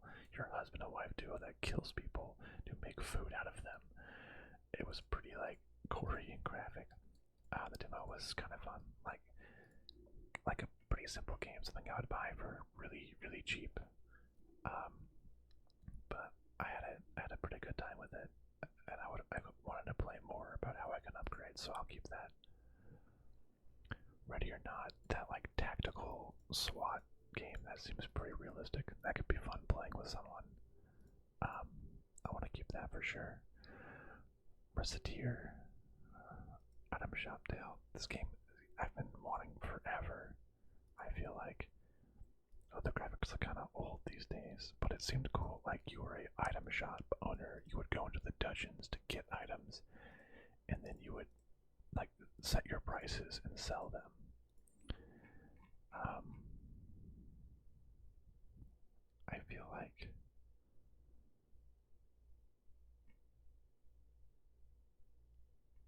I feel like yeah, like being the item shop owner sounds really fun. But looking at this now, this seems really old and out of date looking. I don't think I want this game anymore. Red Dead Redemption. I've played the original Red Dead Redemption on like PS4, but having this on the PC would be really cool. There's a GTA Plus. What the heck? That seems dumb. But anyways, I have Red Dead Redemption 2 currently on PS5. This was like the remake of the original, right? It was was this a remake? Yeah, 4K resolution. So I never did actually play the zombie mode. This game would be awesome. Refunked, some parkour 3D platforming, cute short game from. Man, I've had this one on my list since 2016. Peaceful, short, first-person platformer. A chill, simple game, kind of like Speedrunner. Nothing about the joy of parkour. Not much to it.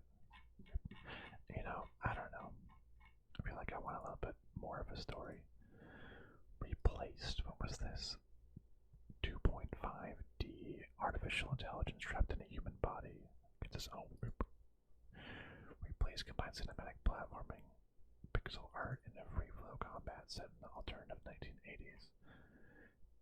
Looks pretty cool. Interesting. Whoa. I like how that looks. Interesting vision. I want to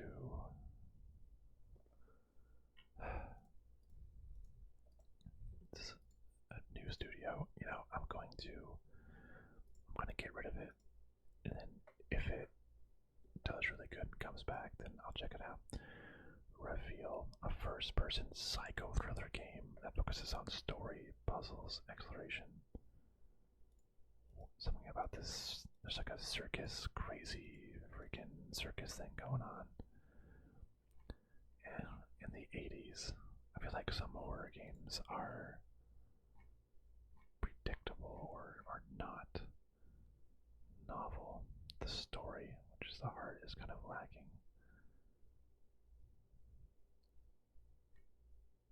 Let's see, is there creepy?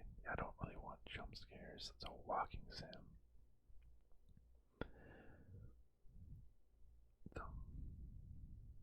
It's a mid-game, some twists, mixed feelings. I think if it got to be worth my time, it has to be a really good one. 40% unwritten. Cover a story of intrigue, betrayal, like one of those weird puzzle ones. Like it's basically like a Myst game in VR. Oh, it's in VR too, which is kind of cool. Yeah, I'll keep it. Road Diner Simulator. This is coming soon. Kind of like similar, or almost. Is it the same company that did Gas Station? It is. It looked the same. You do the same thing where you can buy abandoned road diner. That seems fun to upgrade it. Gas Station Simulator had pretty good reviews, so we'll keep it there. Rue Valley, a narrative RPG about a man trapped in a time loop surrounded by a colorful cast, dealing with mental challenges. Lots of time loops they're all the rage, I suppose. So some guy had a motel in a time loop. Hey, it looks pretty cool though. Maybe I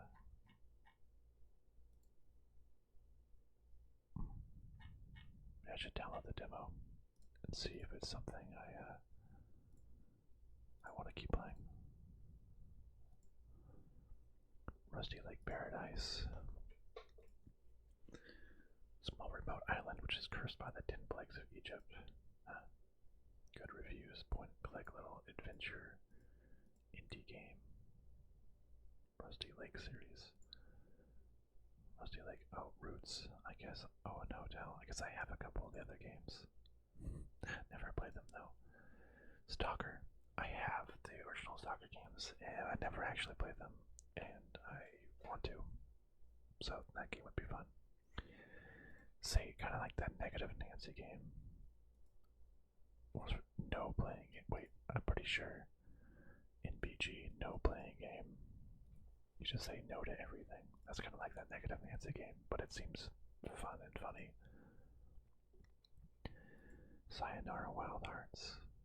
Dreamy arcade game about riding motorcycles. Soundtrack and rhythm. You're just kind of like flying through. Whoa, you're going pretty crazy.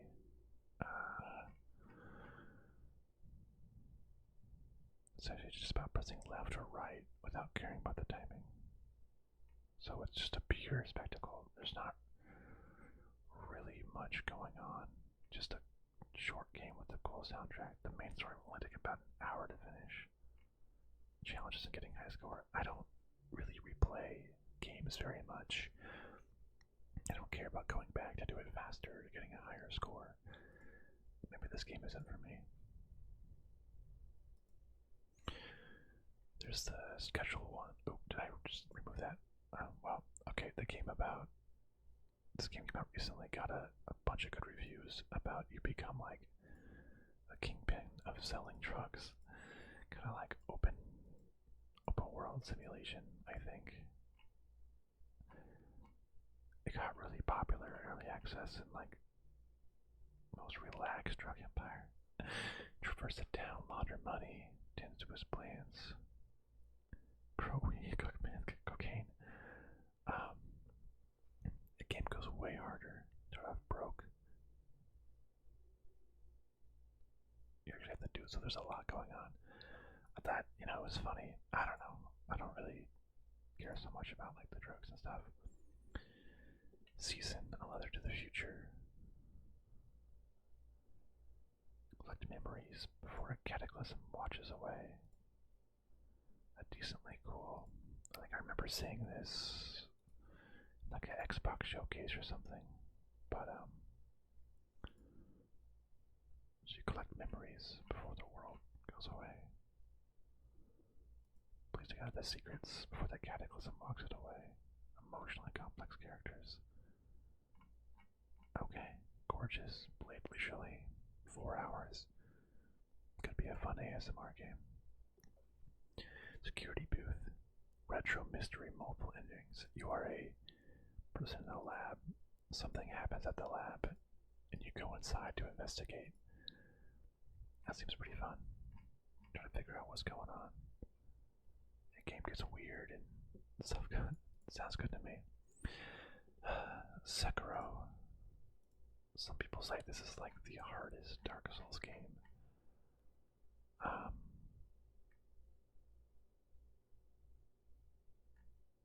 I feel like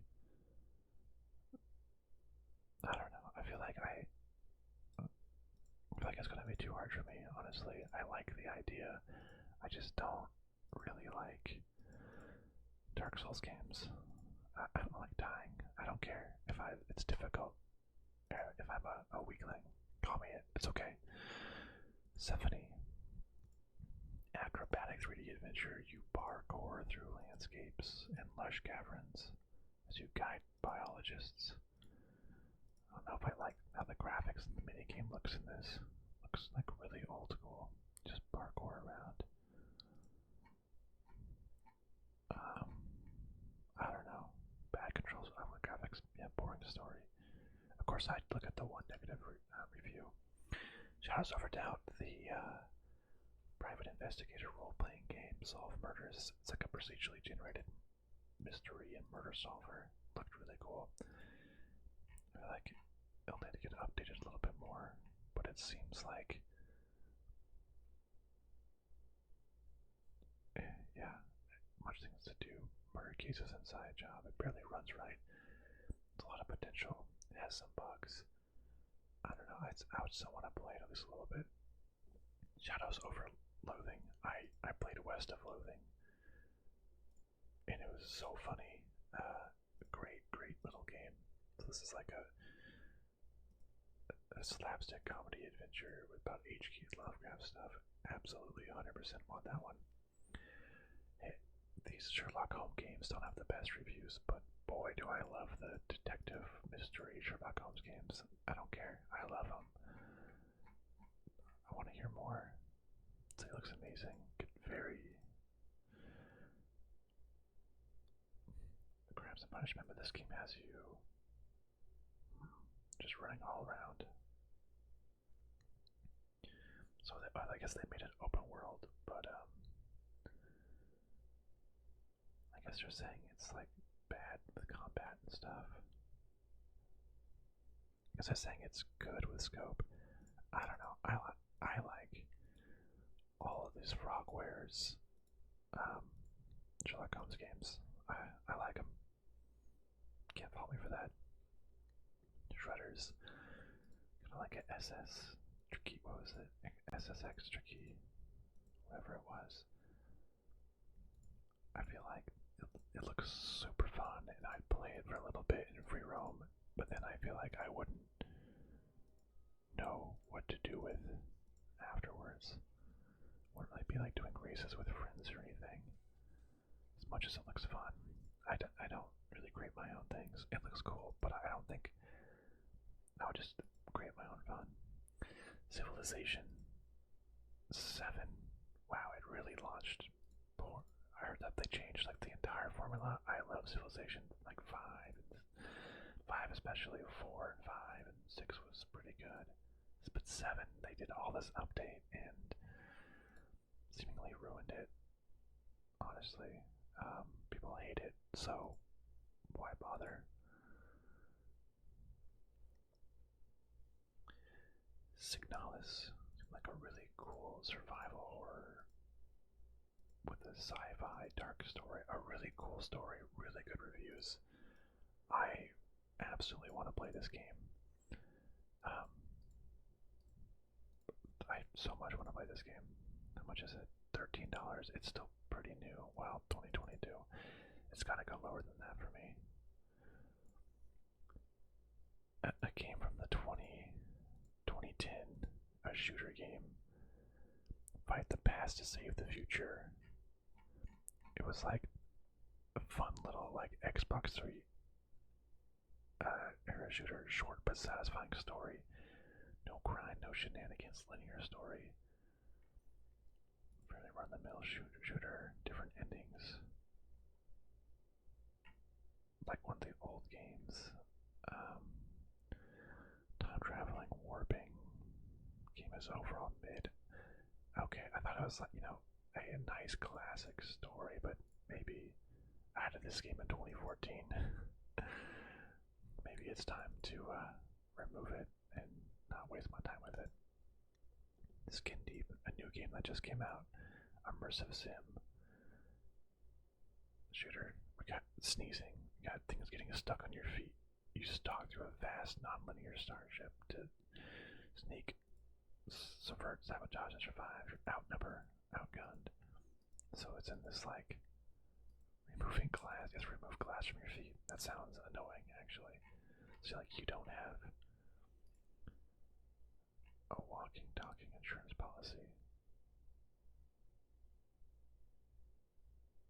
So you like very fun with combat progressive that forces you to think creatively, die hard, bite-size immersive sim. That's cool. If it's really small, short, that seems like it's fun. Slay the Princess. I've heard really good things about that game. I absolutely want to play, kind of like psychological, like what the heck is going on in this game. I have no idea, but I want to play it. Slice and dice. Oh yeah, some turn-based. I guess this is roguelike. 5 heroes, each with your own dice. It's this dice thing. If you lose a single fight, you have to start over. Okay, actually, I don't know. I thought it seemed interesting, but I hate that. So goodbye. Sniper Elite 5. The Sniper Elite games are always super satisfying to just like slow-mo shoot people. I had which game? I did an A Sniper Elite video. I don't remember if it was 3 or 4, but I'd get 5. They're just super interesting. Sniper Killer. Not the best reviews, but I played a demo and it was really interesting. Like the old graphics, and you have to like you are the sniper killer, but you're also the like detectives trying to figure out what's going on. I don't know, the demo seemed fun. If you can get behind the horrible story writing and the self-insert from developers, including misogyny. It was ray gun the whole time. What?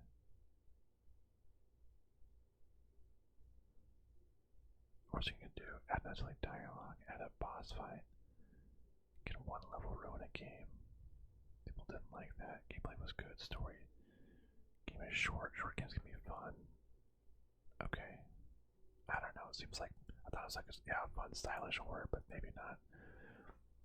SnowRunner. I played a little bit of Mud Runner, and like, I had fun, but there really wasn't much story to do. You were just kind of driving around for no reason, really. I don't know. I won't play this. Software Inc. Construct and design buildings for optimal working conditions. Hire people to make your software. Whoa, there's a lot going on there. This seems kind of like a lot. It came out in 2015 and it's still in early access.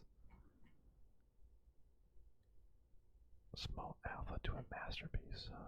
The best simulator out there.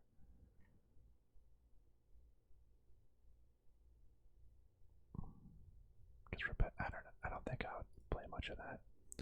Sons of the Forest. I have The Forest, which was my first game I wishlisted. And I also have Sons of the Forest as another interesting survival game that looks creepy as hell. I don't actually love survival open world games. You know, I think I'm going to, well,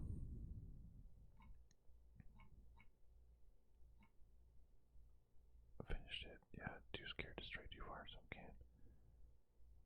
The cannibals. Comment, I don't know. I don't actually know if I would like The Forest or Sons of the Forest. Does the Forest 94, 95. The Forest has better reviews. I'm going to remove Sons of the Forest, keep The Forest, and if I like The Forest, which has better reviews, I'll come back, or I'll just play The Forest, and that'd be that. South of Midnight seemed like a fun, unique, new game. Unique combat abilities, unique story that you don't see very often. I'll keep it. Space Prison. I don't even remember adding this one. Explore, fight, craft, trade, and learn convict stories. Pretty good reviews. Looks kind of like older. Join a space gang. Quickly becomes repetitive with arbitrary tasks. Just an endless loop with no carrot. Yeah, I'm gonna remove that game. Spirit Fair. Only $3, honestly. It is on Game Pass, but this was like a very good game. Very emotional game. that I heard is really, really good. A little grindy in some places. Gives you feels. Maybe I'll. Actually, yeah, I want to do a demo of this game before I've heard good things. I want to make sure it's actually fun enough. I might add that one. Split Fiction, another the people that did A Way Out and It Takes Two, the brand new game that came out, absolutely looks great, but I won't play it for quite some time because it just came out. Split Second was a really fun driving racing game back in the day when it originally came out, maybe 2010 I suppose. And you can you race over a TV show, but you can rig set things to blow. I added it for the nostalgia, but kind of like I'm doing with almost all racing games here is I don't think I would actually play it. Just kind of do the same races over and over again. A couple of these Steins Gates. It's a visual novel. If you can't save the one you love, how can you save humanity? Oh, so that's a sequel. Steins Gate, a leak. A ragtag band of tech-savvy young students who discover the means of changing the past via email. What? So weird. It's a weird game. Oh, that's an anime too. I don't know which one is the original Steins Gate. Oh, I own the original Steins Gate somehow. Tear inducing. Okay, I wanna get rid of these two other Steins Gates.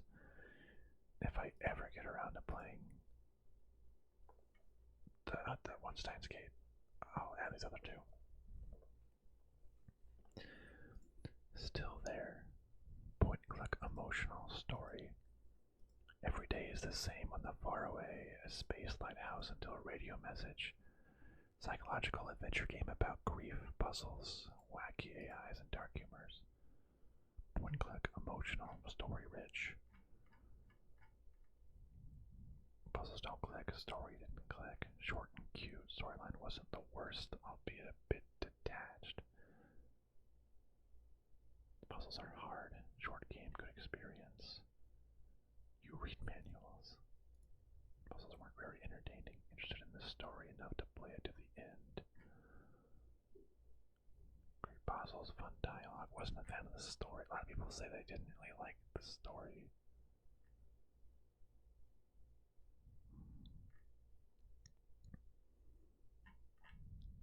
Short game. I mean, it has 87%. It looks interesting. What does the actual gameplay look like?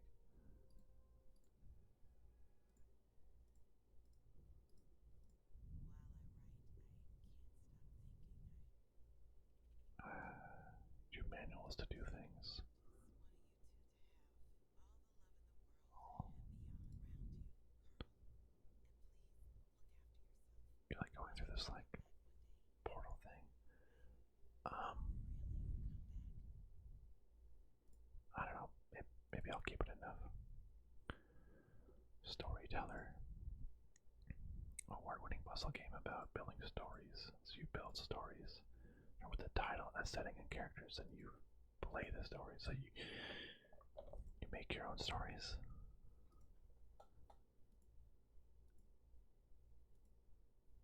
What do you do with it though? Interactive fiction. It's really short, doesn't have much replayabilities. I don't exactly know what you do in this game. I'm gonna get rid of it. Strange horticulture. This is a cult puzzle game. You play as a local plant store. You identify new plants, pet your cat, speak to a coven. Use your collection of powerful plants to influence the stories to unravel dark mysteries. That seems kind of fun. I saw there was a new game, Strange Antiquities, coming out soon. That looks pretty fun as well. Sunset Overdrive. It was a like open world playground, kind of like a open world Infamous or something. Hyper agility, unique weapons, customizable abilities. 86, 90%. Wait, $4.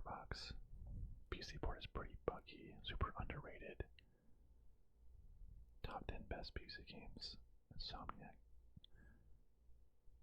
It's a good traversal. Open world game. Okay, I'll keep it. Superliminal. Yeah, that's a perspective, crazy perspective game that is confusing and looks like a fun puzzle game. This is the System Shock. This is the updated remake, right? The original immersive sim that inspired a lot of the games. It's a faithful remake. This seems, yeah, a fun remake of the original. I'd play that. Next is Tactical Breach Wizards. Has really strong reviews. The team of renegade wizards in Kevlar. Turn-based battles to unravel a modern conspiracy plot to combine unique spells in clever ways. Rewind time to try every classic pattern you can think.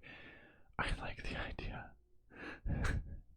of the wizards, like Breach Wizard, but they're in modern tactical gear, and their gun is like there's this staff with the crystal sticking out of their gun. That's really funny, actually.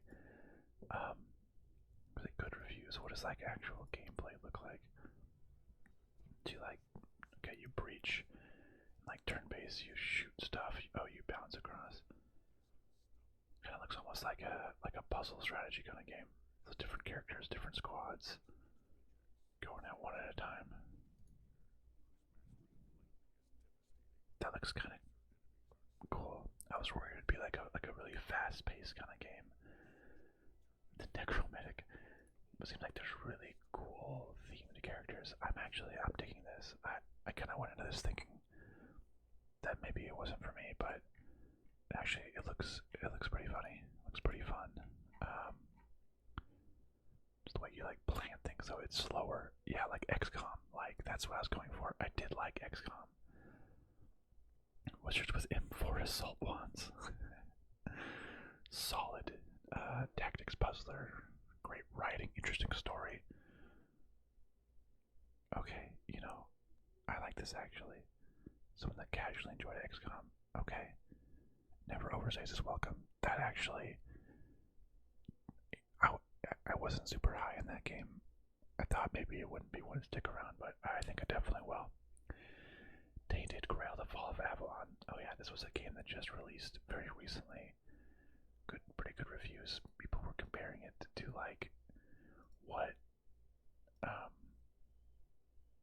Bethesda, like Elder Scrolls, was doing back in the day.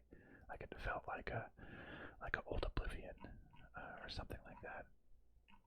Is it? Oh, visually stunning, poorly optimized, more negative reviews than I thought. Oh, lots of people are only reviewing early. That says it's just as good. The quality falls hard once you get into Act 2. Really? Lots of bugs in Act 2 and Act 3. Interesting. Scenery plot. I don't know. I was saying it reminded them of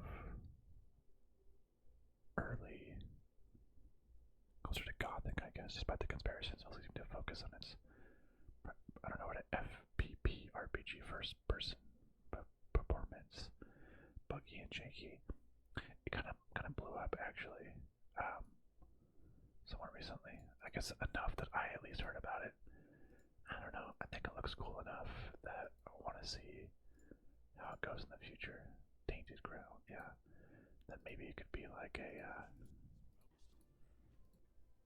want to see some gameplay, like an old style Elder Scrolls, or just like one of those types of games, but made by like the smaller team. Again, I'll keep it. Dangle Tower, a detective point exploration, really good reviews. Unravel a thrilling mystery by exploring a strange and twisted mansion. I mean, by now, you know what I've said I liked. I love exploration and mysteries. I want to solve mysteries. Just the gardener. What's the connection? Seems like it's like different puzzles and exploration. Good writing, superb voice work. What do the reviews say? A fun little game. Good addition to the series. Wait, is there more? Grow. Cerebral puzzle detectives. I love Return of the Obra Dinn.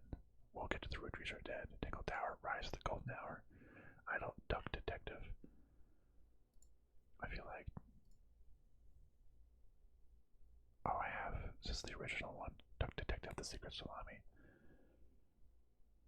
Do we go past that one? I forgot if I opened it up. But anyways, so the cerebral investigation and the games that I lumped it into make it seem really interesting. It's not a buy now, but it's definitely a keep. Tape to Tape. It's like a roguelike, a hockey game.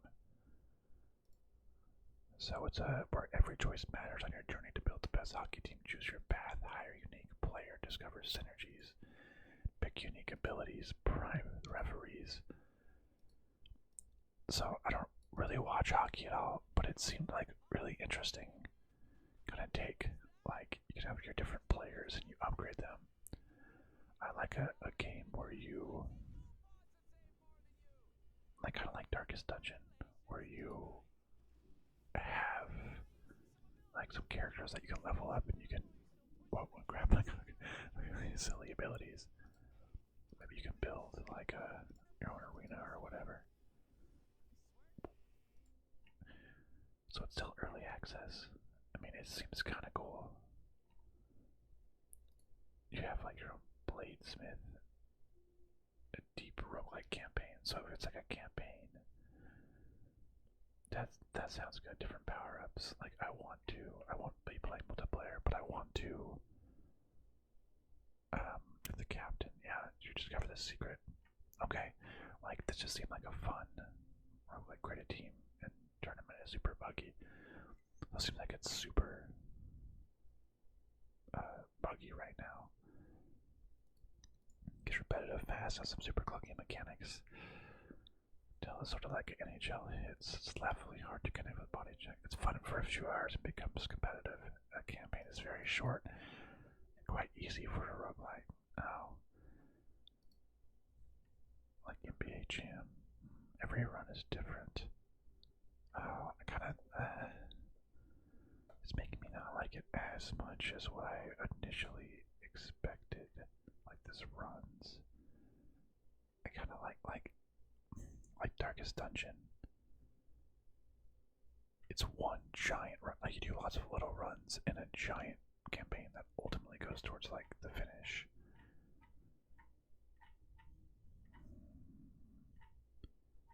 It seemed interesting, but it might get repetitive. Okay, I'm gonna remove. The thing is, I just have too many other games to play. Right? If there's any negative, it's just like there's just too many. Tavern Keeper, and then actually in the name is like the emoji of clinking barrels. Build and manage your own tavern in this charming fantasy business sim. Dive into every detail. You hire people. Like this seems, it looks really cool. So far, it's just a 2025 release date. Nothing really more than that. Where the heck is Tavern Keeper? So, oh, here's something. We delayed the early access. Just too many issues. Targeting 2025, but didn't want to leave you without news. Oh, it was funded by Game Dev Tycoon. The Success, which I believe that was the game. Oh no, this is not. Oh, so you can like like create your own video games in this other game. No, I'm not here to add new games to my wish list. It's much fun. You start in like tech space, you grow your company to get more and more people. Blade Gunner, delight your fans. It actually looks pretty rad. No, I can't add a new game. But anyways, this Tavern Keeper, it seemed like the graphics look really cool. There's some gameplay trailer. You can hire people to clean. It looked pretty silly. This call didn't clean for you. I wanted to keep an eye on it at least. You know, obviously, there's no reviews or anything yet. I want to keep an eye on it. That Game Dev Tycoon that came out 2013. Nah, that's a little old. I'll just keep an eye on Tavern Keeper. TG, the card shop. Yeah, I've seen this. The card shop, similar to this, released in early access and got like a lot of hype, sold a lot of copies. So you can collect your little card shop and people can play stock shelf with the booster packs, require them open and collect the cards for yourselves, set the prices. So there's a lot of simulator games. Some of them are good. This one seems to be pretty good. Hold tournaments. I don't actually like collect any cards myself. It's just chill to play. Some people stink. It's a solid foundation.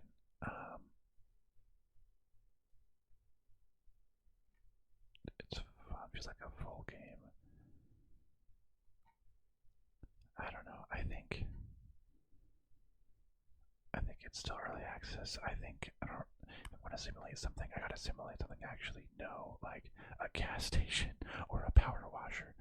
No, just kidding. But I don't know. I think I don't actually want to work with this one. Oh, Beyond Games. Yeah, this is their only one. There's a prologue. This is a. Oh, interesting. It's like the main gameplay, but with limited progression. Oh, so you can actually play like this could kind of lock behind a paywall. It gets plain after a while. So yeah, that makes sense. This is like the free version.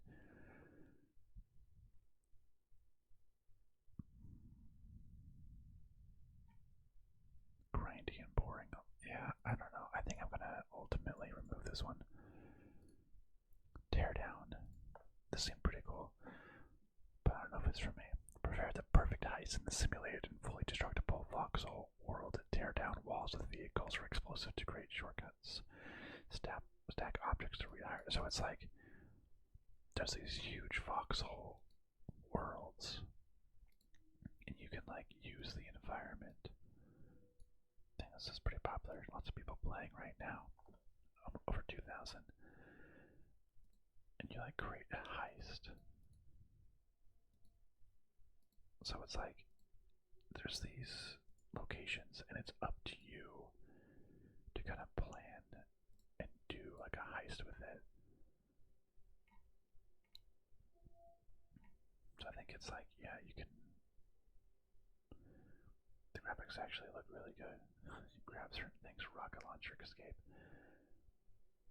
I feel like, whoa, so I feel like it's more sandboxy. Though I guess that there's a campaign. Start to accept work for some shady individuals. You're in revenge, betrayal, and insurance fraud. Getting with more or less legitimate assignments, you find yourself stealing cars, demolishing buildings, blowing up safes. So you have to like search for valuables.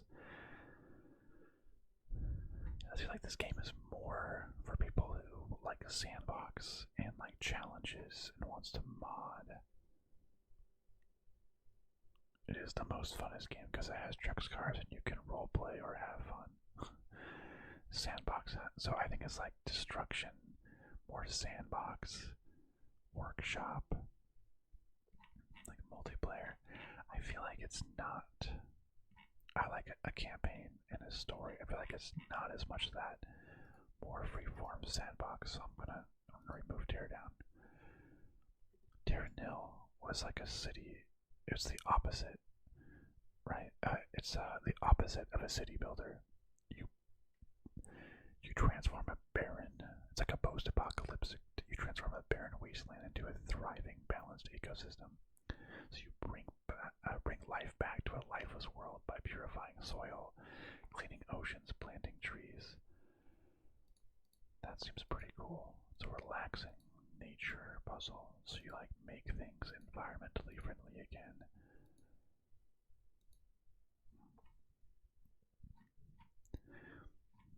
Not the historical low price, but it's so you try to make the world a reverse city builder. You try to make ecosystems thrive again. That's a pretty cool concept. Gameplay is shallow and boring. These are tools that build buildings in the correct places. It's not an ecosystem simulator. Like, deer just spontaneously spawn once you meet the conditions.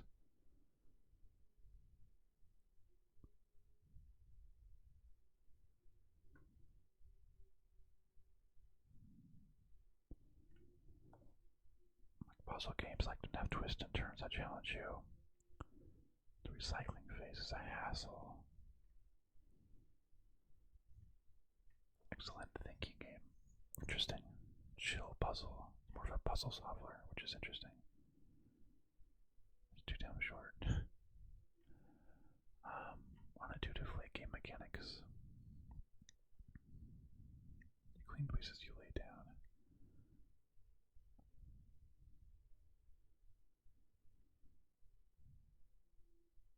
Interesting. So I said there's like a couple of hiccups. Maybe I'll keep the game. It seems interesting enough. But I don't know. I don't gravitate towards city builders. Maybe this is more like a relaxing game than a city builder is kind of what I was saying. I'll keep it in there. Thank goodness you're here. I did that. I did the demo of this game, and it was so funny. It was very, very funny. I absolutely would want to play the full version of this game.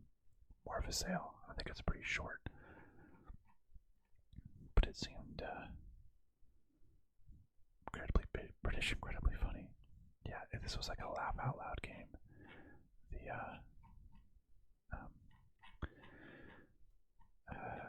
The demo was hilarious. Going from that to That Dragon Cancer, an immersive narrative video game that retells Joel Green's 4-year fight against cancer through about 2 hours of poetic, imaginative gameplay. Yeah, this is a very impactful story. It's isn't a game, it's a story. Yeah, saddest and heartbreaking. I think this will be worth playing, even if it was more just a story.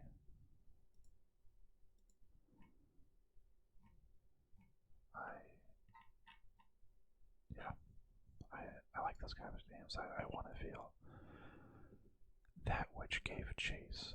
Oh, it's another one. Like I must have been in like a little phase, or I read a Reddit post about it or something. That's how I find these games. I see something or I see a Reddit post, and I just want to play it. A first-person dog sledding thriller. Play as a sled dog musher hired to transport a scientist deep into the unforgiving waste of the Arctic. Pretty good reviews. And you just atmospheric horror dog first person dark, so you're just like, oh, try not to roll over. Oops. People are just like wandering off into the mist. Oh, this looks actually super scary. I'm scared just thinking about this. That is something chasing you as you go along the dog sled. Oh, that seems actually pretty scary. Adventure and light horror elements. Oh, it only takes around 60 minutes to complete. Experimental narrative, you know. There's more to discover. A disjointed narrative utilizing sudden cuts and unnerving atmosphere. You know, if this gets down to like $1, I think sometimes like a horror can get. It's more of an interactive movie. Okay, I'd like that more actually than it being like a straight horror game. More like a short film. Okay, I like that more than like an actual horror game. I feel like sometimes the horror games can just be, they're long, they're kind of drawn out, and just the scares, I don't like that. The Alters, this game just came out, and I want this game a ton too. I really want this game. Looks super cool. I played the demo for this one as well. I loved the idea of you basically being able to clone different versions of yourself by like messing with your background and like doing like relationships with the other yous, the other Yondolskis. It looks really, really cool. To be able to do Frostpunk in this war of mine.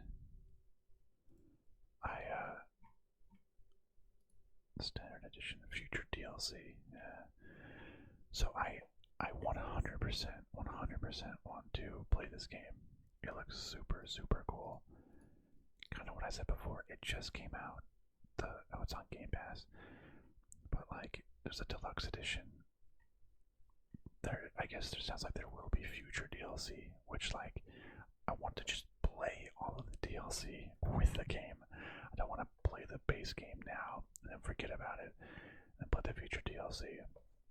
I think I am absolutely so much want to play this game. Maybe I'll just play it on Game Pass, or I'll have to wait till the DLC is out, and maybe it's cut in half, you know, in a year from now. I have so many games I could last me a year, but this game looks so cool. I love the demo that I played for this one. It looked really, really good. Beginner's Guide. This one's been on my list since 2015. People that did the Stanley Parable. It's a narrative video game. It takes about an hour and a half. There's no traditional mechanics, goals, or objectives. Instead, it tells a story of a person struggling to deal with something they do not understand. It's like it's about someone who's like creating a game. It's about like the process of creating a game itself. It's like a story-rich walking simulator type game. It's not even historical low, actually. It's been $250 before on Steam, back in 2018. But it's hour and a half. A contemplative tour through some fictional unfinished game project with a narrator who may be missing the point. Masterpiece of storytelling. Dealing with depression or social anxiety, it's relevant now. It's an experience that wants you to reflect. It sounds like it's more of a narration of a story.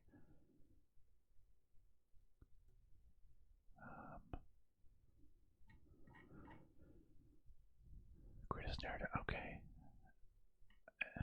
Snore.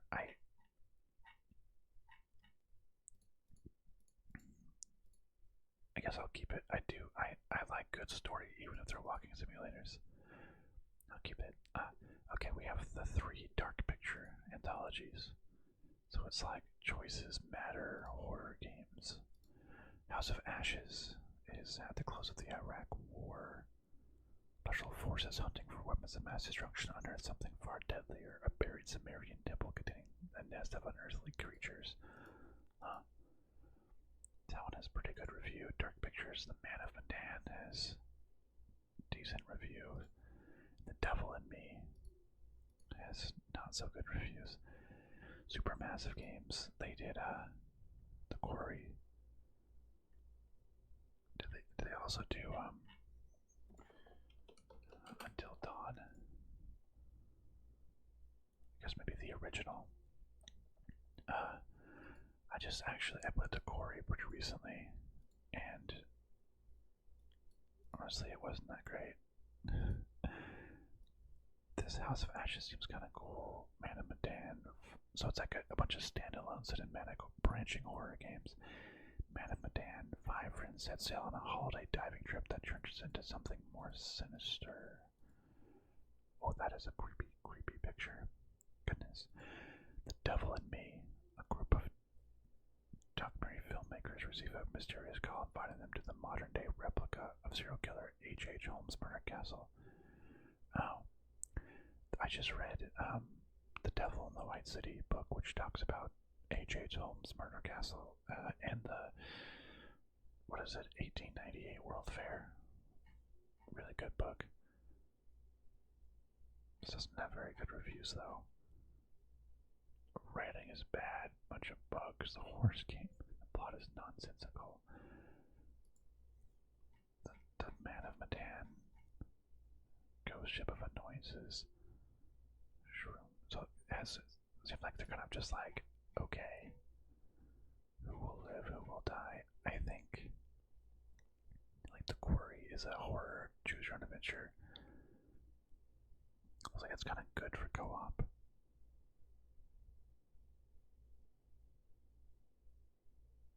I don't know. I think I'm just gonna remove all 3 of those. Remove. I don't think it's worth it. Dark Side Detective, another overwhelmingly positive game. That's like a detective point and click. It looks pretty fun. Delouse your room with sage and pack up your Ouija board. Join Detective McQueen. 9 chilling cases, risking life and limb. Hey, sounds fun to me.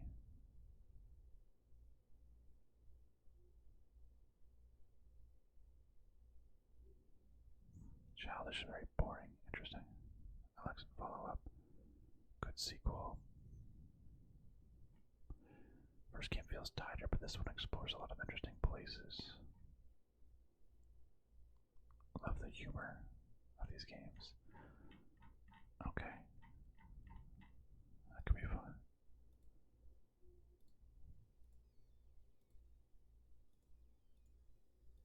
So, I check it out. Why not? No. The Elder Scrolls Oblivion Remaster. I really want to play this game. I want to play it very badly. I want to play this game very badly. I remember playing the original Oblivion game back in the day. It's a super random anecdote. I played this game on the Xbox 360, and I brought it. I think I was in high school at the time. I brought it to school. Someone agreed to buy it for me for like $20 or whatever. So I brought it to school, and I remember I sold it to this guy for $20. I like pull out my backpack, give it to him, give me $20. And the school police officer thought it was like a drug deal or something, because he just saw like the money being exchanged, and he like ran over to us and was like, "Hey, I saw that." We had to explain to him we're just trading a video game. Anyways, I remember playing the first one. I remember having a good, fun time. You know, this is Oblivion and Skyrim. You know, the classic Bethesda games. So I really want to play it. The reviews kind of seem like they're more mixed, actually. Poor performance, constant crashing. Yeah, so it's like it's pretty unstable. Poor performance. So I think, yeah, they just dropped it out of nowhere. So I think I really want to play this game again for the story. I think I am going to wait until it gets more performance updates. That's the risk of, you know, playing a game when it just first comes out. It's on Game Pass. Yeah, I really want to play it. I don't really remember the story. I remember Shivering Isles was great and really funny, with like Shargaroth or whatever his name was. So I'm going to play this game. I think I'm gonna wait for it to either come more on sale or play it on Game Pass. It's already 20% off. But I'm gonna wait till they patch some more bugs in. The Excavation of Hops Barrow. It's like a point and click adventure horror, folk horror, narrative driven adventures. That cat looks creepy. Explore the isolated moors of the rural Victorian England. It looks pretty good. Wow. I don't know, I don't love this art style with it though. It's like a folk person.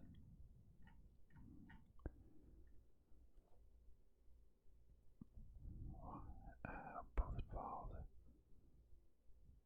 So there's some puzzles, good stories. Old school point and click. I don't know. I feel like this one doesn't.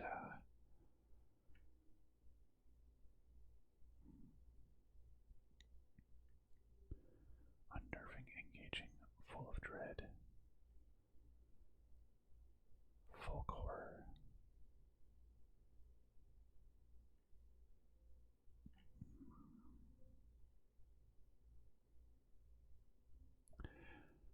I don't know. The answers lie in the soil. Like a creepy point and click, dark, complex, and evolving storyline. Evocative pixel art.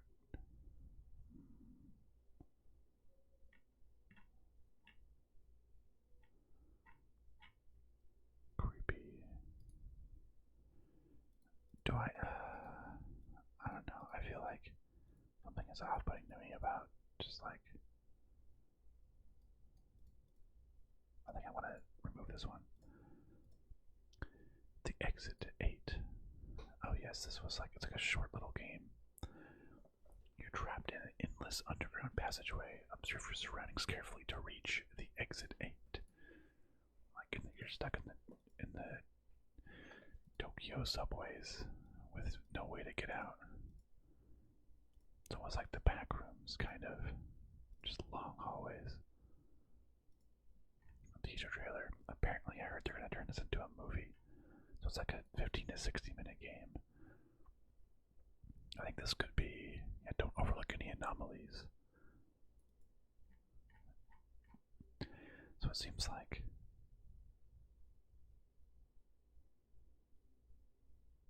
yeah, just spooky, curious, unsettling, a little bit creepy backrooms like original experiences. There's different anomalies, so I think I want, yeah, this game seems cool. A little bit of air of creepiness, a little air of mystery. Only 20% off. I'll get this game for $1 down the line. There it is, The Forest. That what we checked was the oldest game on my wish list. We talked about that with the Son of the Forest, which I removed until I played The Forest itself. I mean, it's not even the historical low. It was $2 on the winter sale last year, so it's not even the historical low. Maybe I'll get it at $2 and try it out. I don't usually love survival craft games, but this game has such a good review, and I remember seeing a ton about it. Wow, that has so many ratings. 500,000 ratings. This must have made them a lot of money. Good for them. So I'll maybe check this out at some point down the line. The Great Ace Attorney Chronicles. Adventures of Rookie Lawyer Ryunosuke. Who is this? I don't know. Thick hat. Objection. So just more Ace Attorney games. I don't. An ancestor of series mainstay Phoenix Wright. Oh, okay. So this is something around Phoenix Wright. Yellow objection. So just more. It's the greatest game in this series. Wow. Called the Great Ace Attorney his magnum opus, and he wasn't wrong. So this one is the best Ace Attorney in the series. Ace Attorney. Oh wait, his ancestor. Oh, so this is the 1900s. So this is earlier in times. Oh, I see. I was like, Phoenix Wright had a kid. It's 2 games. Interesting.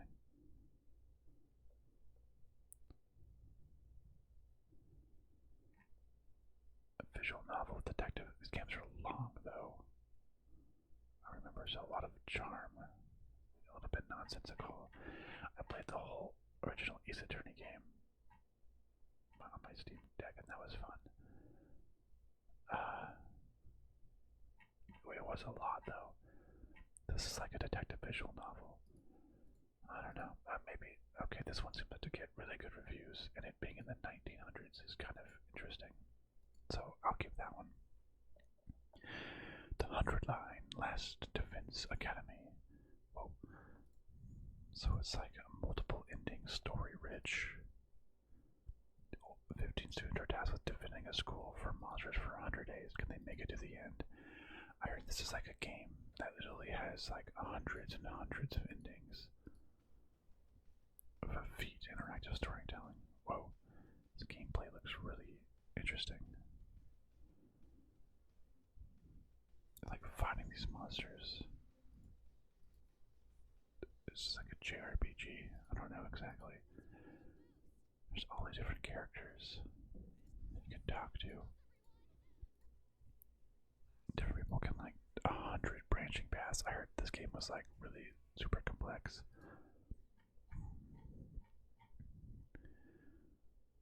Never be another game like this. I've honestly never felt more compelled.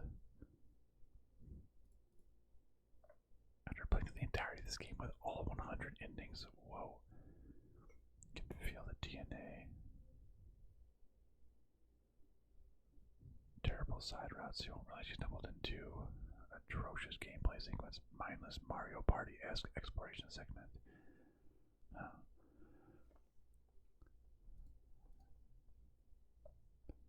140 hours, wow. It's XCOM-ish. That's weird. Choose you which one you like approach. It's missing something. It just kind of sometimes feels like a drag.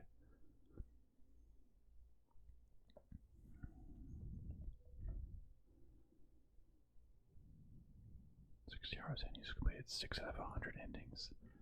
Honestly, that seems like there's so many endings where you do boss fights. You can repeat them for different endings. This honestly kind of seems like too much. It feels bloated. Some routes for filler. Just to get out all 100 different endings. Goodness gracious, 200 hours to get every ending. Goodness gracious. But every 200 hours. The gameplay didn't look super great to me. Honestly, that just seems like too much and honestly overwhelming for me. I like the Jackbox party games. So I have like 1 through 8 or something. So keep them coming.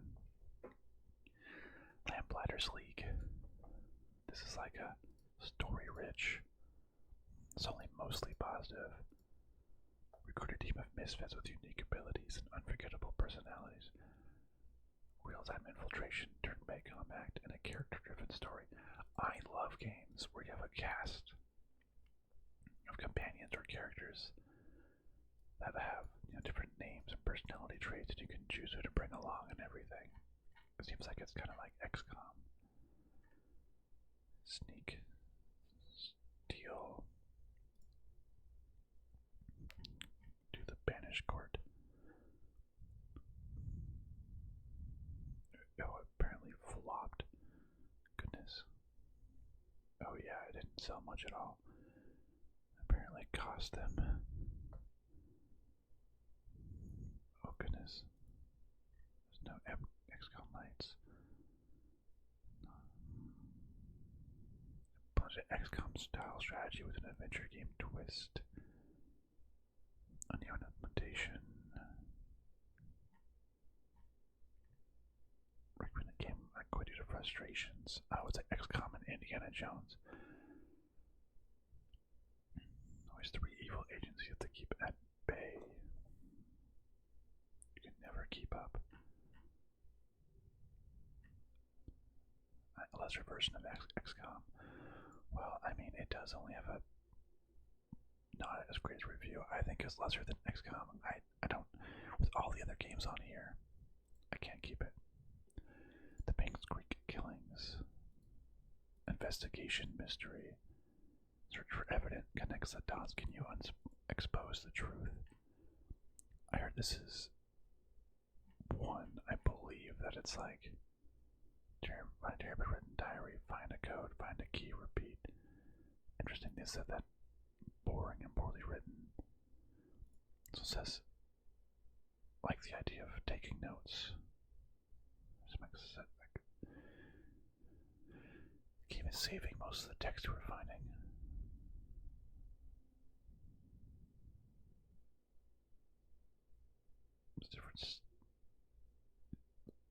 That's all backtracking, no brain, culminating in an awful tone flop. Held as a cerebral, minimalist detective game. Hours of aimless wandering, key and locked busy work. Town is deserted. Just open doors and collect keys. Early gameplay is just slow burn intrigue.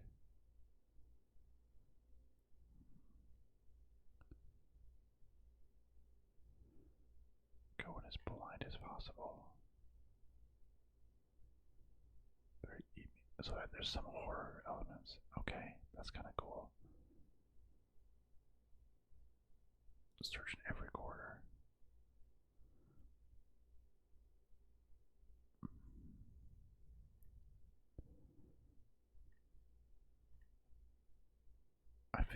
I don't know, I feel like I like those kind of games. It's had good reviews. I want to walk around and like read diaries and eventually solve a mystery. I'm keeping this one. The Pathless rather. Clears of Abzu is a very relaxing game. Mythical adventure of an archer and an eagle in a vast forest.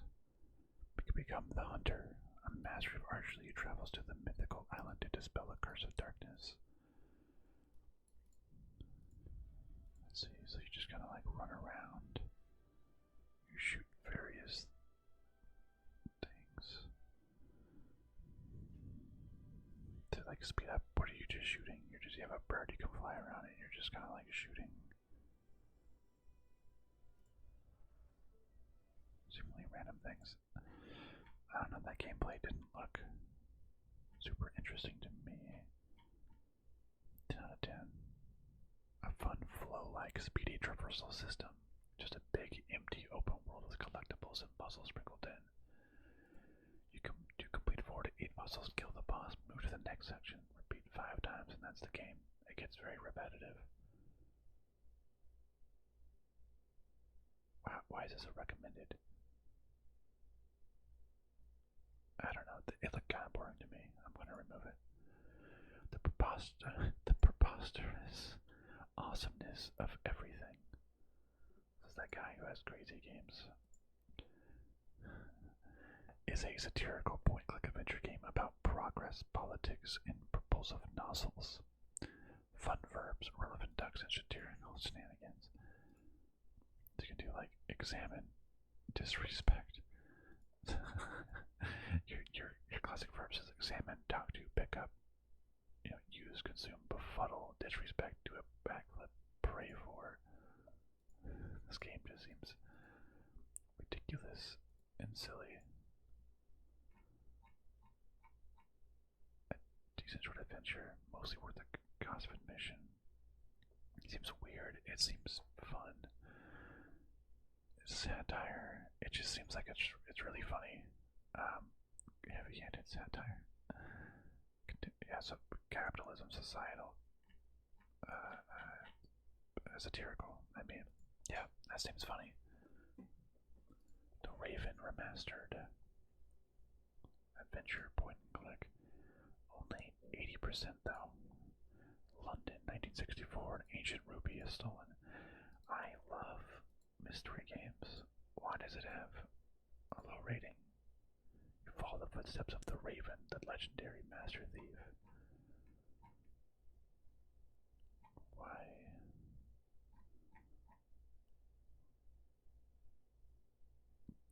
Notice the game is okay-ish. Introduces Deathloop as a game mechanic.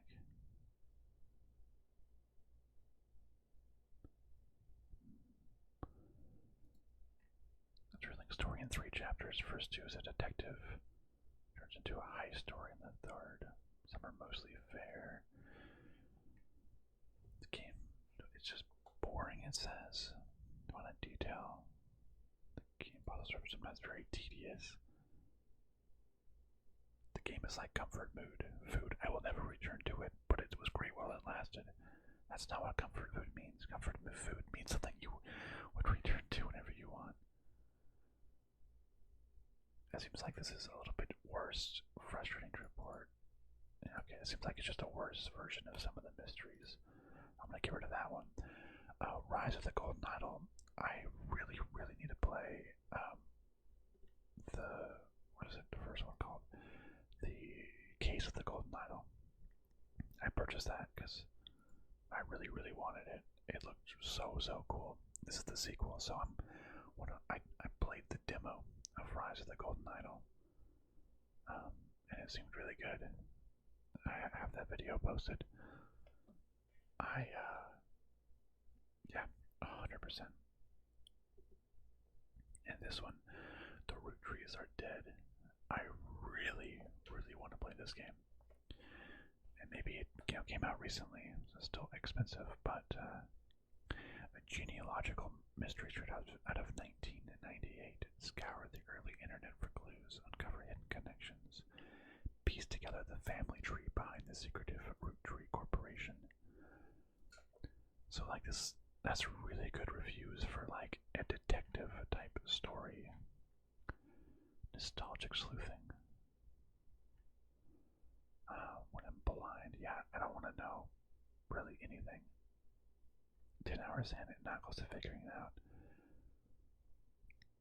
Enjoy genealogy. I love working things out in a logical manner. I think the story being so fleshed out, this seems like a really fun detective game. Inspired by Return of the Obra Dinn is one of my all-time favorite. I think this just looks great. Amazing puzzle game.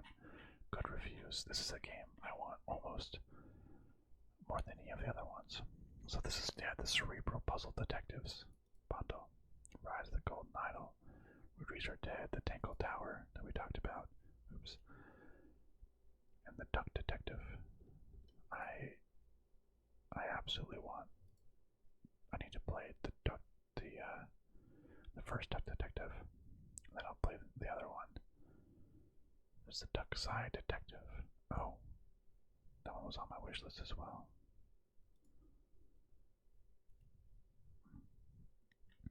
Should I dare do it? Should I dare add? And this is 90. Okay, fine. I'm adding a game to my wish list. I shouldn't have done that, but I just did. I added this Duck Detective game because it seems like cerebral. Seems really fun. The Saboteur. This game, it's like this game was like a remaster of like an older game, open world action thriller. The streets of Paris as you undermine the German occupation.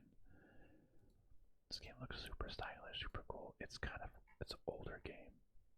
It's on PC Game Pass with EA. Kind of like would take you back to some of the older days. It's just GTA with Nazis. So older, hidden gem. I think, yeah, you play a foul-mouthed Irishman shooting up Nazis in World War II Paris. Kind of bugs old school Assassin's Creed with guns. It's a little older game, but it sounds really cool. The Silver Case. The Suda 51 debut tile has been fully remastered and localized to English. Chill out, just past the sewer.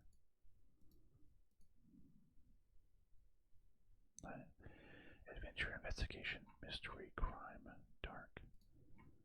Different Japanese characters. Had been chain smoking. Art house movie disguised as a visual novel. Awkward slow start in the middle. Like the movie esque sequences, how the game takes you around the world.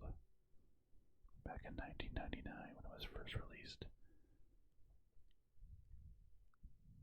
Interactive criminal investigation visual novel with no interactive investigation puzzles, whose main plot is entirely incoherent. I like kind of weird games, but that seems like it might be a little too much. Stanley Parable. I like the Stanley Parable. I played the first one, but now it's like been reimagining of the original. I played the original, so it's expanded reimagining. This is like with the narrator and all the different choices and endings. The Stanley Parable is a fun game. Absolutely want to play. Talos Principle 2. The first Talos Principle was the very first game I played on my channel. Like 20 episodes or something. Back when I did just so many episodes. But that was my first ever game. I absolutely want to play the Talos Principle 2 when I get a chance. So, yeah, 100%. The Thaumaturge. It was kind of character-driven RPG with a rich story, morally ambiguous choices. It has only around 80%, not the best reviews. Let's see, like, cover motives, you read emotions.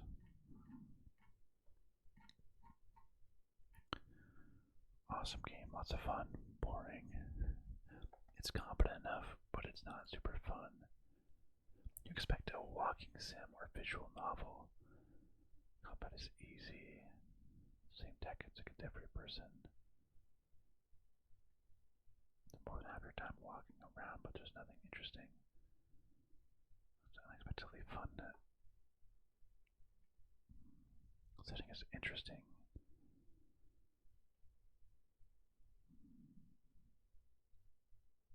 It's pretty good. The kid and I had fun playing this game. Your abilities. This seems cool in theory. Settings are interesting. Of course, visuals. It's a good side class.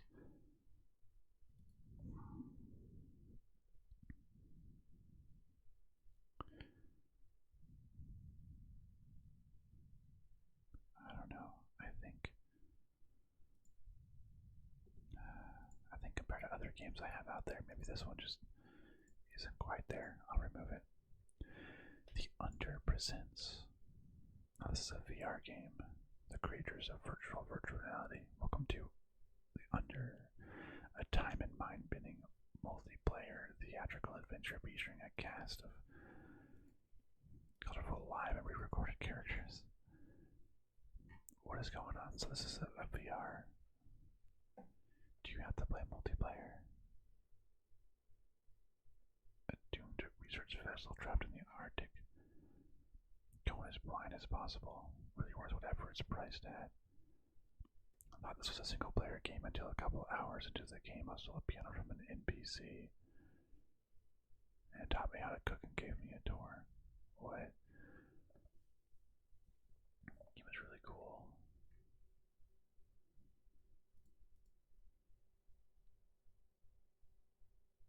This is a difficult game to recommend. It's difficult. You can't describe. It's an amalgamation of different ideas, immersive interactive theater. Solved in a very unique way, only in VR. A seamless multiplayer in a silent journey wherein you and other players will converge in a shared world and are unable to directly speak to each other. Oh. So it just sounds like it's like anonymous multiplayer, no voice chat, so it's... Oh. That seems kind of cool. I'll keep it. I don't know if I'll end up buying it before it goes down or whatever, but that's fine.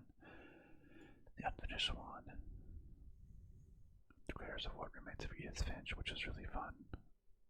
So, real world of the Unfinished Swan, a mysterious hidden kingdom by splatting the paint to reveal the world around you. Adventure, puzzle, exploration. I feel like I've added this time ago too. I guess 2021. Sounds like it's a little bit boring there in the first half hour, as you'd expect. Tired of the gimmicks and didn't enjoy the storybook style.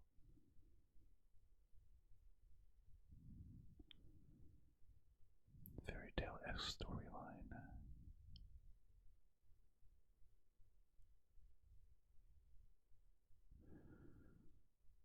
The first section is slow and it lags.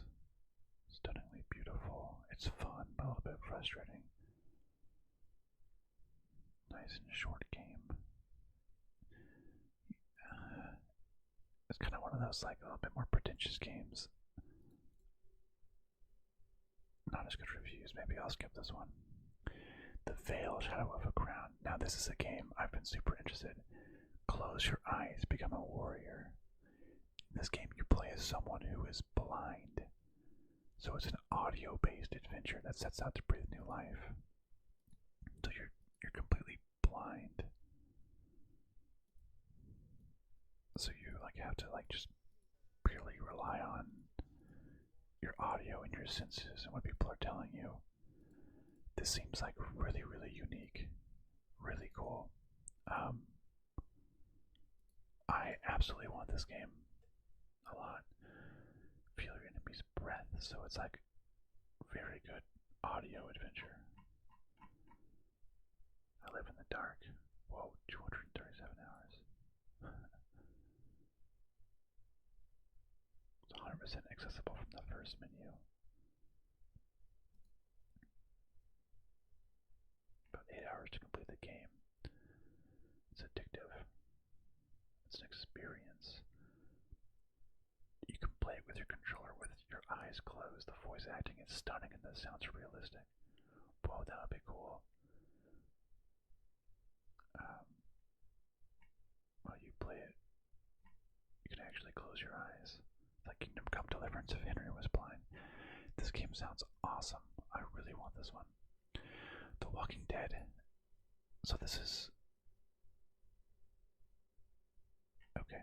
Yeah, because so this is like a remaster, I think, of the original graphic. So like a better art style to all the original games. I played the first one. I think I have all of the Walking Dead games, but this one, I guess, it goes back and makes it better. I don't know if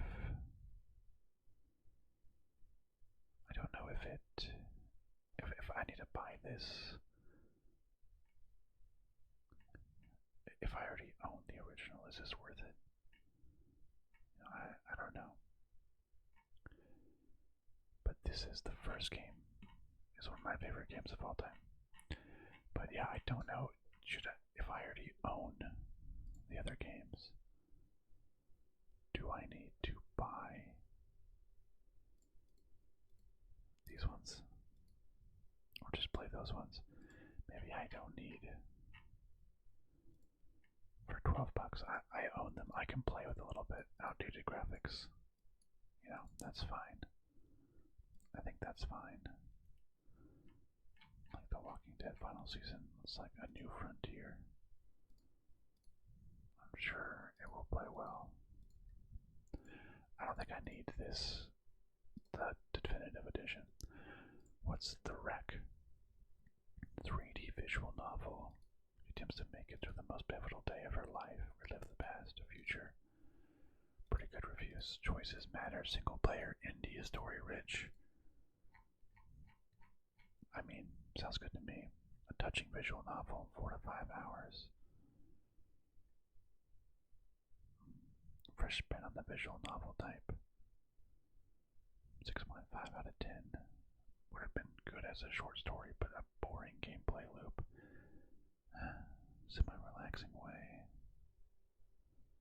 Interesting mechanics. Emotional short story. You know, I'll keep it. I like those.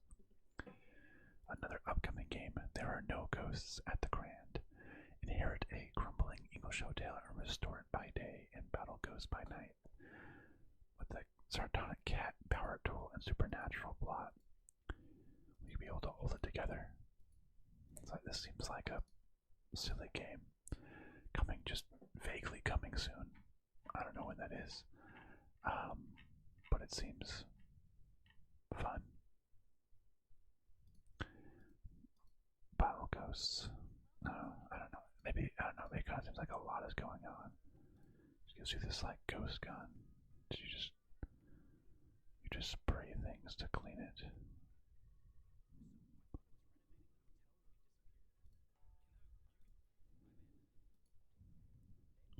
Ghost stories.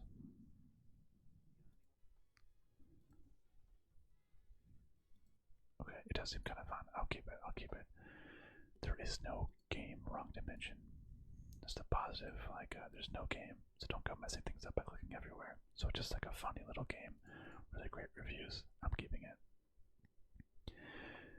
This bed we made, it's like a mystery. You play, maybe I played a demo or something, I feel like. But you play a maid in the 1950s and you snoop around your stranger's room to figure out what is going on. Pretty good reviews, a little story. Quite short, but replayability, cool, fun stories, romance options, It seems like it's kind of like a little fun game. Nancy Drew, Life is Strange, sure. Time Lies is a stealth puzzle adventure where you control time like a media player, perceive future events to plan your escape. That's really good reviews. Puzzle platformer.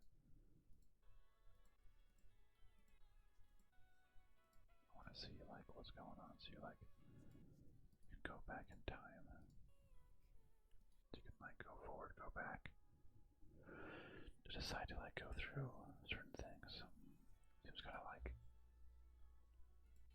just cover every possibility. That seems like a lot going on. It seems like a game where you just get caught kind of a lot, and then you just go back 5 seconds and have to do something else. Levels are bite-sized. Minimalist time. The quick, boring puzzle game. The story is short. A little bit of cutscenes. So it's not much more. It seems like it's not much of a story, but more about just the little puzzles. I don't know. I'm gonna delete this game. Tiny Bookshop.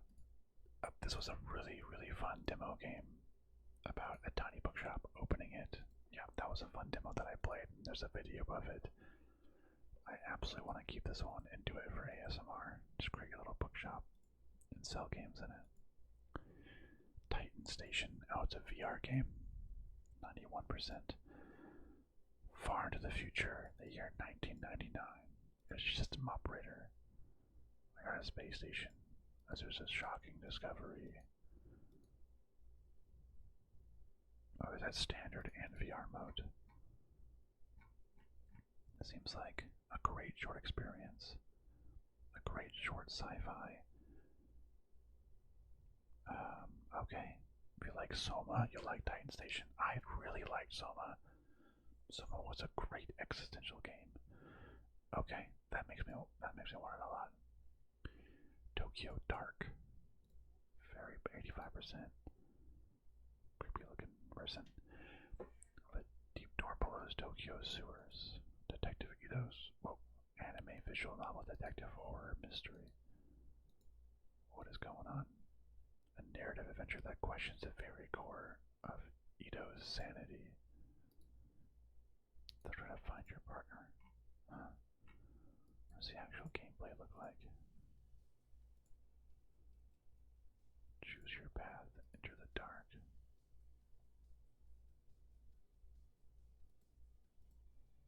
It does look like. You go a little crazy.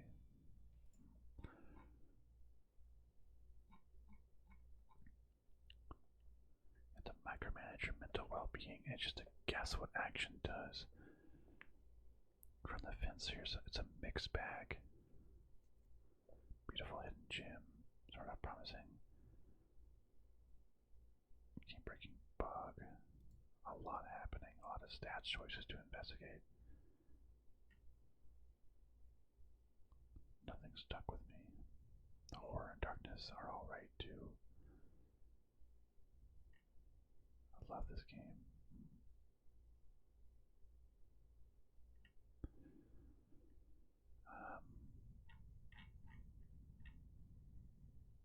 Some mixed bag, sparse jump scares. 4 hours having a clearly strained budget. Story's immersive but linear until you reach different endings. Have you managed your sanity, professionalism, investigation, neuroses is cool, but it doesn't really matter. It's easy to keep your sanity good. Sound design. Atmosphere is good. Drawn to the characters.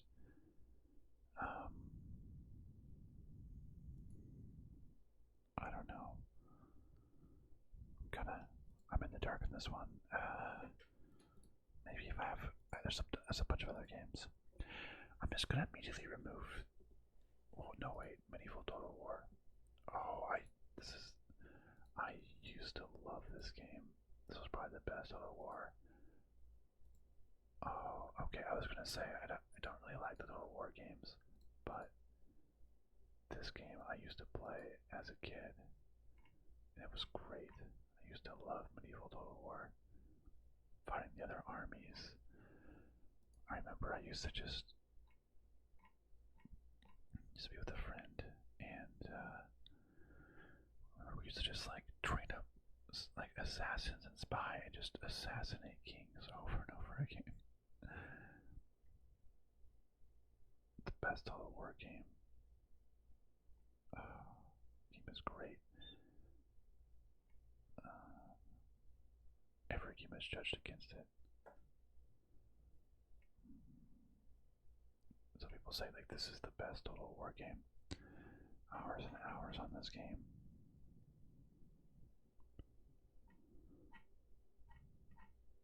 I remember, yeah, this game was so fun. I remember playing so many hours of it. But I feel like he's probably better off left in the past, though. I feel like just those big games, gonna create your own ideas. I don't know. Totally accurate battle simulator. I thought this might be kind of fun for ASMR. You can like create your own wobbly physics simulations, and you try to see who fights who. It just kind of seems more just like a sandbox simulation. You just create what armies you want to see fight each other.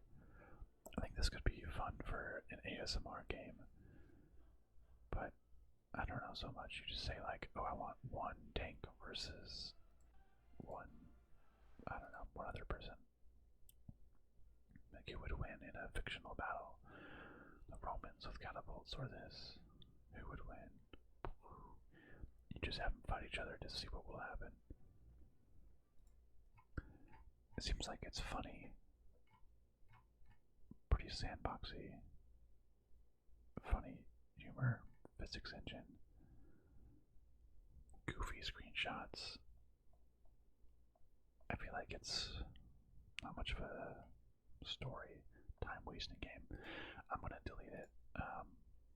Just probably wouldn't play it. Traverser. Oh, this is the other game that's no longer available in the Steam store. Oh, because it was the Adult Swim games, and they got delisted for the most part, which really sucks. So I can't even play this game anymore if I wanted to. So goodbye, Traverser. Trepang 2. I played a demo of this game. It is just gory action-packed first-person shooter. It was pretty fun, honestly. Just going around, just shooting slow motion, pow, pow. Look at just gory action. It's wild. It was pretty fun. I'll keep this one. It was fun, just blowing people up. Goriness, just going absolutely crazy. It looks like there's some, I don't know, you're in like a lab. When I played it, like people were gonna come after you. Seems pretty cool. I'll keep it. Super soldier with the bullet time cloak. You fight mercenaries and mothmen and zombie. Power trip 1 second and poop your pants the next. So it seems like it reminds you of kind of like Fear, yeah. Trombone jam just seems so stupid. It's like a rhythm comedy. You play the trombone to certain music. It's kind of like a Guitar Hero or something, but it's the trombone and it just sounds dumb. I think it's funny, but a nice but not calming indie rhythm game. Like I play it for like 20 minutes, maybe. I'm gonna delete it. It's like, how often can you really play little trombones for? Drawn Identity. What is this? An adventure visual novel detective mystery drawn game. Only 80%. Enter a new grid and forge alliances via visual novel gameplay. Branded gameplay.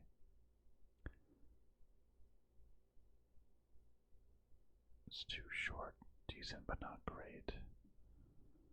I don't know. I think I'm gonna not do that one. Tunic was a Legends isometric little action, kind of like a mini Souls-like. Metrovania. Well, yeah, with the map, was this a game? It's like you had to actually reconstruct the game instruction manual page by page. Oh yeah, you have to you'll get the different maps and tips if you find everything. So you have to find the different pages to actually get the ideas of how to play. I mean, speedrunning the game. Having puzzles hidden right under your nose and slowly discovering them.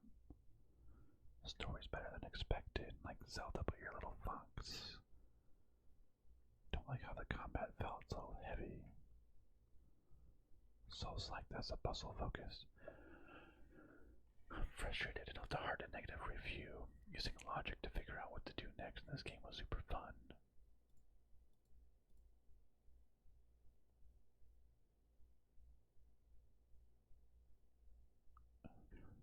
So that the combat isn't great, but the puzzles sound fun, and maybe I'll keep it for now.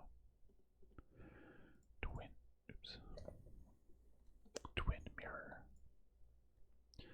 Another one of the Don't Nod games.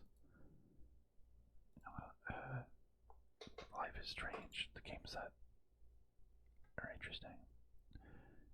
An investigative journalist. Let's see. Will you find the truth no matter what the cost? Doesn't have the best reviews compared to some of the other ones.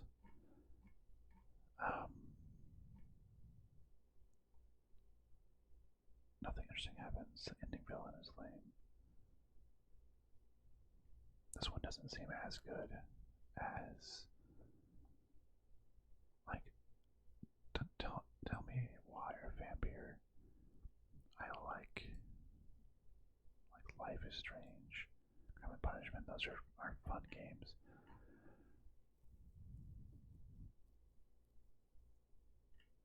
Yeah, I don't know. This one sounds like it doesn't live up to the hype as other Don't Nod games. 2 Point Museum just came out. Seems like a funny build your own museum kind of game. 93, 94. It seems pretty fun. It's more like a casual puzzle game. Design and refine the layout. Keep staff happy, guests entertained. Children off the exhibits. Seems like it's not like a huge simulation. It's like more of like a funny, charming game. Ghosts attack people. Silly things are going on. Seems pretty funny. It's fun. You build and customize your museum.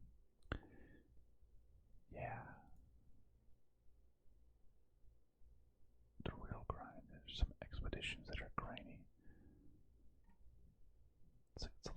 management. You kind of sit and watch. You have to send out expedition crews to bring things back. I feel like it's kind of fun. I'll keep watching it.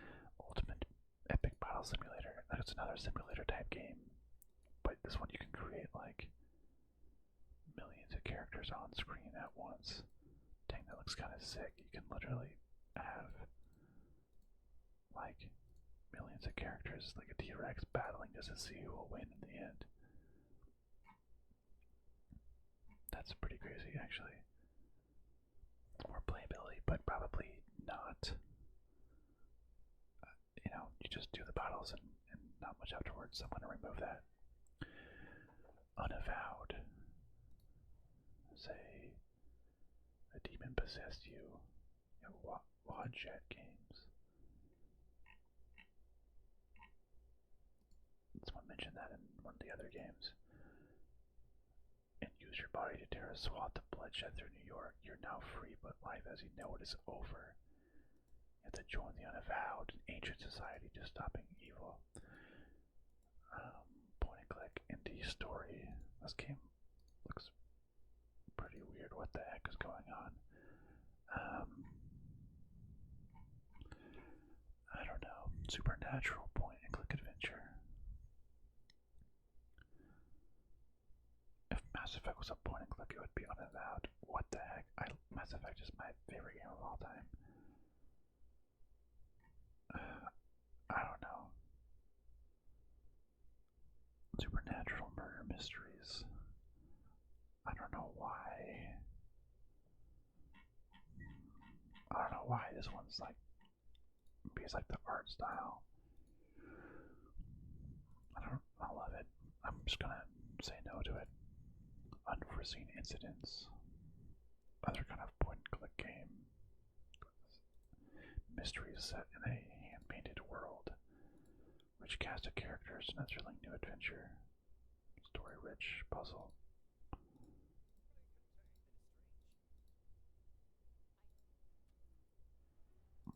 Seems a little more interesting to me. Maybe it's just like it's a more interesting looking art style. 87%, that's pretty good. It's dark mysteries on the catastrophe to save the human race. Quirky with a Twin Peaks vibe. I'm literally, I just started watching Twin Peaks. I'm on episode like 3. That's pretty cool. Too many inventory items. Clunky. Decent enough. Did need a walkthrough to get through some parts. Give it a thumbs up. 7 out of 10.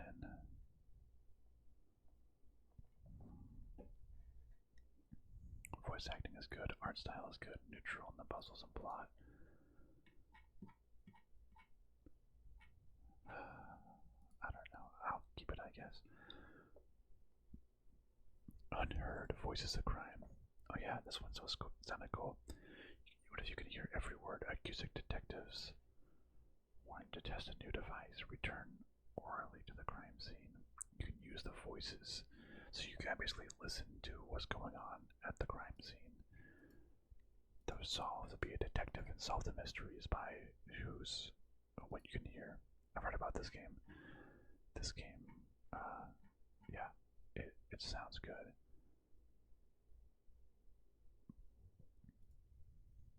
It doesn't have a lot of polish, they say, but it's better than expected at least. Seems like it's interesting.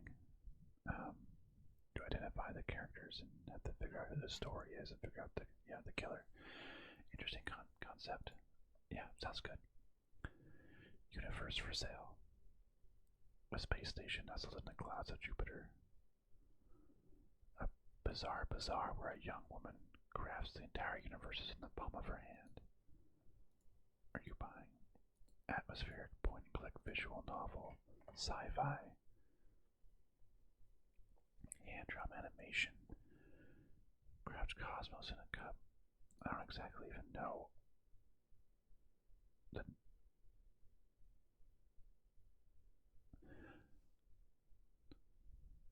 I don't even understand what this is about. Good game for coffee night. Art, music is good. Not really a game, more of a story, beautifully illustrated. It's about 4 hours. Make different choices. Something about tea, hand-drawn world.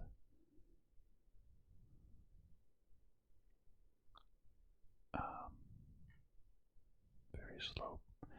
I don't know. It seems interesting enough to me. It seems different. Unpacking.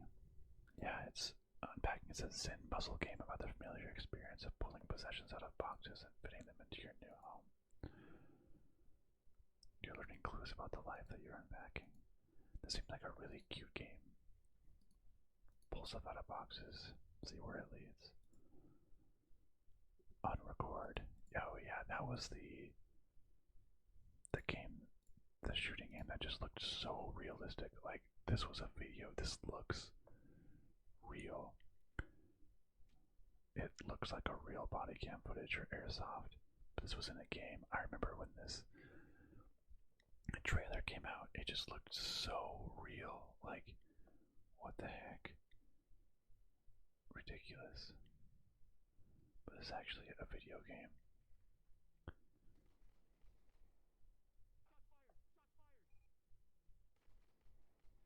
It just like looks like a single player first person shooter. It tells the story of a police officer from the tail of the body camera.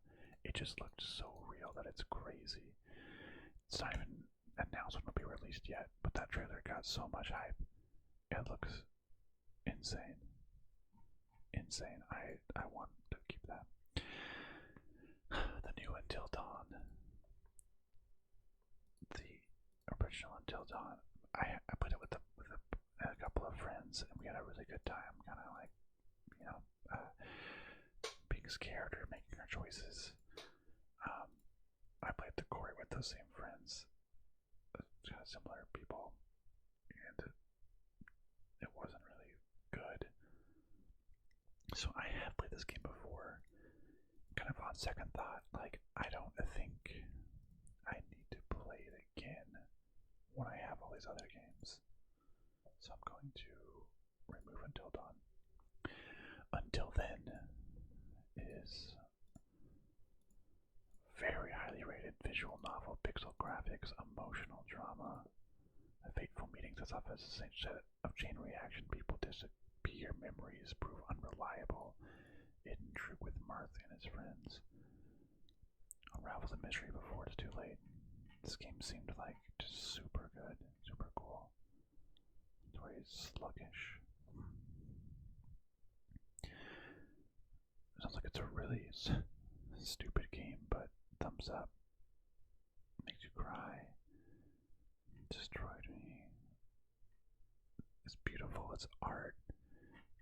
This is a game. Yeah, I want this game. Seems like a really good story. I want that, but maybe at a cheaper cost a little bit later. Urban Myth Dissolution Center. What is this even? I don't know. A variety of cases involving cursed relics, rental properties with shady histories. It's a detective agency for anomalies. That's kind of cool. Visual novel, adventure, single player. Oh, crazy things going on. Okay, I guess I don't even know. Looks weird. Identification, paranormal mystery adventure game. Okay. Episodic digital mystery adventure, pixel art. Different characters. Whoa. That's creepy to have on the Steam page. That's pretty cool. They made the whole video, if it's the same color as the Steam background. I like that. Ending felt rush, kind of cop out atmosphere. Ending is a bit too much. Great game. Fabulous at world building.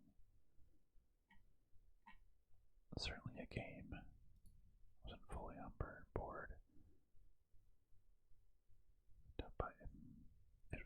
trouble is the ending. A lot of people really don't like the ending. Slow, tedious, and boring. Don't pass. The plot is extremely well written. You should pick up visual novels. Serious pacing issues. A bit over the top. A bit cliche. What is, I don't know, worth keeping this game.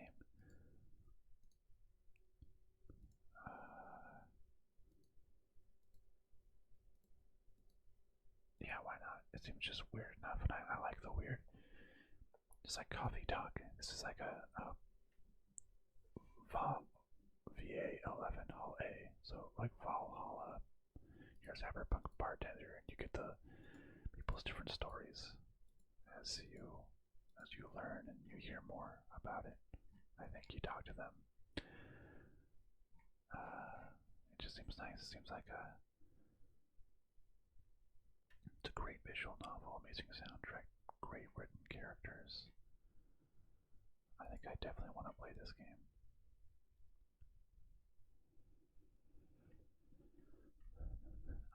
Okay, Vampires the Masquerade, Bloodlines 2. I still haven't played the first one, but this one will come out at some point in the time. I feel like it's been announced like forever, and it always gets pushed back. But I guess eventually it will come out. I want to hear more about it. Vertigo 2, this was a VR first-person shooter game. Really good reviews for a VR game. Wow. Still pretty expensive. So it's entirely VR. Come on, show me the reviews. Best VR game since Half-Life Alyx. That's impressive. All-time favorite VR game. Okay. Fun take on it. Okay, great. If I ever actually do VR more, I'll play it. Oh, Vice Undercover. I think I saw this in like the one of the maybe the PC Gamer show or something. A point-and-click narco thriller set in alternate 1980s Miami. Every choice matters. It's kind of cool. It's like you're taking over the cartel-run computer operating system, and you like can use that to go fight the cartel or something. That seems pretty rad, honestly. It looks fun. I want to keep close eye on it. Viewfinder. Oh yes, this was another really good demo where you can take pictures of items to ultimately like place them in the real world. Take a picture of the bridge and you can place it to walk along the bridge. Demo was cool and interesting concept for a puzzle. I'll definitely keep it. Virtual reality. This seemed like another really fun virtual game where I think it's a game about VR. Like you're in the VR game and you can put on a VR headset. It's a service that lets human aid AI clients. Oh, so the AI is taking over the world, and if they need help, they can contact a human. It seemed like this was a funny and a good game. Some are saying more it's about like it seems kind of dated tech demo. I think it'll still be fun. Walkabout mini golf VR. Oh yeah, this mini golf VR game seems pretty cool. Play by yourself or meet someone new. I don't think I would play with anybody. Pretty decent for a VR game. How many reviews it has? So it looks like it's just like a beautiful golf game with cool physics. This would be fun to play actually. Wanderstop. Clears the Stanley Parable in the Beginner's Guide. A narrative-centric game about change and tea. Yeah, I heard it was like a game about burnout, kind of. And you go around helping people and making tea. Narrative-centric cozy game. Yeah. Incredible. Just some burnout tea brewing game. Make this for that person.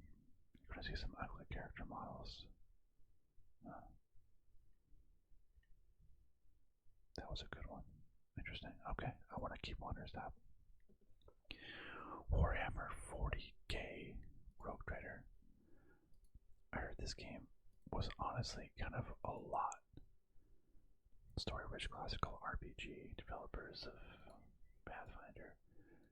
So I heard like so much. You can like make crazy decisions, but kind of like so much is going on in this game. Honestly, I've really played anything. Oh, I think actually I played Warhammer Vermintide, like a horde kind of game.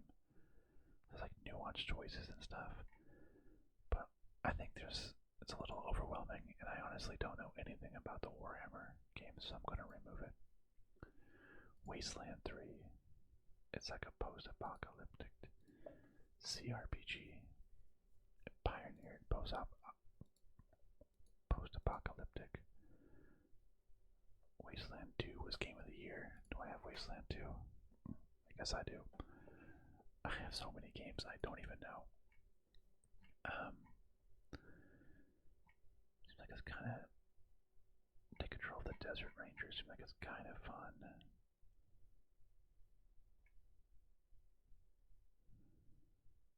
What are CRPGs? Computer role-playing game, I guess. Classic RPGs. People say like it spawned Fallout or good experience. I have Wasteland 2.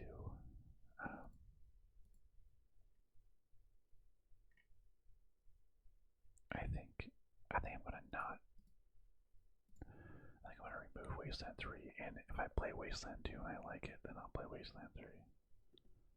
I think. It does seem kind of like a huge top-down RPG. I think I like first-person RPGs as like a Fallout or like a Skyrim or something, as opposed to like the top-down RPGs.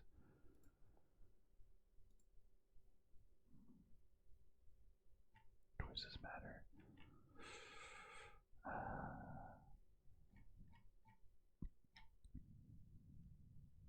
Can review entire party.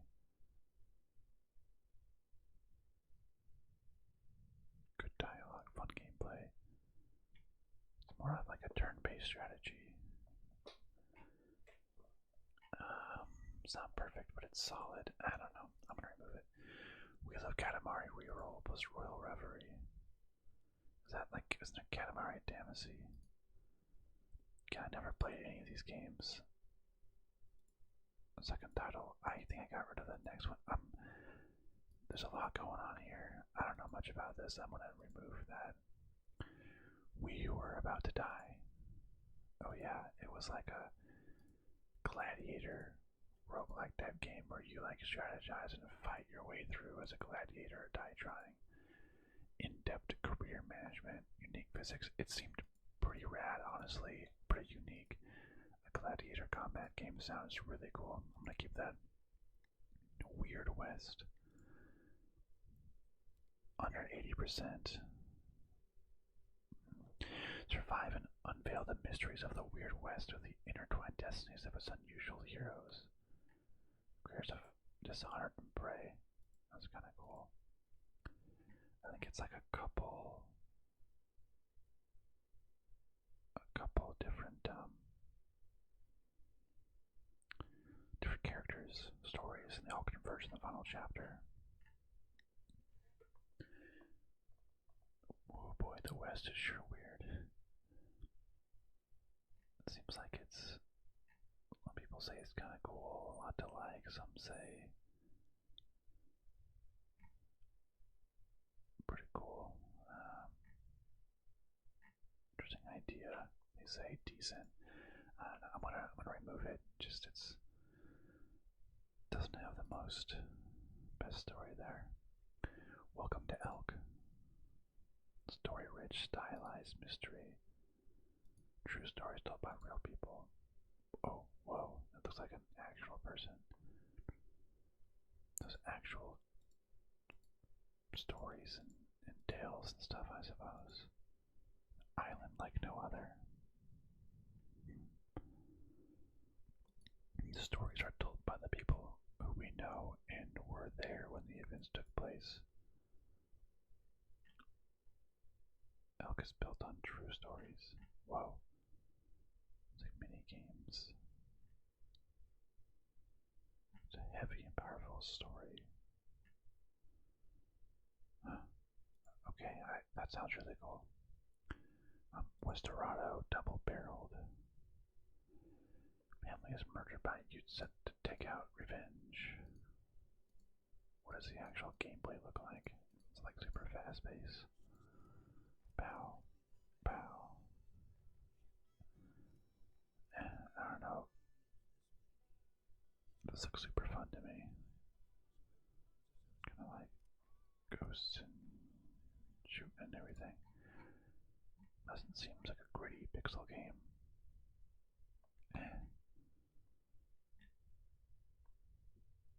Great exploration and shooting. Nice story. I'm gonna remove that. What the golf?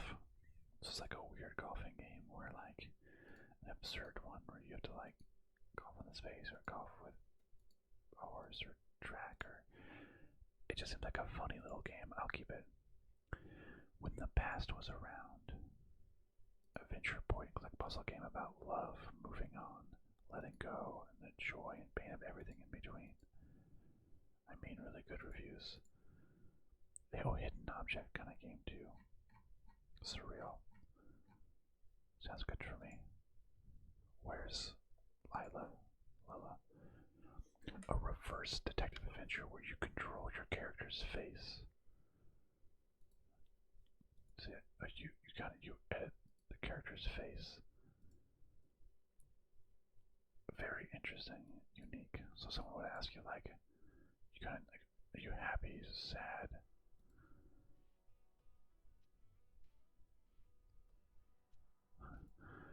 Like act scared or act happy. Like why are you smiling? Why are you? That's so weird. That's a weird premise, but super unique. Submit like a neutral or a surprised face. Scared. He's like scared. What's with your facial expression? Smile. And like so weird. It's incredibly unique. Gimmicky. Seems like confusing. This is just like that's cool. I don't know. It's just so weird that I like it. Will a wonderful world will become a god and help change the fate of people in the world? You receive letters written by characters living in urban cities by rearranging the order and combinations of sentences in the letter. You are going to alter the destiny of whoever wrote them. Whoa, that's kind of cool. That just seems really interesting. I don't know. One of a kind game.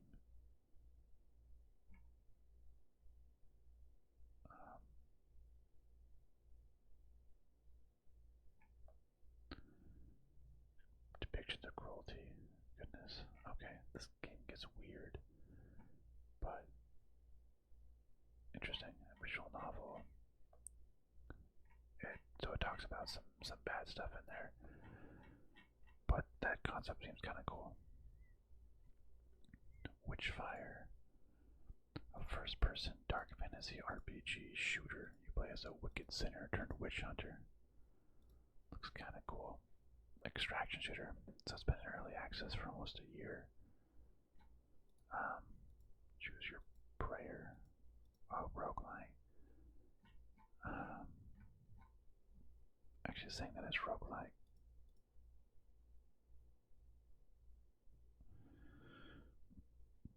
The story is kind of bad. cringe at worst. It's hard, it's challenging. It's like a roguelike. I don't know. I don't think I want that anymore. Wolfenstein, the new Colossus.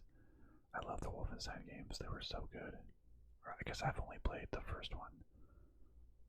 What was it? The New Order. I only played the first one. But it's such a good game. Like a good story. BJ Blazkowicz, whatever his name was. Really fun. Really good. I want to play the second one. Also, well, only decently rated, I suppose, but it looks fun. I'd play that again. Wreckfest 2.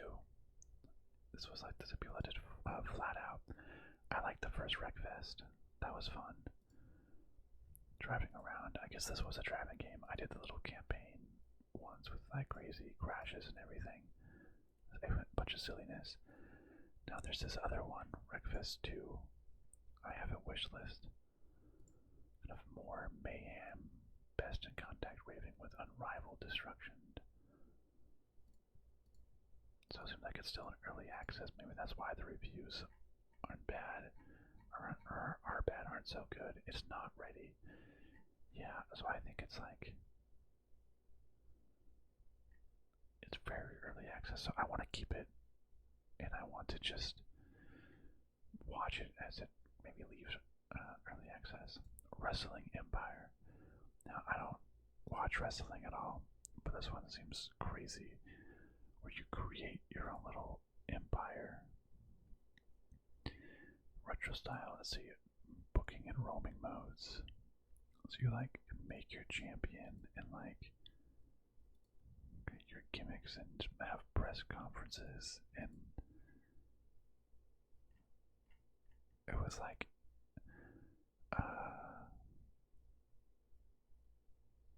a booking mode. Let's see, I think I actually killed someone, then went to their funeral and suplexed someone onto their casket. It's a dumb game. Like a very detailed career in booking mode. Like it seems like it's crazy. Like you have your own story. It's like it's janky in a funny way. Yeah, absolutely. Your turn to die. Death game by majority. So kind of like a Danganronpa type game. How is this in early access? For the last update was made over 23 months ago. It's a multi-ending horror game. It has very good reviews, but why?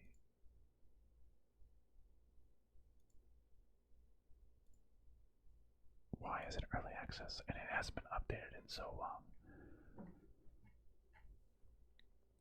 I'm in love with this game. Most peak. Maybe when 3.2 comes out. It's maybe like it's not. Is it unfinished? I don't like to there's wait a bit till the final chapter is done. They'll later finish it by the end of 2022. So it's not. There hasn't even been an update. It's like a lower quality. I don't know. I'm gonna say no. They could have at least updated what they're doing in 23 months. And lastly, Zarya, upcoming narrative simulator of a rural truck driver in Soviet. Deliver packages, assist villagers, earn money, collect cars. Seems kind of cool. Not out yet. Who knows when it'll be? I'll watch it. But there we go. That was it. That was every game on my wish list. Let's refresh. I started off with what, 401 or 2, and I'm at 254. Wow, I said I at least wanted to get 100, maybe down to 200 or 250. Oh my goodness, I can't believe we just did that. We went through every one of my games on my wish list and really thought long and hard about each one. You can really see what type of games that I like, which is like emotional indie games or emotional visual novels, or like puzzle detective mystery games as well. Really, that's what I like the most. That's what I want to play the most. So I'm just gonna do like a quick scroll through. Just is there any game I think I could delete again? The Ace Attorneys. This one still has Miles Edgeworth. I think I have a lot of visual novels and a lot of there's a lot of point and click games, which I honestly am not super into. Like point and click, there was so many point and click ones on here that it seemed like a lot. I'm trying to see if there's any that I should just get rid of. I still do. I'm gonna get rid of Call of Duty. Now if I can play the remastered version of those campaign from my childhood, that'd be great.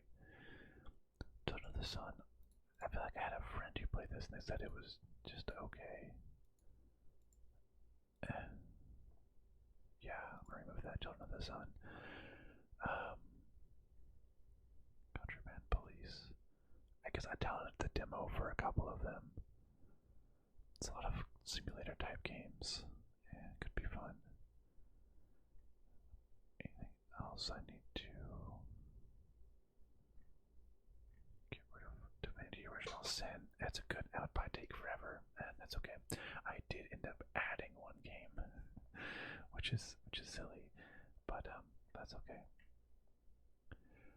Let's see. Just doing just one kind of go back through anything that I might have changed my mind as I've gone on here.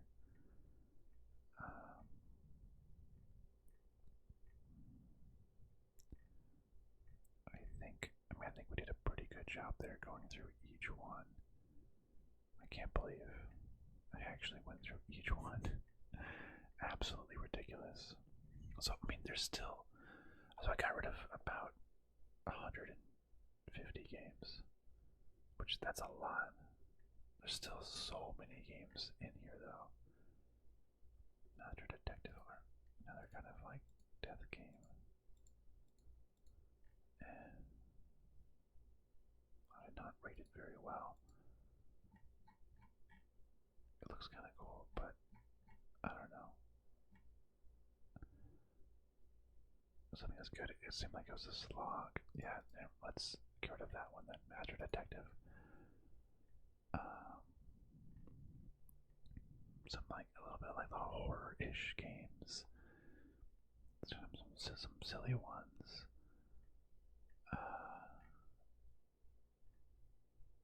Short like thrillers. Really into as well. Lots of simulation type games. I'm trying to see if there's anything that, yeah, I have a handful. I downloaded the demo, and if I don't really like it, I'll just get rid of it. Sherlock Holmes mystery games, I love those. Play the Princess, I want to play that, but there'll be a bigger discount at some point. Superliminal, yeah, Tactical Terra Nil. I think I want to get rid of this Terra Nil game. I was on the fence about it. I'm gonna get rid of it. Just I can't afford to follow anything that I'm on the fence about, right? There's so many games here that I don't have the time to play all of these, right? So like I think how this will work is like probably as sales happen, like I get emails that things are on sale. I'll check if it's a game on here. If there's some just can't miss sale, can't miss game, maybe I'll Urban Myth Dissolution. That one, it seemed. The hard part is like a game that only wow, only 90% of the people liked a game, and that's a heck of a lot of people. And that could be like my favorite game. Like my favorite game is probably Mass Effect, and that has like 90%. I love that game. Citizen Sleeper as a new one. What does that get? 93%, 87. So it's like one of these games. It could end up being like my all-time favorite game or something. I didn't even realize it because I skipped it for some reason. But on the other hand, I can't play it. I don't have enough time getting rid of that one. Frankly, I probably will not be playing as many VR games as I think. I haven't touched my headset in a couple of years, and I probably won't be playing it again anytime soon. It's just easier to just play games, normally. Play test. It's kind of fun driving around. There we go. Oh yeah, I did add a handful of games to my cart.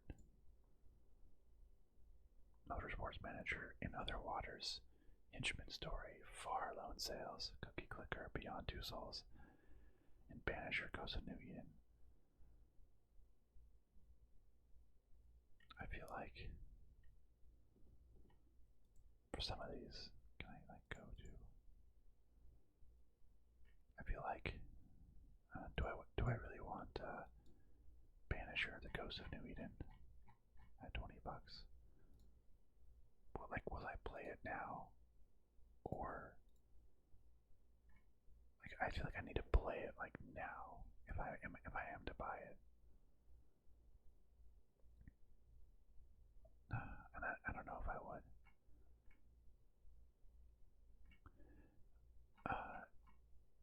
Yeah, decently excellent storyline. Played Vampire. Yeah, I did like Vampire. Would I play this game now? I don't know. I have to think on this. I'm probably gonna buy these other little games because they're not gonna get much more on sale, right? How much more on sale can it be? Probably not. So getting some of these games for super cheap, I think is a no-brainer. Maybe I'll get rid of this and I'll pay $15 for some of these games. I think I'll be good. But thank you so much for watching me go through every single game. Oh wait, now it says 250. Oh, I cut it down to exactly 250. I am proud of myself there. I went so in depth. Yeah, I like just some weird games too, but we cut it from 402 to 250, which is still a ton of games. And because in here, there's games I need tiering. I have games in here that I absolutely want to play right now, and I have games in here that are I want to play when they go on sale. And I have games in here that are if they're not out yet or they're in early access, and I kind of just want to follow them and get updates and make sure I don't forget about it. So there's multiple levels. If anyone goes to see my wish list, it's I want to have those tiers. So if someone is hey, what should I buy them? I'm okay, these are the games I actually want the most. And that could be argued then that I should delete every game that isn't but those ones. But there's so many. If I delete 428 Shibuya Scramble, this weird looking game that could be just so crazy and fun, I probably wouldn't find it again. It would just be lost in the million games on Steam. So I want to keep it there just so I can see it, and maybe one day it'll strike my fancy. But maybe I won't buy Banishers, but I'll probably buy all these other games that are $2 or $3 and have fun with them. So I'll add to my 1,700 games, but really cut my wish list down. I'm proud of myself for not quite in half. I think I'd set it up top that I wanted to get it at least cut 100 games, get it to 300, ideally 200 to 250. And I was concerned I wouldn't even cut 100 games, but I cut 150 games. In fact, I cut 151, and then I added one Duckside Detective back in. But all in all, super fun. This was such a long video, but this is I've been meaning to do this for a long time, just like for myself and personally. I don't know if I would have gone so much in depth and talked about each one as I have done with you here, but so this was beneficial for me too. And if I could just make this a super long video that you could have in the background and just fall asleep to, or watch while you're reading or anything, hey, even better. But thank you so much for watching, my friends. Like, seriously, amazing. Thank you for everything. I'll see you next time. Goodbye, my friends. Goodbye.